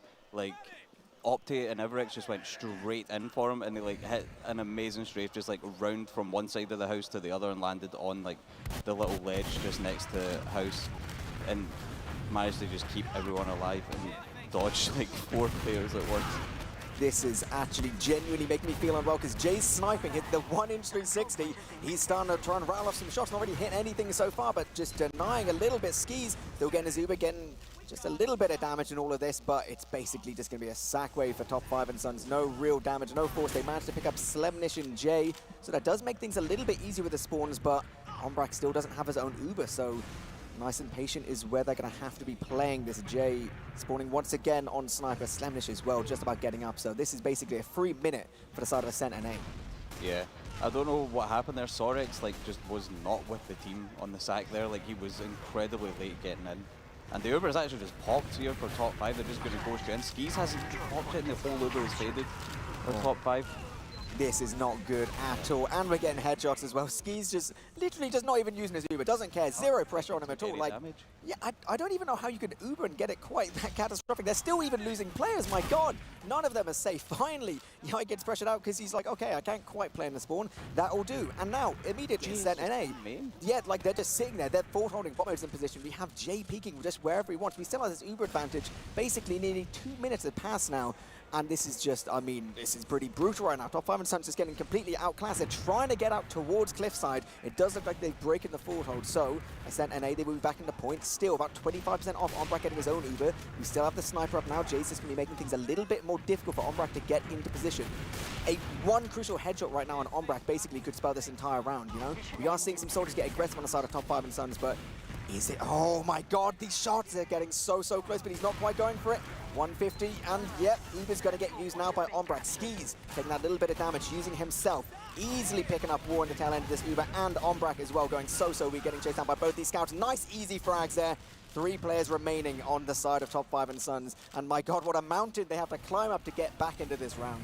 That was just like, Everex was like, had the right idea in mind. He went behind, he got the kill on Jay, he was trying, like, no one was even really, it was bizarre, no one was even looking at him even though he was behind.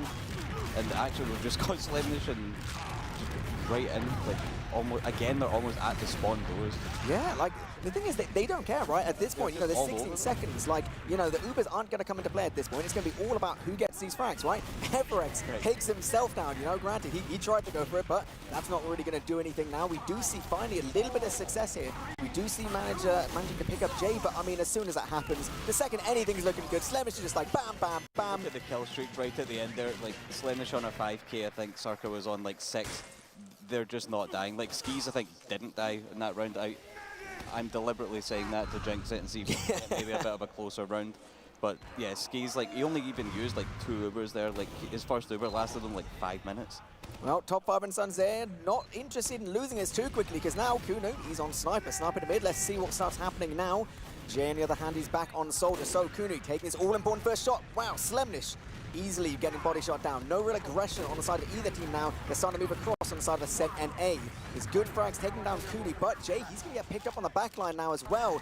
And finally, Top 5 starting to look in a decent position here. Yite and Skis, they've got a backup. Nothing they can do here. Laz desperately tried to get on an Ombrak, but his dodge is just a little bit too good today. So finally, they managed to start ticking time off on this clock. But in all of that, Skis did manage to live. So Ubers is only going to be about a 15% advantage for Top 5. Yeah, you can see just the instant reaction though as well from Jay. Like, as soon as Koff got the frag, like, Jay was just in immediately onto the sniper and got the frag.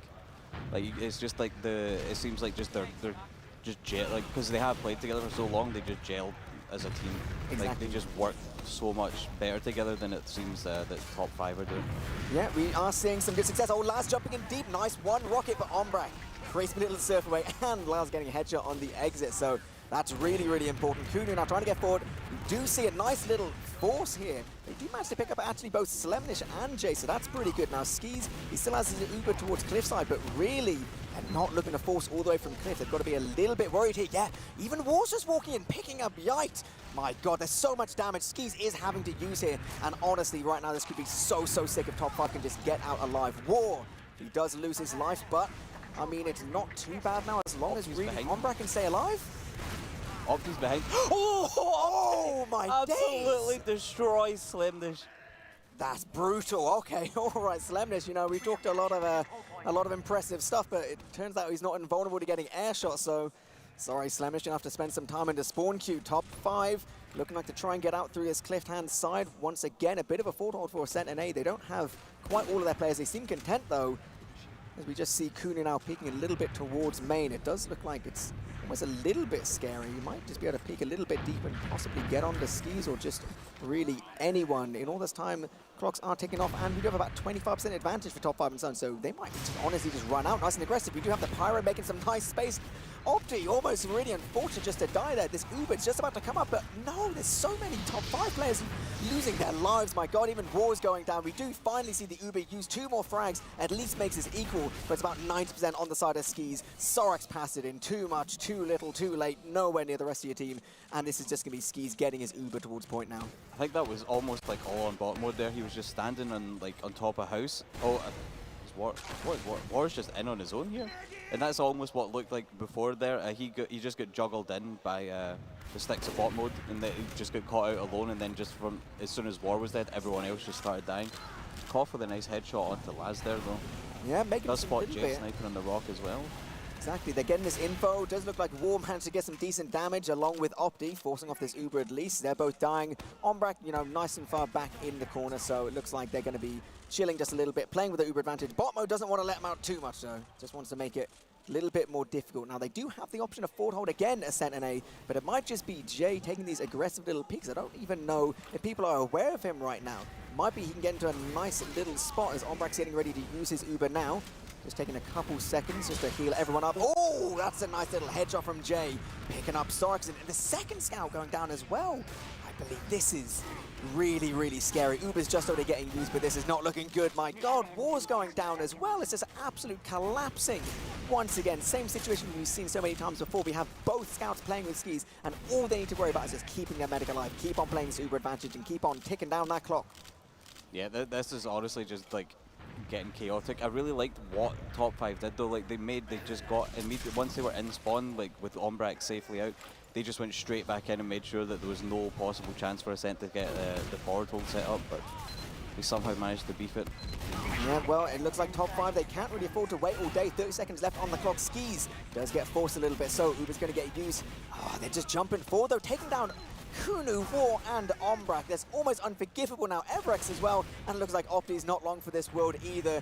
He has one opportunity to get the airshot, but no, he's going to get taken down as well. Not a single frag was gained that day. 8 seconds left on the clock. Bot mode getting nice and aggressive. He doesn't care. Sticky things up. Jay's going in. Doesn't quite hit the shot, but my God, at least he gave it a go. 1 second left, and that's going to be Ascent NA picking up a second round. And I mean, I guess this game might not be going on too much longer. No, this is probably going to be one of the quickest games of the entire LAN. Like, just looking at the scoreboard for a quick second there and just see like the scouts for Ascent are just like miles ahead of anyone else. They're on top 5. Like they're almost like double the points of anyone else. Like they're just getting so much work done. It's absolutely crazy. We're interested to see the logs a little bit after this. It's going to be brutal, but this is it. Possibly our third and final mid. We do have Kunu still sniping, just trying to get that all-important first shot, but Everex already losing his life now as well. The damage from bot mode. One pipe, another pipe. Getting so much. It's actually crazy. The only saving grace for top 5 is that they have killed both the scouts on the side of Ascent, so possibly a repush could be in order. Ombrak, he is still alive, pumping out those heals. Sorax not really with the rest of his team getting the heals. Jay's jumping forward now, forcing so many of these players out in the pipes from bot mode. Yeah, 1, 2, pit.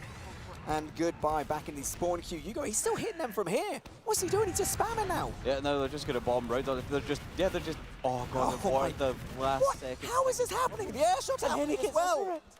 This is brutal. This is cruel. This is bullying. For God's sake, Ascent NA, have some mercy. Like, I thought this was going to be a lot closer than it's been so far, but this just looks like it's, oh my God. Oh, Jay! The perfect flank. He picks up Ombrak, Opti, and then with Laz as well, taking down Sorax, mulches them in the corner. Goodbye, your Uber. We don't care. And here we are again. 2 minutes 20 left on the clock. We have full Uber advantage. A couple players left in the spawn queue. I mean, like, realistically, top 5, they just got to start going off absolutely anything, you know? Yeah. Like, honestly, if I didn't know any better, I'd say that this was a top invite team against just some random team from the open bracket, like, with just how dominant Ascent are right now.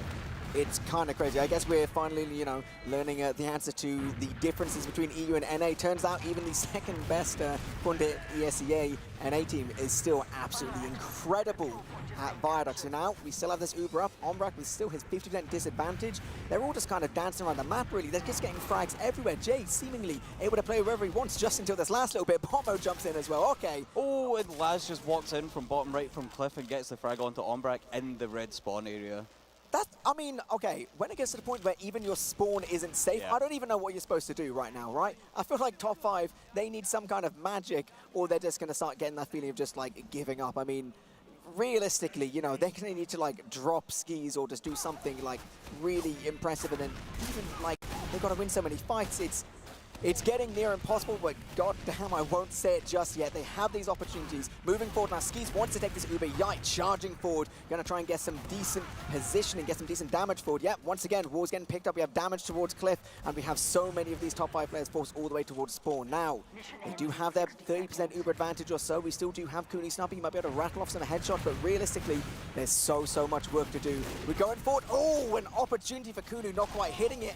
And with that opportunity comes 2 frags. He does finally hit one on Slemnish. Takes down the all-important player, but the flank again might be so good. This is, oh my god, okay, Laz just about doesn't get those frags, but you can see how weak they are. Yeah, the health is, like, there's just no health on anyone on red there. They like, the amount of time they've had to spend just healing instead of pushing is, like, one of the main, like, Jay just gets the frag on the ward. This push has just been crippled. How does he do it? His 360 is like, it's like 2.5 centimeters. I don't understand how this works. It's ridiculous. Right, Uber's getting used. Ombrak's used his. Both scouts are going to charge forward. Laz goes onto the back lines, picks up this sniper, and he's behind, getting a health back, ready to fight as well. Bot mode, enters the fight himself. The second is Uber's faded. Laz with the huge bomb. Oh, he's just absolutely brutal, crushing the rest of top 5's hopes in this game. And that's going to be all that she wrote. Ascent NA, absolutely dominant, my god. I do not think you will see a quicker game this LAN. No, that was, yeah. That was incredible. Yeah, I honestly just feel bad for top 5. Yeah. That wasn't even that fun to watch. I actually just felt bad for them the entire time. Like, they couldn't even spawn half the time. No, they were just stuck their in own their spawn wasn't safe. They literally, they had inside the shutter right back against the wall. That was the only place they were realistically safe. I mean... And then, like, it got to the point, even it was in the second round, and I think it was like Jay sniping. He just walked into the spawn. He's like, I don't care.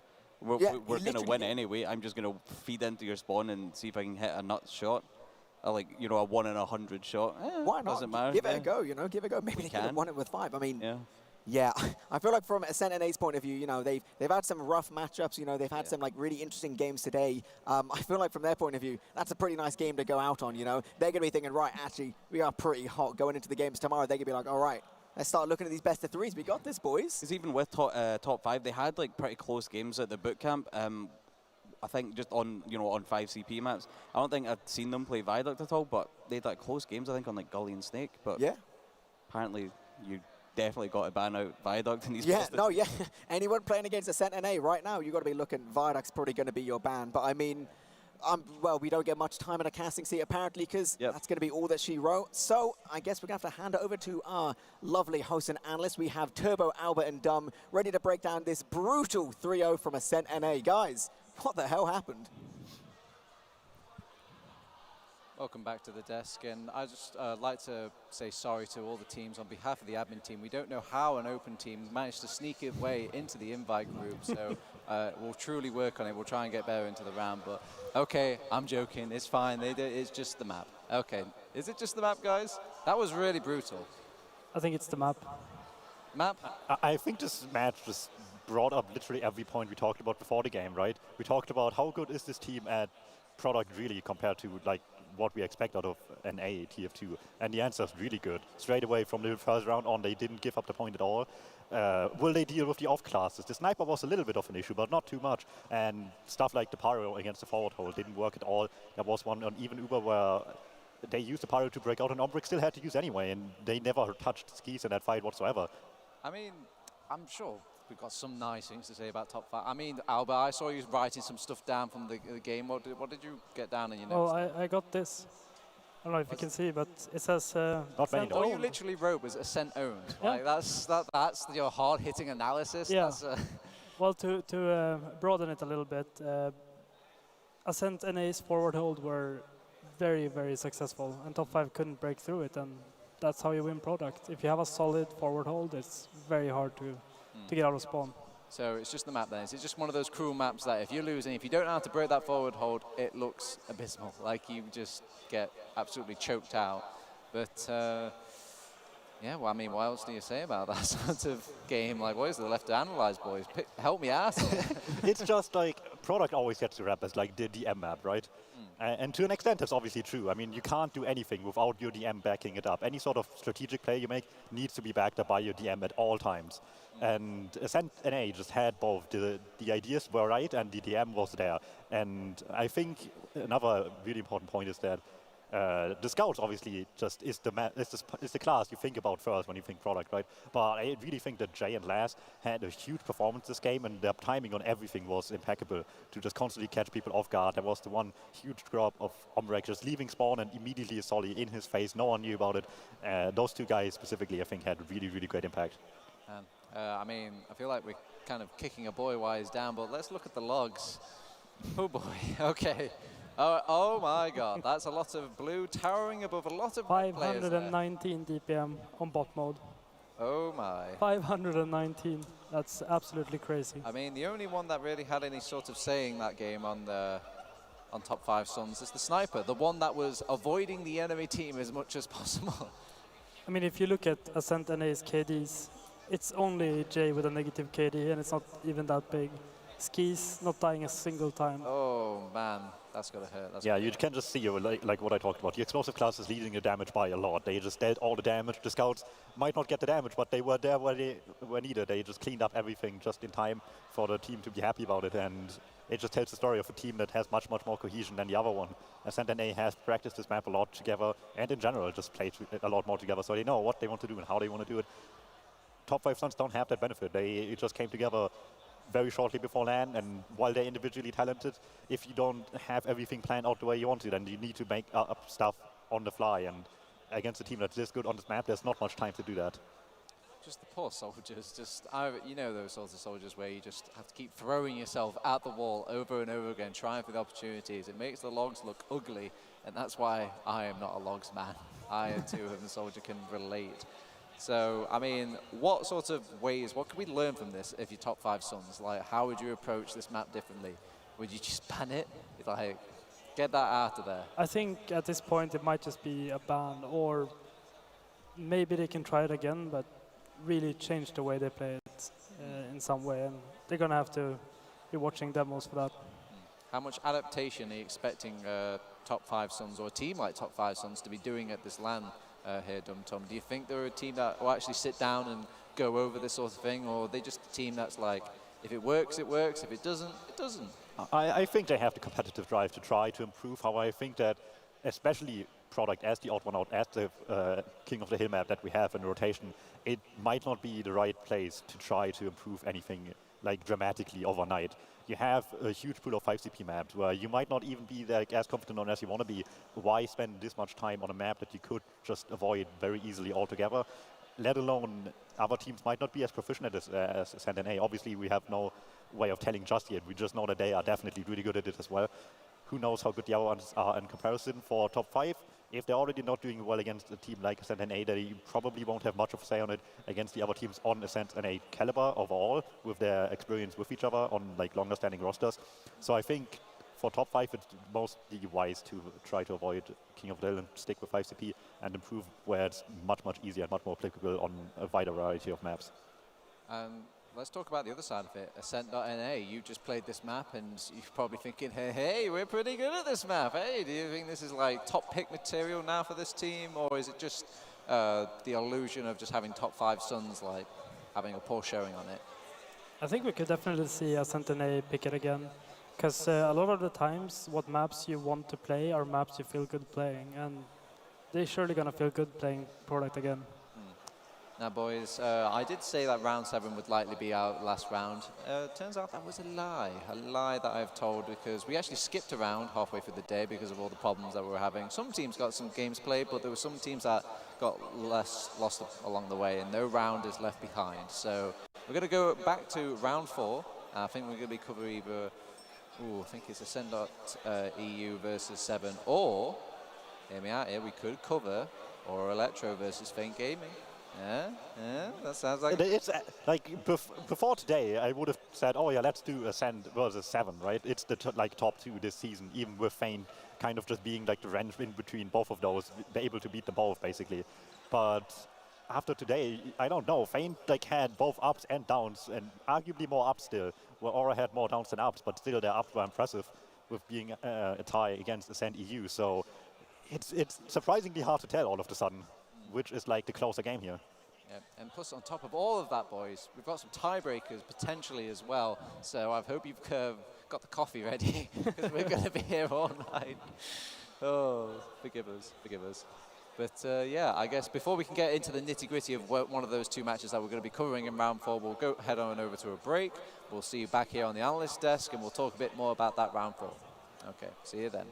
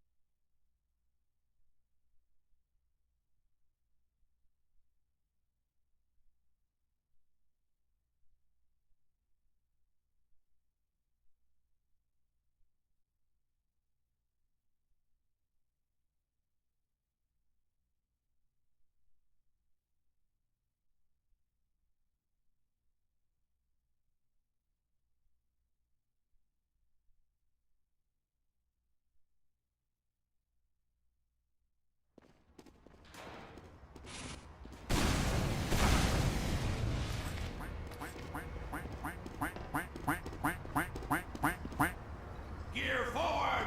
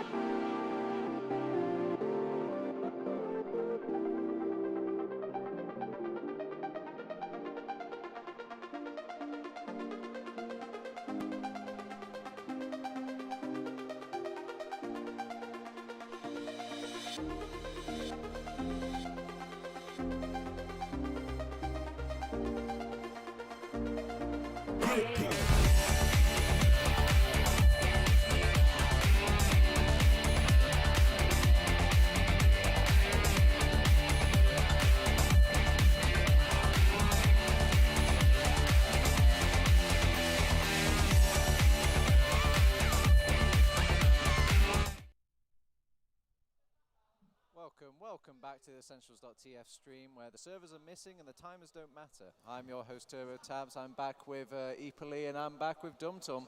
Welcome back boys and welcome back Eepoli to the desk. Did you enjoy all 9 minutes of your casting? Yeah, it was pretty good. It was an interesting game, you know, we really got to see Ascent NA on their form, and honestly I only kind of get, there's actually a chain attached to my leg somewhere down here, you know. They kind of let me off the leash for, you know, a solid, I think, 12 minutes, 34 seconds. And now they're like, right, get back on here. You've got stuff to do. Yeah, well, now you'll know your place. Okay, so welcome back to your place. We're actually going to take a trip back in time, boys, back to round 4. So we're going all the way back about 3 rounds. So we're going to pretend in this magical world the item server is now working. We can now carry on with our original scheduled programming, which is actually going to be the big EU game, Ascent.eu versus 7.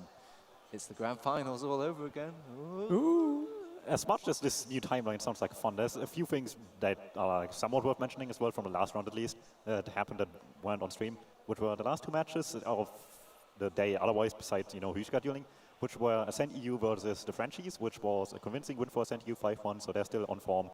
And there was 7 against Aura Electro, which we always say, like, Aura Electro is the kind of team that can get close to 7 out of, like, the top teams you'd expect to get to them, right? And again, it's a 2-1 victory for 7, just barely scraping away against Aura. After some ups and downs, but ups recently, so the upward trend for Aura keeps continuing, it seems. I hear you loud and clear, DumTums. Ascent.eu, got this in the bag, easy peasy.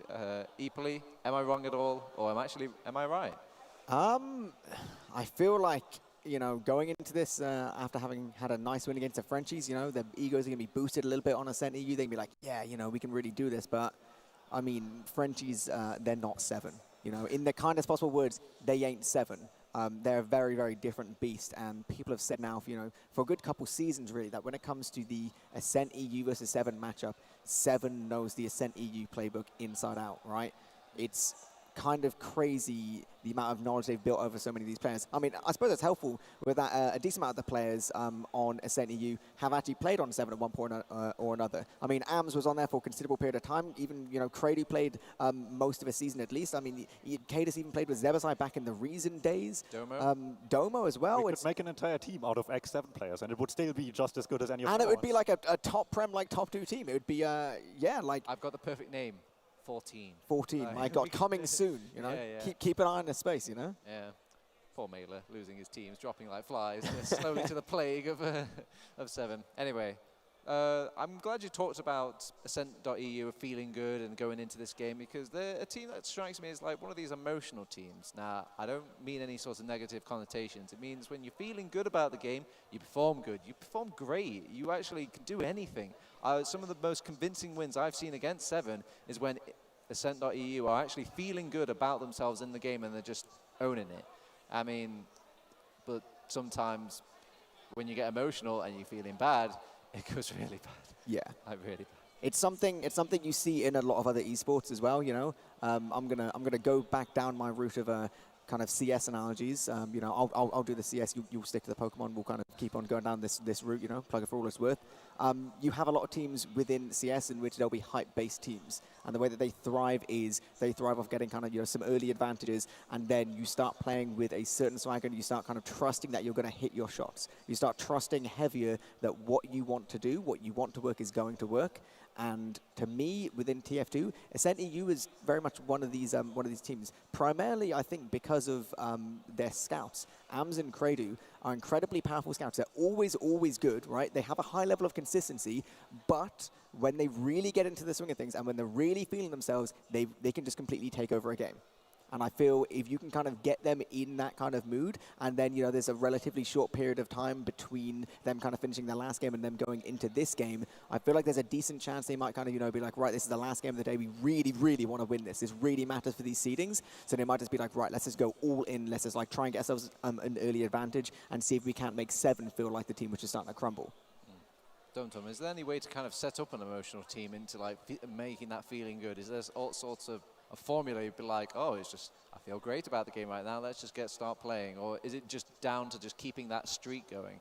I think that's a really good point, yeah, just like riding the wave of momentum that you have. They had a really good game just now. They had ultimately a tie, but a tie that was impressive nonetheless against Ascent NA as well. So yeah, they had like a weak start maybe, but they recovered from that fairly quickly against some other teams and then just took it all the way till here. And this is what really matters, and this is what really goes to show if they still have it left in them at the end of the day. Now, when we talk emotional teams, we've got to talk about the players, because the players make up the team. So who's the kind of core base of that Ascent.eu that's kind of driving that whole like hype beast mode that Ascent.eu have, equally?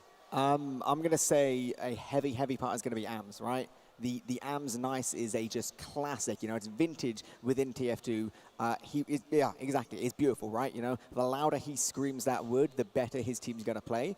So when they start going to things, he's definitely going to be one of the guys feeling it. Condog as well. He plays with a certain Brit swagger when he starts to feel himself, sometimes for better, sometimes for worse, but it's always very, very classy. And, he's still relatively new to the team, but Zebasai back in the day was a real hype player, right? Yeah. He had a big brain, but like Zebasai, when he got going, my God, you could hear him like across the entire LAN hall. You don't have to worry about like speakers or nothing. He would just be like going for it, right? So I feel like there's definitely some kind of melding. You have a couple of the, slightly more quieter players. I feel like Crady will get like quietly hype, He'll like feel himself, right? He'll be like, popping off on a sniper, but that will be the difference between him being like, and like, that'll be it, right? Whoa, oh my God, the ice squint. But so is this the way to beat top teams here, Dom? Do you just fill your roster full of just hype players? Or is it good to have a mix and match, have a quiet player mixed with a screamy MSI? Or is it really just about filling them all with AMS? I think Ascent has that sort of going for it, right? Dom and Polygon don't strike me as like the loudest players, like some of the rest of Ascent might be. And that might be just a healthy mix, so that when things come down to the wire, that the comms keep calm, everybody stays collected, and everything stays focused on the main call, that whatever it might be in the moment, that they just can execute whatever plan they have. All right, boys, it's not just about Ascent.eu in this game, it's about 7 as well. And I know we've been through this a million times. They've been here a million times. They've done it. I feel like even my mum knows who 7 is at this point. But for the sake of everybody at home, who are 7 and why are they feared so much? I suppose I'll go ahead. 7, obviously, they are the most dominant team in EU, and they have been for quite a few seasons now. They kind of, what was it, 9 ETF Premiership titles out of the last 11 or something to that effect? Played since season 20 in some form, back then reason, obviously. Yeah. So that's 12 seasons. They skipped 1. They won 11 of them. And That's the last 5 in a good. row. So yeah. That's pretty significant. They're full of some of the kind of best players. They have like some real legacy players as well. It's kind of crazy. We talk about kind of Zebasai being an old guy who's come back, but we have people. We have Kadus still playing with 7. We have Raymond playing. I think Raymond, what was it back in? He was playing Prem back in season 16 as well. Which for some of the old guys, they're just like, oh, that wasn't even that long ago. But for everyone now, that was like years and years. Yeah, like Turbo. That's like You're before real old. Thomas was born, basically. Basically before Thomas was born, yeah. You're more or less right. But no, that's it. With 7, they have such a pedigree to their team, and they have such a kind of pedigree to their play style, right? It isn't a case of this is a fresh up-and-coming play style where things are going a little bit different. It's been kind of refined and it's been calculated, They're like the statisticians of like the TF2 world, They're like the accountants sitting there with like their books and their notes, right? And they're making sure everything's working to the T. And it's a very different way of playing to Ascent.eu, but once they start knowing their enemies, they can really, really work to exploit their weaknesses and then enhance their own strengths. Now, 7 have evolved slowly and, just bit by bit. Almost like I like to think of it as like the Coca-Cola of of EU. You know, it's always that great taste, but they change it. They throw in one little random thing every now and then. That random flavor is Silentes. Silentes, the newest roster change to the team. What does he bring forth to the 7? What makes it different? Why is this Coke better than the old Coke? I miss the old Coke.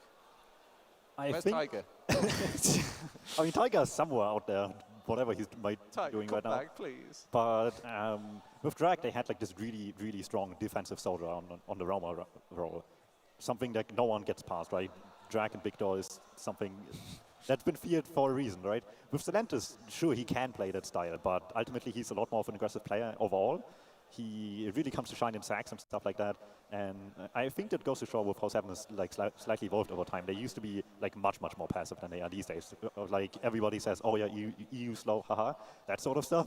I mean, they do say that, don't they? Yeah, it's been a thing for a reason. Like that was something that existed, but 7 slowly evolved to be slightly more aggressive, still with the general idea in mind to have you lose more so than they will win, right? Yeah.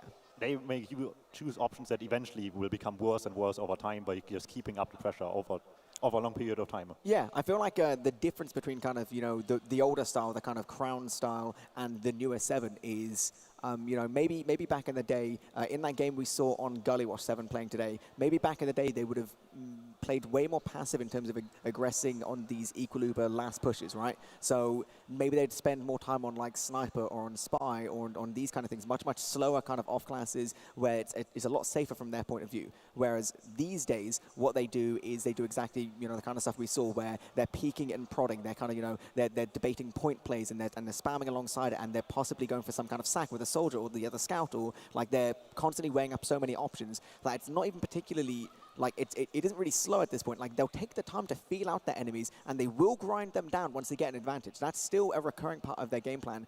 But these days they're incredibly dynamic with how they come to trying to gain their advantages. So they're always going to be proactive. You very, very rarely, unless they're specifically trying to grind out time, if they need to gain themselves an advantage, they will always be like trying to do something. And you don't always see that with top teams. Sometimes teams will just run out of ideas. Now, boys, I'm going to put you on the spot again. I'm going to make you unpopular here at the bar, which is the best version of 7. You've got the Adiski 7, you've got the Silentes 7, the Tiger 7, the Drax 7. Good God, it just keeps going, doesn't it? And hell, I mean, you could probably be partial to a Domo 7. Which one was the best 7? I think that's a personal opinion that the sort of like Crown's era 7 was like one of the strongest teams there ever was. Ah, really. the Spud 7.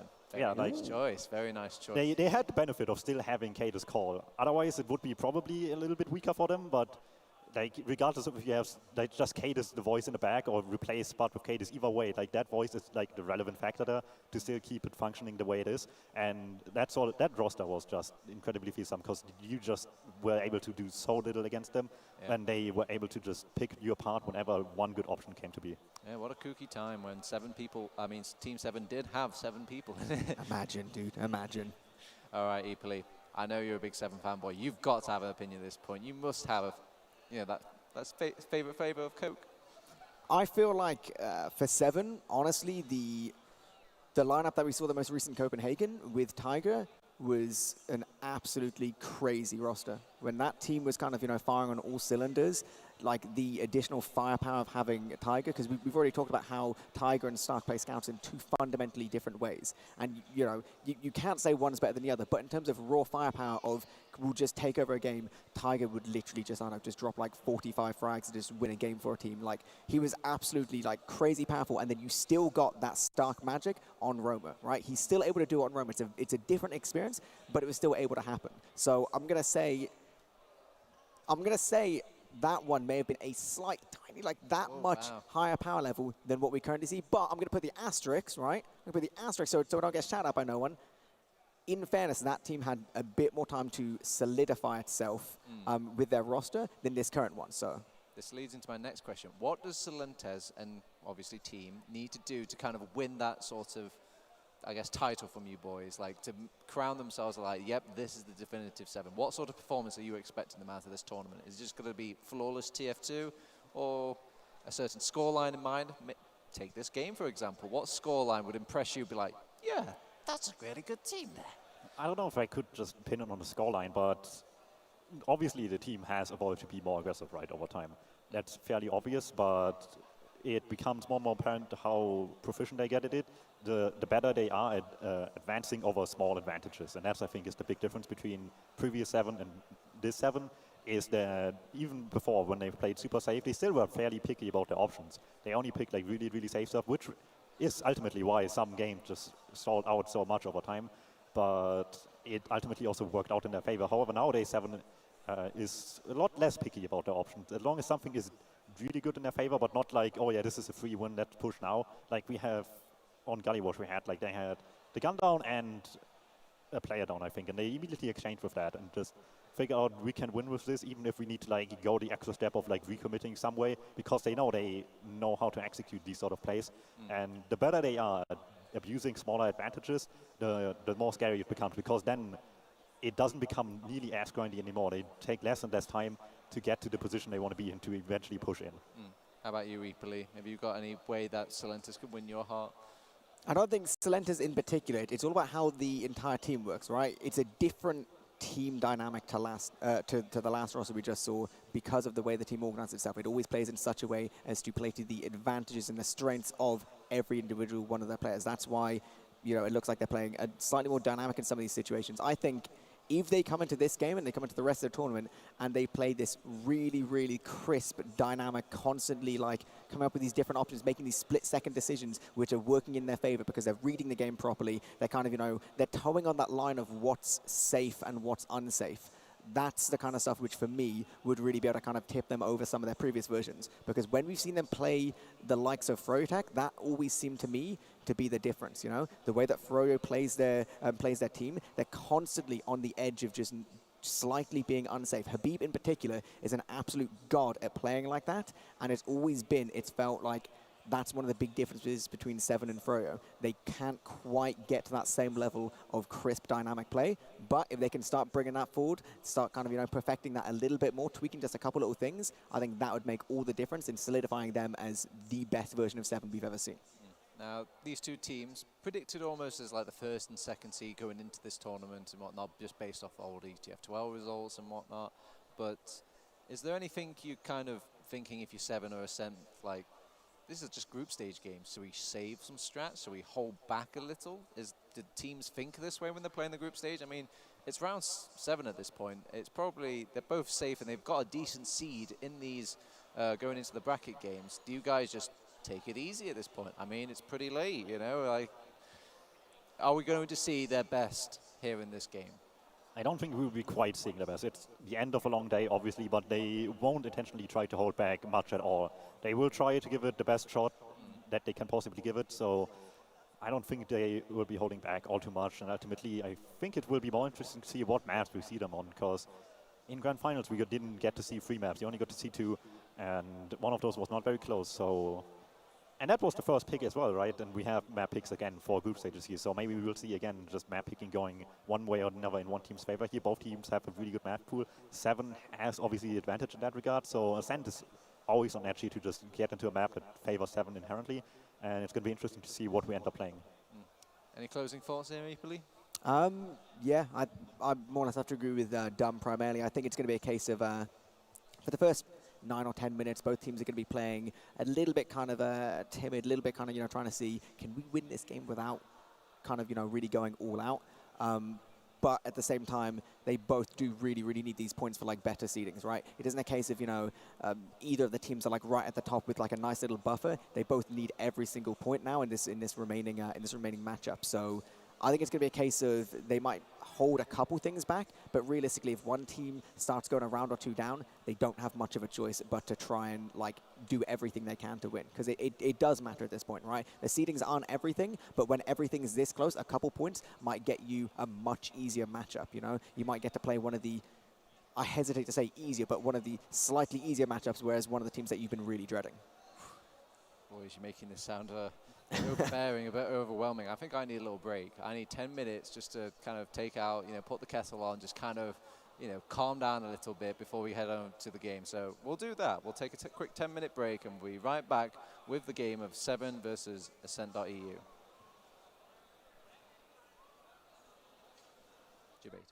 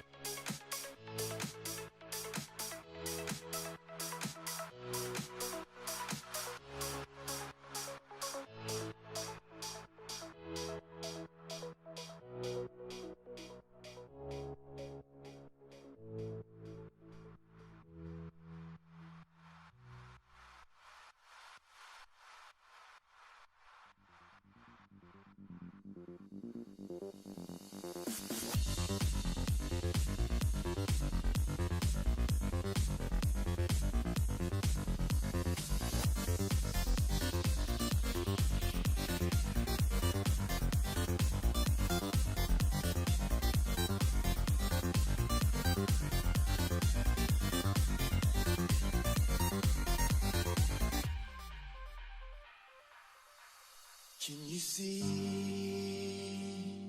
the stars align?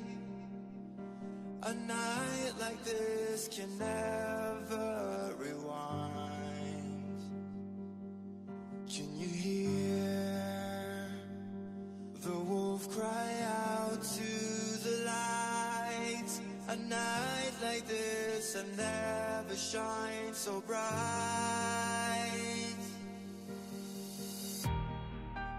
So take a couple steps back as you hear me start to hum. Take a couple steps back when I lose all control. Watch me turn into a werewolf, and I will haunt till the break of dawn. Don't you dare to try to stop me. This is the horn of the black swan.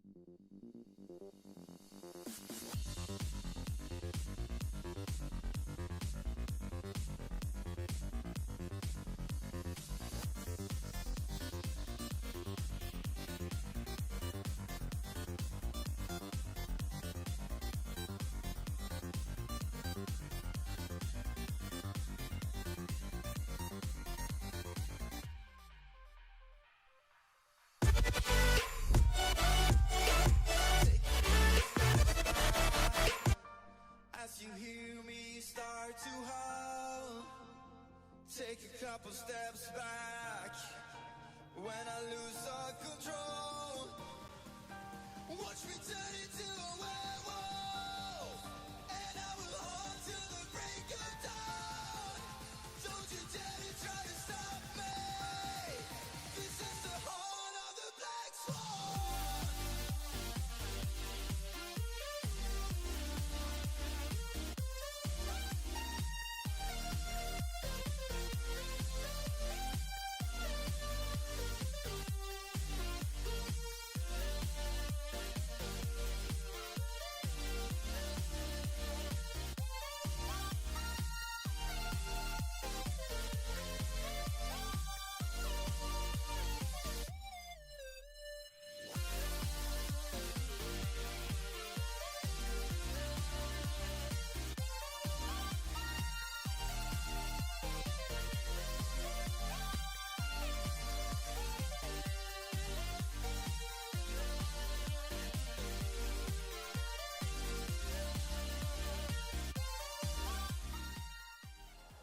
Hi there, welcome back to the Analyst Desk. Don't worry, you won't be staying here for long because I'm going to throw you straight on over to the casters and hopefully straight into our game. We've got a treat for you. It's going to be Mailer and Grumpy Koi over on the caster desk doing Ascent.eu versus 7.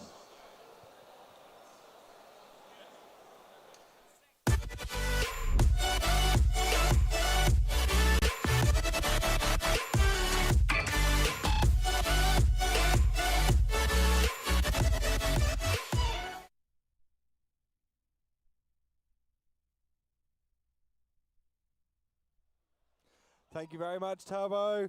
And yeah, my name's Grumpy Koi, and I'm joined by the wonderful Mailer. How you doing, Mailer? Very good. Very good. Glad to be here. Glad to be casting with you. Yeah, it's going to be an absolute amazing game. We've got one of your teams, one of your babies, Yes. Ascent versus 7. Yeah. Usually quite a interesting pairing is the best way to describe it. But yeah, coming into this, what's your like initial thoughts? Well, it wouldn't be a Mailer cast if I wasn't casting one of the two teams that I owned and pretending not to be incredibly biased while doing it.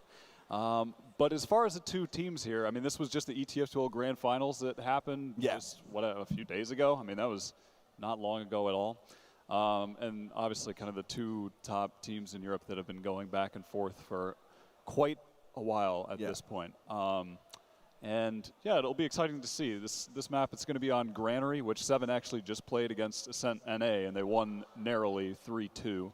And then obviously Ascent EU, they tied earlier with NA 2-2. I mean, the top 4 teams in this tournament have been neck and neck. Close. I mean, yeah, it's been going in plenty of different directions with... Well, Ascent NA beat out Fein, who drew on Gullywash against 7. So it's kind of this weird, like, rock, paper, scissors sort of format that I mentioned before with Fein, 7, and Ascent. And then you got Ascent NA kind of mixed in that. Yeah. There's a whole different kettle of fish. Like, it just adds this nice little spice to it. And now we've got, like, Granary, like you mentioned before. It's an interesting map, very soldier-centric on the mids. And it's very much how, you know, Captain and Salente has such a strong soldier combo against Zebasai and Polygon. You got that old school with that, well, not that fresh, but Polygon, who's got this very... Well, fresh compared to every other soldier on the server. Yeah, compared to everyone else, but he's still a very experienced player, and especially at LAN. So it's going to be really interesting. We've got LAN servers now as well, as far as I'm aware. Nice. So, you know, the Rockets are going to be crisp, and they're going to be so important. Yeah. So playing off that, it's...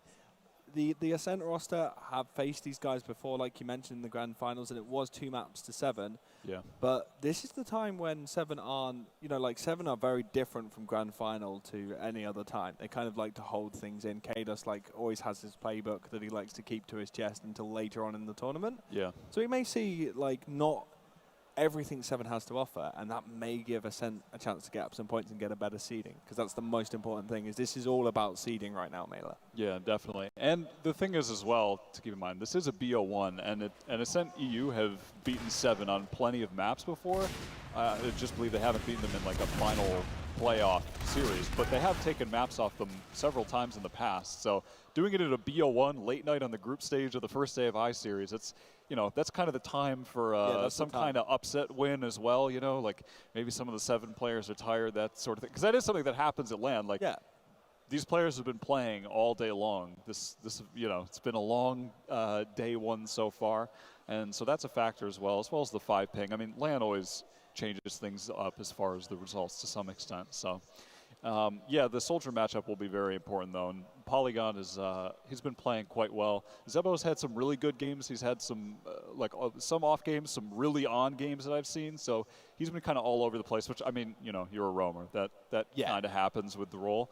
But I'm really interested to see here what happens with the Demo Man matchup, because Domo has had some sick games today, and you know, Kados is still relatively new back to playing. He hasn't been around for that long, and then Domo is like this upcoming kind of player who replaced Kados for a bit. So there's some kind of storyline here, right? Yeah, there is. I think the main thing is Domo's playstyle is kind of a weird mismatch. He kind of fits in between like a Kados mentality mixed with, you know, it's almost like Kados and Dr. Phil sort of mentality. Like, I was speaking to Dr. Phil earlier, and one thing he mentioned from his experience with Ascent is he had to play a much more kind of supportive soldier role. But that was when Salentes and Drac were playing soldiers. But he was like, Ams takes a lot of the Ubers. He likes to play that sort of style. So as a demo, you can find sometimes that if soldiers get involved, like Polygon's very good at taking Uber exchanges as well, but you're not getting as many heals as most, like, the kind of mentality in Europe is, especially with 7, is Kados gets beam. And, you know, Lucas gets beam. You've got, and Domo doesn't get as much beam as these other demos, and he's very self-sufficient, and I think that's a really important thing coming into this to kind of take into account. Right. If Ams is connected with the rest of his team, and Connor and Ams' aggression can be matched by Domo, Polygon, Credo, and Zebasai, they can surprise everyone. They're so good at coming back into fights, surrounding the enemy, and just doing really good collapses. And that's something that 7 kind of struggle with. They're very good at breaking down individual plays, but when they get overwhelmed, it is easy to break them down in that mentality. Yeah. These 2 teams, they sort of seem in some ways the most distinct in their styles out of the top 4 that we were talking about, where 7 sort of embodies the calculated style of play, where the current Ascent roster is just hyper chaos sometimes. Like the way Ams leads the team, some of the pushes they make, they almost, sometimes they truly don't, like from the textbook analysis of what you should do, they just don't make sense, and then they work because the level of skill that the players have as far as mechanics and deathmatch is just so high that they get away with things that, in theory, they shouldn't be getting away with. Yeah. And so, yeah, when you have this matchup of cold calculation versus Omega chaos, it can be pretty exciting. It can, and really good point to that is Connor. Connor is a notorious, especially at EU lands, for dropping. That's kind of the thing. Yeah. But that's not a discredit to him as a player. That's just because, unlike Seeds, unlike Raymond, he plays super aggro. He just likes being in the fight. He's part of it all the time. And that's a very interesting place to put a medic, because you're playing a style that people aren't quite used to. Like, you'll see Raymond, you'll see him during this game. He'll be leaving midway through a fight whilst Connor kind of sticks with his team and really starts to push forward. Right. You'll see that if Connor's team breaks down, he'll just kill bind. Yeah. He's more concerned about pushing his team forward into a good position than his own life sometimes, which can be a negative, can be a positive, but especially for a player like AMS, who we've seen go off the Ascent versus Ascent NA versus Ascent EU game, where he got that 4K onto last and then capped out. He's got that ability to just pop off. Right. And Connor really likes to facilitate that playstyle. He doesn't punish that on AMS' Pocket Scout. He enables it, and that's so important. Yeah, that's really, that is the main driving force of Ascent EU, is that AMS and Connor combo. They lead so many of they lead the overwhelming majority of the pushes are led by AMS, and sometimes they're pushes that they won't even have Uber. They won't even really have much of an advantage, but AMS is just ready to go around the corner, and Connor's right with him. And then Polygon is just so effective at jumping around the map and being able to cause a distraction and then get in, and he'll hit those 1 or 2 key rockets that even if they don't get a kill, they'll do 100, 200 damage, and then AMS can clean up off those. So, it's obviously this is going to be an uphill battle. There's no way around saying that based off previous results, but with all the factors to consider that we've previously mentioned, I don't think there's any reason to think that Ascent EU couldn't do this. I mean, they could certainly take this map. Yeah, they certainly could. It's the main fear for me is the Salenter's captain combo is so strong. But actually, we are going to find that out right now, Mela. So we're going to be running into this. It's going to be a best of one between Ascent EU and Seven. We're going to be coming into this first mid on Granary. And right now we're going to see things setting up with Domo and Cadus entering mid at almost identical times, but Cadus taking the first bit of damage as they're trying to set things up. We're going to be waiting for the initial soldier bombs as Polygon looks to take some high ground right now, and so does Salentes, but he's the first frag to go down. Zebasai's in behind, but didn't connect anything. But Cadus gets a pipe bomb to Connor. Zebasai goes down as well, and they're just going to backpedal out of there, Mela. What happened with Connor? I did not see. Yeah, I mean, the mid is actually still going. And, oh my god, he two shots Thalash in the corner. Domo's trying to follow up, but Seven, they're able to get back from the choke, and so Cadus can just sticky that off, and they're not really going to be able to do much. But interestingly, Ascent still has control of mid, and Domo's going for an aggressive play because really, at this point, there's nothing else for him to do. He's actually all the way he's all the way behind, and Cadus, massive brain, he's ready for it, and Domo's going to go down. So Seven, they're going to be able to take the mid. They have full Uberad, and Domo's down, so they have no stickies to worry about. They are going to be going quite aggressively into the second point and should be able to really just take this for free at this point. But right now, Cadus is very disconnected from the rest of his team, but even though that's happened, Ascent aren't deciding to meet them. Obviously, with that huge Uberad, they're going to be trying to stabilize onto second, trying to get that force out of Raymond, not letting them do it into last. Like, Cadus is very much in, and he's actually going to go down to Domo as a result. And they're looking for other frags. Salentes going down in their lunchbox. Captain actually dropping down as well. So they've got 2 key frags. They can look at maybe moving in, but right now we do have a pause, as it looks like Connor DC. Oh, that's unfortunate because you're just about to have Uber. Yeah, that's like the worst. Like, that depends on how Seven are feeling right now. Do they, because Raymond's got 100%, are they going to let him build up, or are they just going to go in? Yeah, that is very unfortunate. I guess we'll have to see what the players opt to do in this situation, though also, I don't know, it's a LAN tournament, so maybe Seven just pushes it. I don't know. We'll have to see what they decide to do. That was very odd, though. Like, Seven, they took a very long time getting into 2 because Domo was down. They pretty much already had their Uber. They had their full team alive. They could have just left 1 scout to cap, and they could have just started going. They were kind of wasting a bit too much time, and that allowed Domo to get back up, and he was the one who ended up killing Cadis, who kind of overextended alone on 2. So far, actually, even on the beginning of the mid, I'm actually surprised that 7 were able to win the first mid, because Silentes bombed in pretty much all alone, and that was how Connor took so much damage off the jump, because Silentes bombed in, landed on the crate, he hit Connor for 100, but he was alone. He had absolutely no support. He was on Ascent's side of the map. He got blown up, and then Ascent 6v5, they kind of pushed a little too quickly into 7. Like, they were already up 1 man. They could have just progressed across the point and taken the mid, I feel, but they kind of aggressively bombed in right after, and that led to them losing players. Yeah, they Cadis managed to get hold of Connor, which just completely severed the heels, and that was such an important thing. But so far, on both these 7 pushes, they've had a player, I feel, totally overextend or just be isolated. I don't know if it's a personal overextension or like some kind of miscommunication with the team or something, but yeah, Cadis ended up way too far forward. He didn't have the beam connected on him with Raymond. Domo got the pick, and then Polygon came in for another pick up top. I mean, this is actually, I mean, if Connor didn't just disconnect, this is actually a great situation for Ascent, because they are up 6-4 man ad, but yeah, it's interesting because like we may see a stabilization or something like that where both teams just kind of do the courtesy, let them build it out, or 7 may just go in. But with Cadis and Silentes down, it is a good opportunity for Domo to bring some more pressure onto second, capping that out. It looks like they just repause and unpause to let Connor back into the game. I think so. I would assume so. So we are going to be seeing that. But yeah, it is really interesting that right now 7 aren't tight. They feel very loose. Is the best way to describe it. They're not staying. Kind of Cadis is not staying back, and that's what he usually does. He's kind of leading a lot of things, and it led to him getting fragged, and then Silentes got picked up in Lunchbox as well, and that just meant that they had those 2 frags there.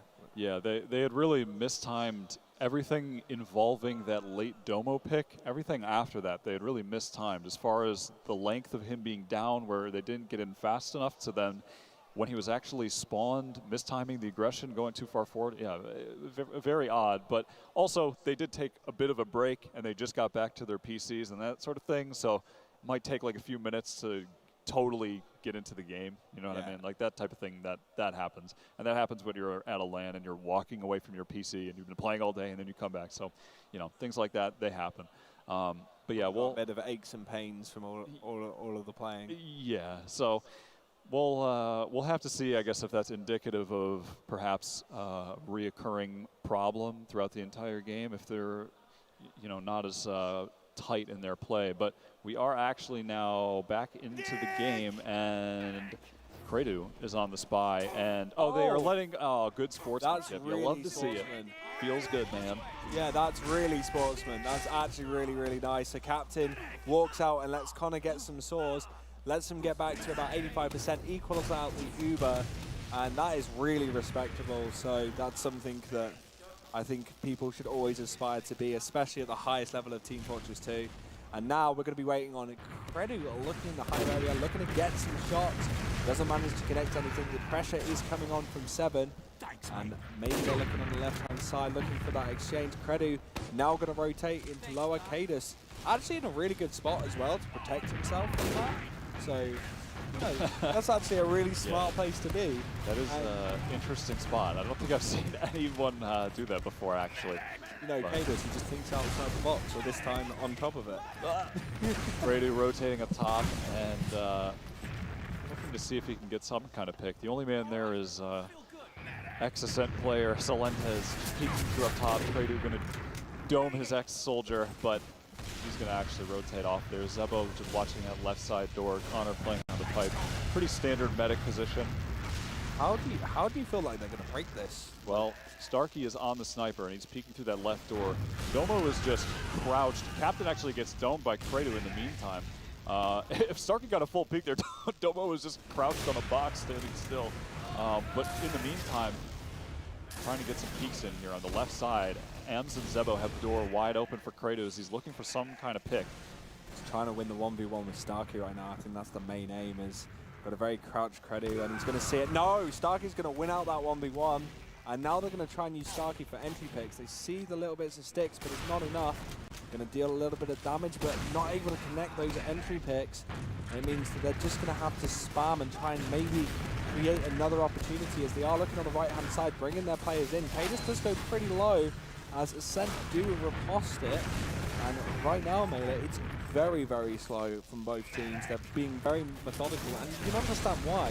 Like, this is a situation where Ascent overextend by even like a few meters, they are going to get punished as a result.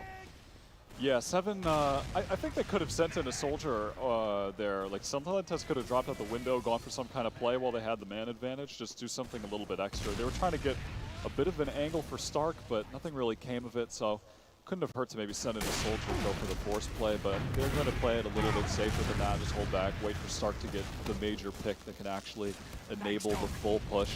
In the meantime, Credu, he did respawn on that sniper, and he's going to peek from the left side again, so we might have the exact same angle of the same sniper fight that Stark previously just won, but Credu's going to rotate away. Connor's in everybody's just hiding in wacky spots. Look at who Connor is right now.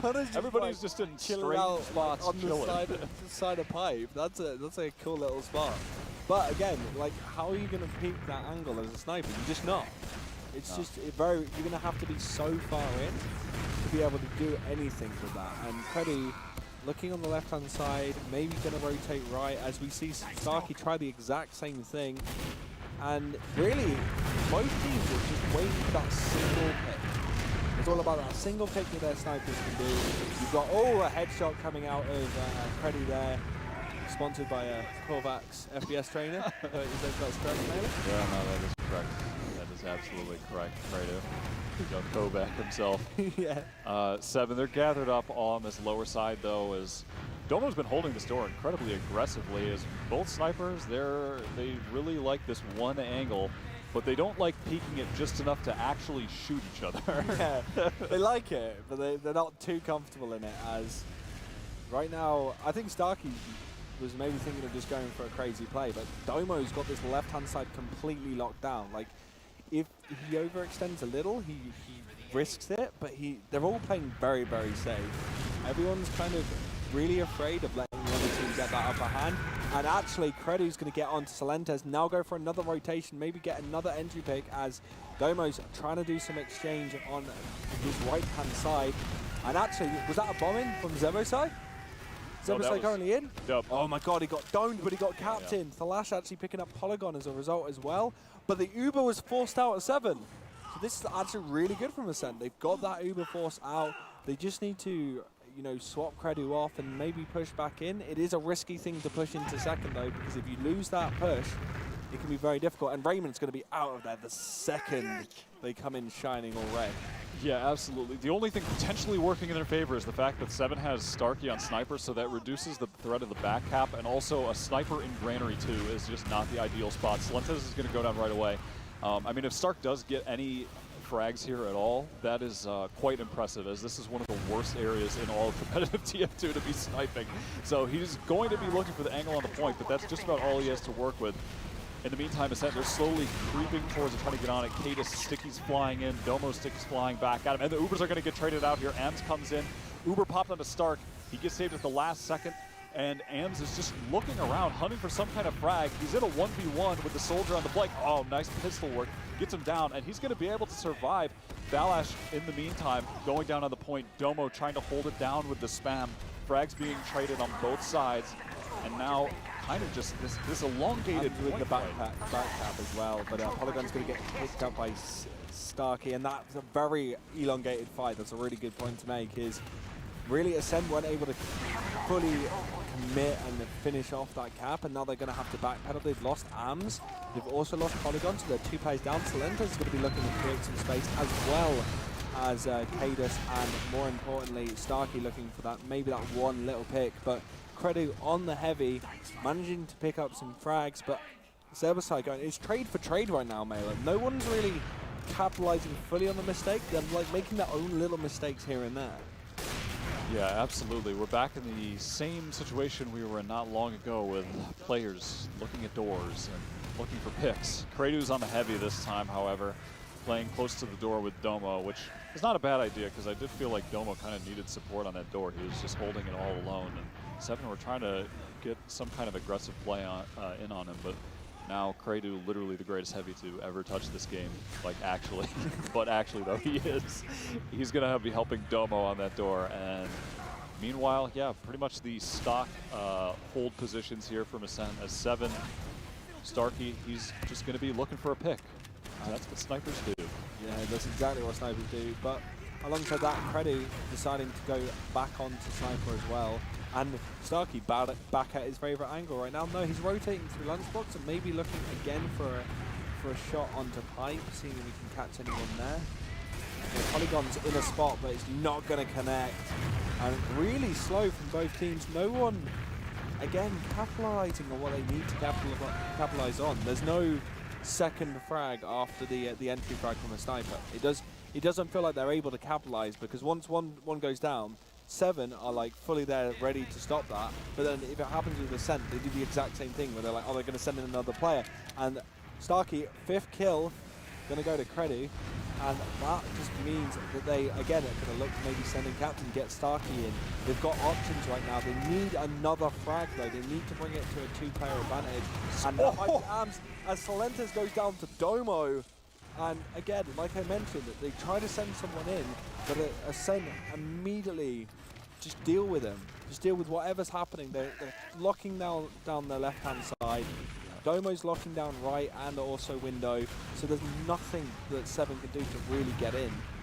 Yeah, Solentes, he was up top, he had 40 HP, and he figured, we have a pick, why not bomb in? And Domo saw that, and yeah, he didn't have a lot of health, so that one pipe to the air kind of blew him up. That was a nasty pipe from Domo. That one's going in the frag movie. So now back to this same it's actually astounding that Stark has. Oh, this is what we need. The second frag. Things are happening, and again, Polygon decides to use the Uber with Connor straight in, but the exchange has happened. Kados feeling a little bit more comfortable, decides to jump across. They've done this before against Ascent, and now they're looking for the frags, but no, Kados going to get cleaned up by Domo. Starkey getting Polygon as well, using those entry frags. More players going down. Captain Solentes picking up frags. Ams nearly making it. Kredu now and Zeberside trying their best to hold on to this, but Falas doing really good work and Starkey helping him out. Now it's Kredu versus a sniper and a med. They're swinging, they're hitting. Raymond's coming in. Kredu's staying alive. He's jumping over everyone. He's on 50 HP. He takes down Starkey. Raymond's still alive in last. He's juking everything. Oh my god. Oh my god, what a hold by Kredu. That was pretty incredible. I can't believe, how does a sniper have 9 kills pushing into last and they just never cap? That is honestly insane. Solentes is trying to hold it down, but they are going to have to give up this second point. Ascent, they are going to take it. 50% add on Connor. Raymond just spawning out. Captain is still down, so Ascent should be able to make the push into mid right now if they want, but they're perhaps a little bit too slow, but a little bit too slow for a standard team is not the same as too slow for Ascent. But they are actually going to hold back and wait to get this Uber. 85%. It looks like Ems wants to take it out upper onto mid. Yeah, they're going to be looking to bring that forward right now, Mela, but they haven't got it yet. Just after Ams dies, they get it. They lose Polygon as well. They're just feeding into Seven, and Seven are not a team you want to do that. They will clean up any player that's not Uber that comes through a choke. They're very good at doing that, and they got punished as a result. That's just really weird decision-making from Ascent, and now they're backpedaling onto their last with the 2-player disad, waiting for those respawns to join them. Yeah, the respawns do come in, though, and it seems like another stalemate situation as the vintage lunchbox roamer trade occurs for the millionth time in the history of TF2. And Polygon is going to take over that position as all the 7 players want to come through. They actually Uber right in onto Polygon, so he's going to go down right away. Ascent, they have not popped this Uber yet, however. Thalash, he's going to have to try to run out of there just to stay alive, but he's going to go down. Oh my god. Look at the chase from the Scouts. That's going to take down the combo of Thalash and Raymond. All the 7 players are up behind, though. Zebo getting chased. Kredu's going to try to help him out and re-chase Starkey into last. So Kredu's going to get that trade, and he's going to try to get back to the point where a 1-1 demo fight fight is happening. It's just chaos. Cadis is going to go down to the fight from Domo and a little bit of help from Kredu. They're going to try to gather up on the second point of takeout Captain, which they are going to be able to do, and now, finally, make their way into the midpoint. Calm down, Seven. This is some really interesting fights coming out of Seven. They're just, like, if they lose Raymond, instead of trying to fight, they're kind of waiting and then trying to collapse onto point, catch players out. And it was interesting that Starkey chased so hard for Zebasai. That's not really something I'd expect from Starkey. I'd expect him to expect the scout to chase him, not just do a trade for trade. We had the classic Roma lunchbox trade as well between Zebasai and Salentes, and right now things have kind of stabilized, but Salentes getting pressured, but dealing the rockets, him on land is an absolute weapon. And right now the rotating Ubers are equal. Is Ams going to do one of his ballsy trades? Looks like he wants to, but Connor's not there. Yeah, Connor not there. Both teams at 100% Uber. It seemed like they had to stall because Zebasai took so much damage on the flank, so Connor was just arrowing back up to 200. Meanwhile, Salentes is going to come in with a spawn, but the Uber trade is going to go off on the point. Cadis actually got so low. They're trying to flash in Polygon behind, as Cadis is just going to try to sticky up these doors to keep the Ascent team out. Meanwhile, the focus is really going to be on Polygon, who's over in the flank, but he actually just works his way out, and stalemate. That was perfect. They managed to get him in, create that opportunity to make something happen, and he just leaves. Just, yeah, done. Yeah, he really he just kind of jumped in behind and he just walked back out. But in the meantime, the Ascent combo, they're working their way up into Lunchbox with both soldiers actually. No scouts involved. Am's hanging around the lower side, but the double soldiers are just posted up. If anyone turns this corner, they're just going to eat 200 instantly. And it looks like Seven might be aware of what's happening to some extent. They have a lot of eyes looking towards Lunchbox. Like, actually, all of them are looking towards Lunchbox right now. So the thing with Seven is they won't go into that. They'll just watch it. They're incredibly patient, and it is zero piece. No one's run a round, so Seven don't want to get into the situation where if they do lose that one round, Ascent can just slow everything down as much as they want. Like, from that point, they don't need to rush, because Granary is a map that you can slow down very easily. But Polygon right now looking to come up on top side through Lunchbox, goes straight on Raymond, but Raymond's going to have to use the exchange that's happened. They haven't sent anyone behind, haven't got any decent frags, but Polygon actually slithers behind, tries to get the connect, but Starkey and Salentes clean him up. You also see Zebasai going down as well, so that's two soldiers, no spam to deal with the pushing Seven roster as they are pushing in deep. Captain's in. Kredu ends up going down. Starkey as a return frag. Arms in behind, trying to win a 1v1 against a healed scout. He's doing well, 7 HP. He's become the ultimate life form. No one could hit him. Oh, that was close. And Salentes ends up killing it. And that is, again, going to be a bit of a fizzle out from that exchange, Mela. In the meantime, while we saw Ams just holding off the entire combo of Seven, Cadis, Soldier, someone, I don't know, half a Seven, they were chasing Connor into Garage. They couldn't kill him. Connor was so weak dodging, and Domo just piped down everyone. So Am's able to distract. Domo got all these cleanup frags, and I mean, that was a abysmal situation for Ascent. They had 4 players alive. They were all in the same spot trying to escape Garage. They should all be dead 95% of the time there. The fact that Connor lived, the fact that they almost all lived is actually incredible. Yeah, that's really a low percentage chance. Zebo is going to go down. It looked like he just wanted to get in to go for some kind of sack play, so I'm assuming he was planning on not being alive. Anyhow, sack coming in accidental captain, but he's going to go down as well. Connor going to be okay, going to get the pack. And now we're into a 5-on-5. Zebasai is going to come up, and wouldn't be surprised if that means Ascent pushes, because they are totally open to pushing Uber v Uber, and they're going to do it. Yeah, they're going to get this exchange going. A lot of flashing from Seven, but Ascent kind of doing the same, trying to send Polygon in behind. Ubers have fiddled out. Cadis not going to go with the chase into Garage, and right now it is very much, Domo's locking down Garage. Cadis not able to really push his team in, and right now we still got our mid to second stalemate. We've got Zebasai coming back in to join his team, as well as Polygon. They've got all of their healers. It looks like Kredu actually went back to switch onto Sniper, so they're going to be looking for some legendary, like, this is a good Sniper rifle. You talked about how the 1 in second's not good. this is a good sniper angle. You can get some really good shots from there. Yeah, for sure. We're closing in on almost 19 minutes now, and it's still a 0-0, which is pretty wild. And also, yeah, Ascent, they're still doing their aggressive thing, but I think they're finding a lot more spots to play a little bit safer in this game than we had kind of seen from them earlier in the turn, which is interesting change of pace in some of these transitions. But yeah, Credo, he is going to be on that sniper looking for the angle, and a vintage sniper angle location here on Granary, as you mentioned. But Seven, they definitely spotted him at some point because they are posted up to not get sniped. Yeah, they're trying their best not to give him any sort of angle. The moment he even like showed himself ever so slightly, there was pipes flying as well as rockets. So Credo may have to look for a re-rotation. Nothing wrong with going for a play through choke. Nothing wrong with trying to change that up a bit. Because if you can't get a decent angle from one, always switch to the other. Right now, looking to get a frag, is going to get a fully charged body shot onto Starkey.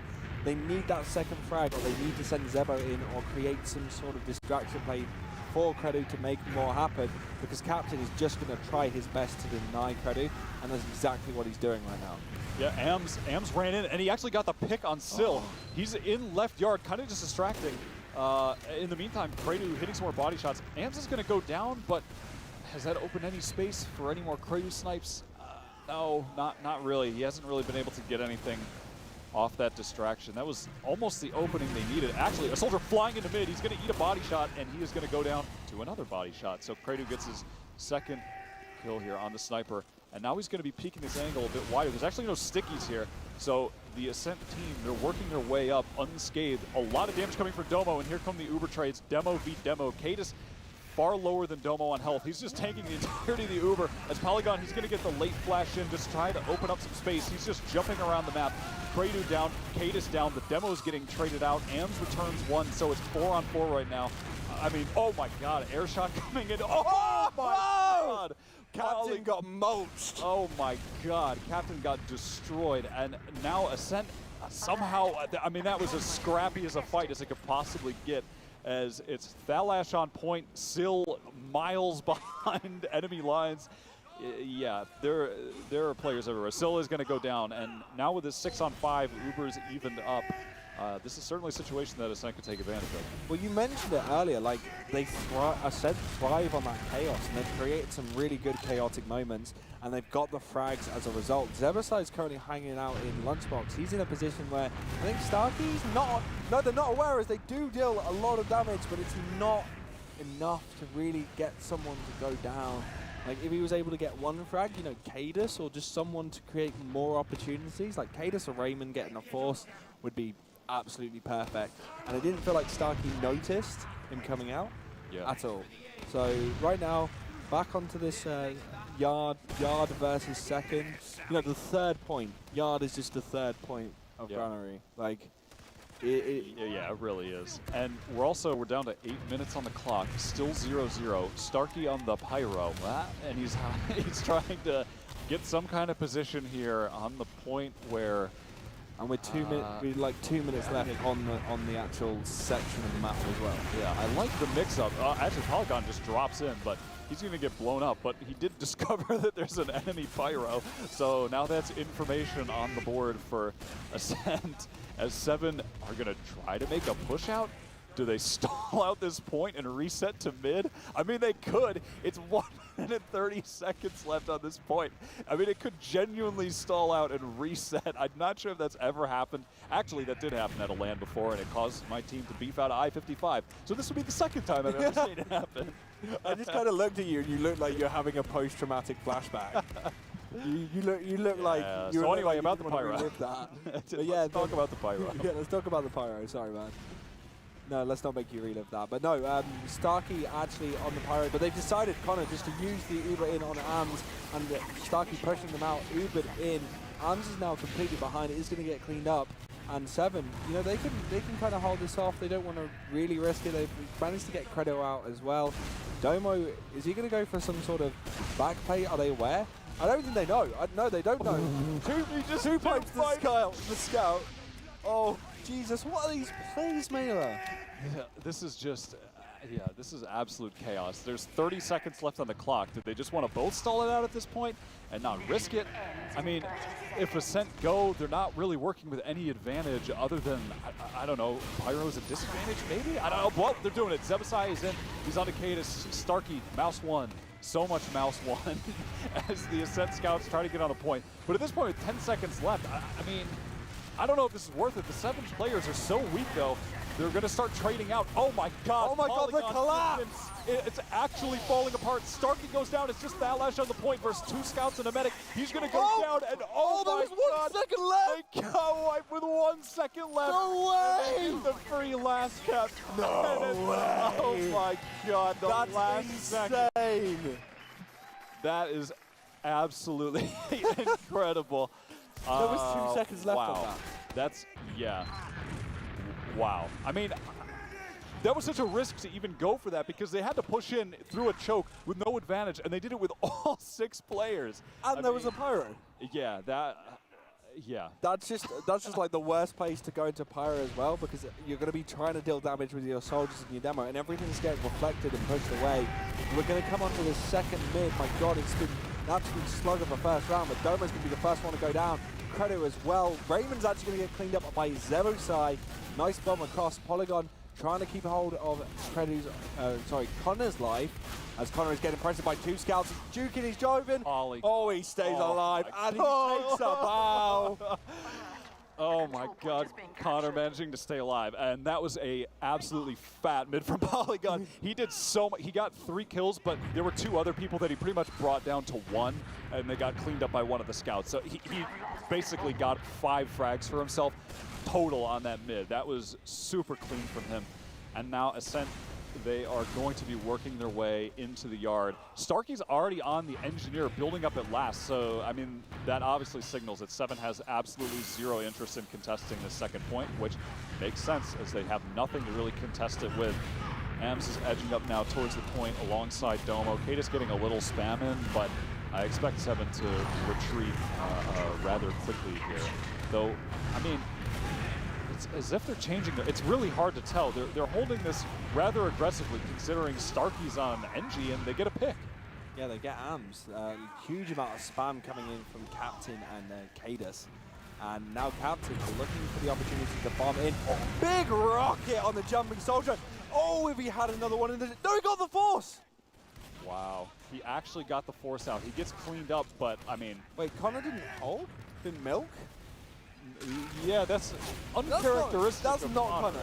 Yeah, that's very, very much not Connor, but Thalash, knowing that he can push forward, goes straight onto Credu. Polygon getting cleaned up as well.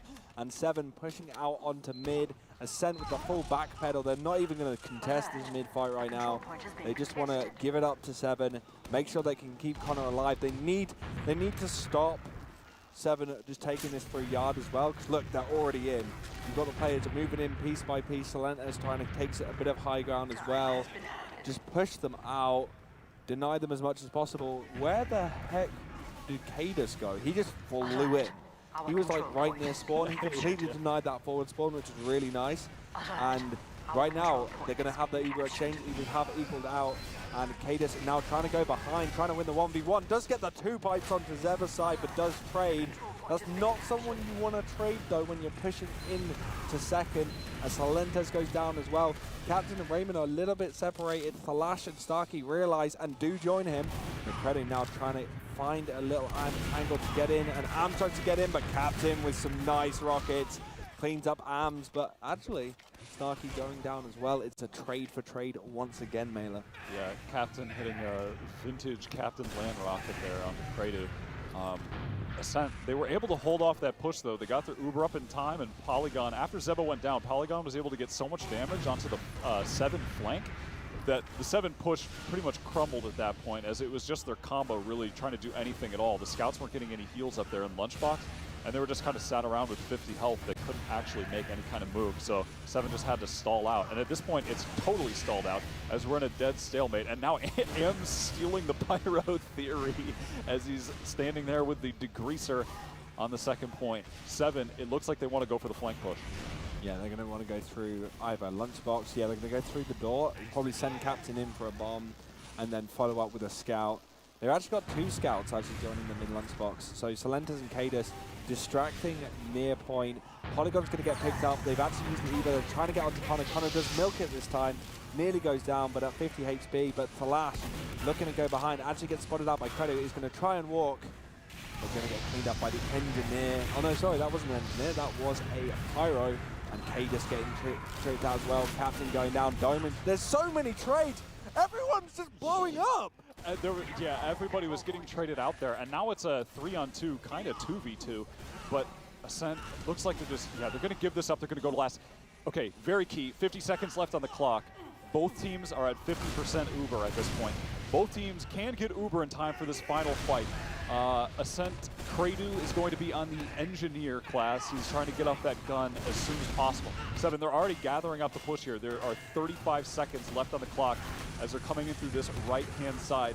Cadus leading the charge. He's trying to get the stickies in on the gun. Credu's trying to move it, but if he gets, the gun is actually going to go down. So will Credu switch to another off class? He's actually going to go onto the sniper. That's an interesting pick. Nope, swaps over to the heavy as now he's going to do his go-back tracking as Salentas is on the pipe. Polygon is going to get that frag. Cadus with 1 back. Right now, there's 10 seconds left on the clock. Stark is on 1 HP. They're actually picking up players. They got Connor down as well. Zebra on side. Connor down. 7 are going to actually get it. And 3 seconds left. That's going to be an equalizer. What a push. What a push. I'm getting flashbacks right now. Do you remember something like this happening? You know, like a year ago between a certain Froyotech and 7? No, I have bad memory. 7 did this. Tell me about it. 7 did this before in the grand final, and they've done it again.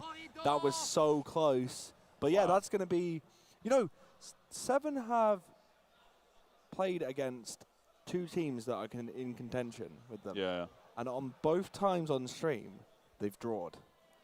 They've played against Feint. This is. They drew. They played against Ascent. They drew. These day 1 results are chaos. Yeah, they're absolutely chaos. I'm not sure what to make of exactly what's happened here because, yeah, 7 drew with Feint, drew with EU, beat NA, but NA beat Feint, but lost to 7 who drew with rock, paper, my scissors, brain, my dude. That's what I said earlier. My brain. My brain can't comprehend. Do we have analysts perhaps who can comprehend? Can they make sense of what's going on here? Yeah, us smooth-brained individuals need a little bit of that help. We do have a desk, actually. We are going to be joined by TurboTabs, Ombrak, and ePlea, so we're going to pass it over to them. All right, boys. Hi. Welcome back to the analyst desk. And to answer your question before, no. No, we cannot not even close, mate. Not even close. Not even close. But on behalf of Henny and Oishi, thank you, 7, for tying that up, because otherwise there would have been a 3-way tie, and we didn't plan for that scenario, boys. No, that would have been a nightmare. I actually saw, I believe, some of the admin guys back there sweating blood. It was vicious. Now, we've seen a new addition to the analyst desk. It'd be a bit rude if we don't introduce him. Hi, Ombrak. How's it going? Good.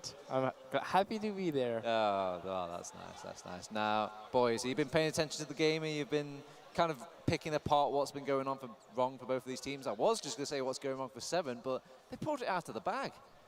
Yeah, I mean, somehow 7's specialty is capping Granary last with like 2 seconds to go. It seems like a niche specialty to me, but I mean, they seem somewhat consistent with it. But I mean, over the whole game, like obviously, you know, the first 25 minutes was arduous. My God, they made Ascent work for every little kind of advantage, and they couldn't. 7 really couldn't do much themselves. It was just kind of, you know, everything they were trying, nothing would really happen. They'd kind of peek and prod, and then they'd get like a headshot on a guy, and then they'd be like, how much can we commit? They send a guy, nothing really much happens, and it really was just kind of. It was a war of attrition in the most literal sense, and then it was literally like, okay, the second Ascent got around, I was actually sitting next to my good buddy Ombrak here, and I literally said, all right, how long before 7 out immediately equalizes? I predicted 1 minute 20, he said 1:45, so it was about 4 minutes or so, but you know, it's pretty close. Now, Ombrak, break it down for me. How much of it was 7 just playing out of their mind in that last couple of seconds of the game, or was it just Ascent.eu dropping the ball there? Like, who can I blame here? Who can I praise? Can I name one person? You can. I love just naming one person. Come on, let's just, you know, pin them to the cross. Let's go. It's pushing it a bit, but we've seen Starkey playing Pyro on 7's second point to hold it. Oh, and so Ascent was winning, maybe they got a bit cocky, and Amps thought maybe I'm going to do it myself. I'm going to play Pyro on my second point and see how that works. Well, spoiler alert, it didn't really work out really well for them, and in the end, Ascent was pushed back on their last, and they eventually lost by a matter of 2 seconds. You mentioned that, but maybe this is where the crux started to appear in the Ascent wall. Now, equally, we touched upon it earlier in the pre-game, in the pre-show, that they were kind of emotional lineup. What do you think a team like Ascent.eu are feeling right now after a game like that? So with about 4 minutes to go, we saw that the last mid-fight, we saw the little bit of swag. Connor was pretty happy. He lived, he did his little taunt, right? That is a sign that, you know, they're in high spirits. They're like, all right, boys, no, we got this. Well, we got this. He did taunt. He did, yeah, we didn't ignore that, Condor. We saw you. So he did do the cheeky little taunt like, mate, this is done and dusted. We've won the mid as well. Everything's good, right? We Gucci. Oh, it breaks my heart. It was such a and then, yeah, with about 3 seconds to go, you lose the round. So, I mean, it's going to take a while. It's going to take, you know, a few kind of deep breaths, maybe an hour or two of kind of, you know, relaxing with some friends before they can get the blood pressure low enough to start thinking about getting to sleep. It's, yeah, it's like when you're a team based on hype and then you lose something that close, which is literally, you've got it done and dusted. The gift's all wrapped up, ready to go, and then you just stamp all over it. Umbrak, you're the most experienced player on this panel here live. I mean, tell us how Seven are feeling at this point. Are you coming out of this with like a sense of achievement or victory, or are you a bit ashamed that it even came that close? I don't know. You have to take into account the context of that game. It wasn't supposed to be played that late. It was supposed to be like round 4 or 5 or something. So who knows what would have happened? It was played if it had been played in like I think it would have. It was planned to. I think it was round 4 or something. Yeah. So it was supposed to be played around 4 p.m. or something like that. So maybe stuff would have happened differently. As for Seven, I think they're experienced enough to know that at the end of the day, it's just one game amongst 7 others. It would be interesting to know what would have happened if they had lost or win it regarding to their standings in the invite group. Maybe at the end of the day, maybe it's going to be like really decisive in matter of where in the playoffs they will be played. But I don't think it's that much of. I don't think that game has. It was a nice story, but at the end of the day, I don't think that impacts that much the rest of the LAN. It's just a big piece added to a huge puzzle and story that we've done just throughout the day. It's been a crazy day. It's hard to keep track of it. Luckily, we've prepared a video for you guys to kind of catch you up within the day. That we'll play for you right now. Like they could have pushed if they'd gotten Lucas there, but trying to come in. Look at the damage, Lucas! Oh! That's a smash out of phase. Good work from Lucas there. Papi actually.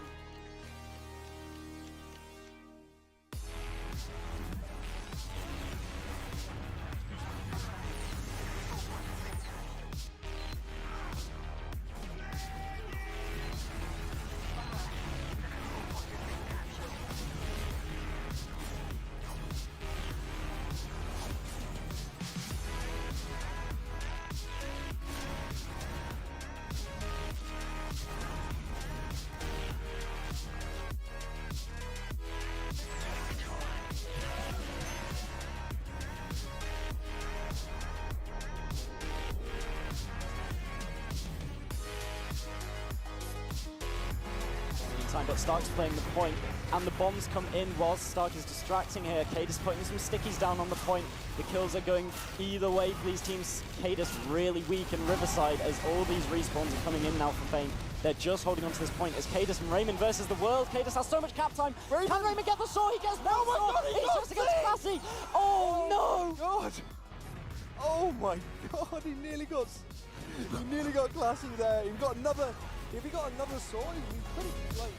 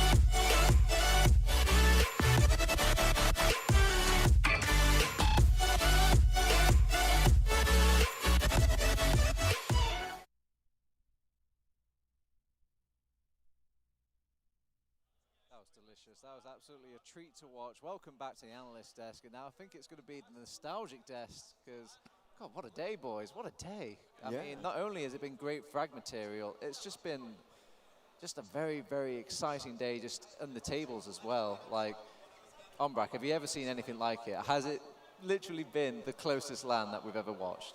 Quite possibly, and I think we'll all be really thrilled to say that this is not a one-team LAN. This is not even a two-teams LAN. It's pretty much 4 teams LAN. Maybe even Aura Electro or Big Block LAN can do something on the next day. And it's really exciting to see that no matter who's there, the competition is really, really tight, and I'm really lucky tomorrow who can predict what's going to happen, because I have absolutely no clue. Equally, I mean, give us just a quick mini rundown, just like the people that have kind of skipped to the stream and just went, oh, missed the first day, yeah, it doesn't matter, I'll just gloss over this day. Why are they wrong? Why should they tune back and watch some of these games here? So we've had a collection of some really good upsets, some really like confusing situations. We've had some games where you kind of watch it and you're just like, I don't actually know how that happened or why that happened or whether it should really have happened, any of that. You know, a lot of situations happened. You know, there are some issues, right? I don't know what you're talking about. No, I don't know. Exactly. But no, genuinely, like, of all the teams we've seen, like this top 8, we've seen just incredible stuff from really like every single team. You know, we've seen like upsets, we've seen some, you know, kind of confident wins. You know, some of the matchups where you're like, yeah, they'll definitely win. You know, we've seen teams kind of sail through nice and comfortable. Other ones we've seen kind of ridiculous situations where individual players will carry a team. You know, other situations where an entire team will just kind of like crumble to pieces.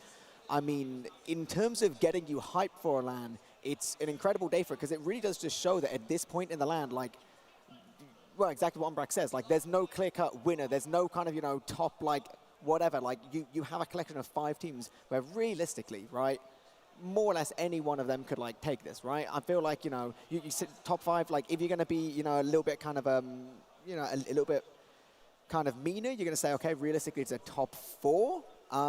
But honestly, I don't know. Like, it was absolutely wild. Like, the one prediction I think I made about today, which was true, is that it was going to be a bloodbath. And it genuinely was. Wow. There you go. It's all said and there and done. Now, you've had 2 vast different experiences. You've played in the tournament. You've watched the tournament. I've ignored most of the tournament. So, I mean, just give me your own personal highlights. What have you just found, like, great about this first day of LAN? I'll start off with you, Ombrak. Come on. What are you like playing about today? Is it the fact that you have to play online servers? Well, disregarding all the mishaps that can happen at LAN, again, really exciting to see all these crazy talents just grouping up together and giving us incredible games. And if we remember well, it all started to the very first game with, I think it was Feint playing against Ascent. And it was already kind of an upset with Feint taking a comfortable win against Ascent EU. That was the first game, and it set the tone for the rest of the tournament. Yeah. And then starting from there, every game was a joy to watch, because you could not expect what's going to happen in it. We've seen, you mentioned that, individual plays. We've seen team cohesion plays. We've seen everything. And the best is, nothing was at stake yet. And tomorrow, people will get knocked out. Tomorrow we'll have TEs. Tomorrow we'll have epiphanies. I don't know what's going to happen, but if today was crazy, tomorrow will be even crazier. Equally, is there anything that stands out from today? Maybe a particular frag, maybe a particular moment, something maybe even personal to you. What's been so great so far about LAN? I mean, you know, I got my one little game that I casted, which genuinely, you know, regardless of the fact that it was incredibly one-sided, I actually think it's kind of incredible seeing a game which, like, Ascent NA are looking on form, right? When they get in a situation, they're looking like they can really start doing some things, right? He's only just figured out. It's interesting, right? It's interesting, you know? You've got to love it. He's only like, which team is he mesmerizing talking even. about? You know what else is really good, though? You know what else is, like, I enjoyed consistently throughout the day, right? Not just one game, one play, whatever. I've genuinely really enjoyed, like, every LAN I go to, one of the biggest reasons why I'll keep going is to watch the game in a crowd. because there's nothing like watching TF2 in a crowd full of people, right? And today, you know, there's been weird issues. There's been like delays. There's been this, that, whatever. People not quite sure when the games are. And yet every single game that I've watched in the crowd has been like super sick. Everyone's been like proper up for it. Like, you know, people like disappear for like 5 minutes here and there. Then the second they see a game, they're like all flooding back, ready to watch the next game. And that's been genuinely so much fun. I think tomorrow, you know, like that's just the guys who didn't have all the open games to play. Tomorrow is going to be even more. Like, we're going to fill up like half this hall just with TF2 guys. Now, you keep saying about tomorrow. We actually do have some tiebreakers, but don't worry, I'm kidding with you. We're not actually going to do tiebreakers. We're going to do that tomorrow because Penny and Ayushi wanted to kind of really sit down and figure out how are they going to pull off these tiebreakers with what little schedule they have. So hopefully we'll bless them and hopefully they'll good luck to them. Yeah, yeah. All right. I think we can wrap it up here. I think we can start going home. We can start going to sleep or going to the bar. Depends on what kind of TF2 player you are. Either way, we will see you all tomorrow right here on the desk. X Time will be back, and I'll be right there in the background with him, sort of, maybe. Maybe you'll see some of these guys as well. I want to thank Ombrak for coming on. When I raised the trophy, they will see. Oh yeah. I remember top 5 Suns throwing their hat in as well during all that. Yeah. Okay. All right. Again, thank you, Ombrak. Thank you, Epley, and thank you guys for watching. We'll see you all tomorrow.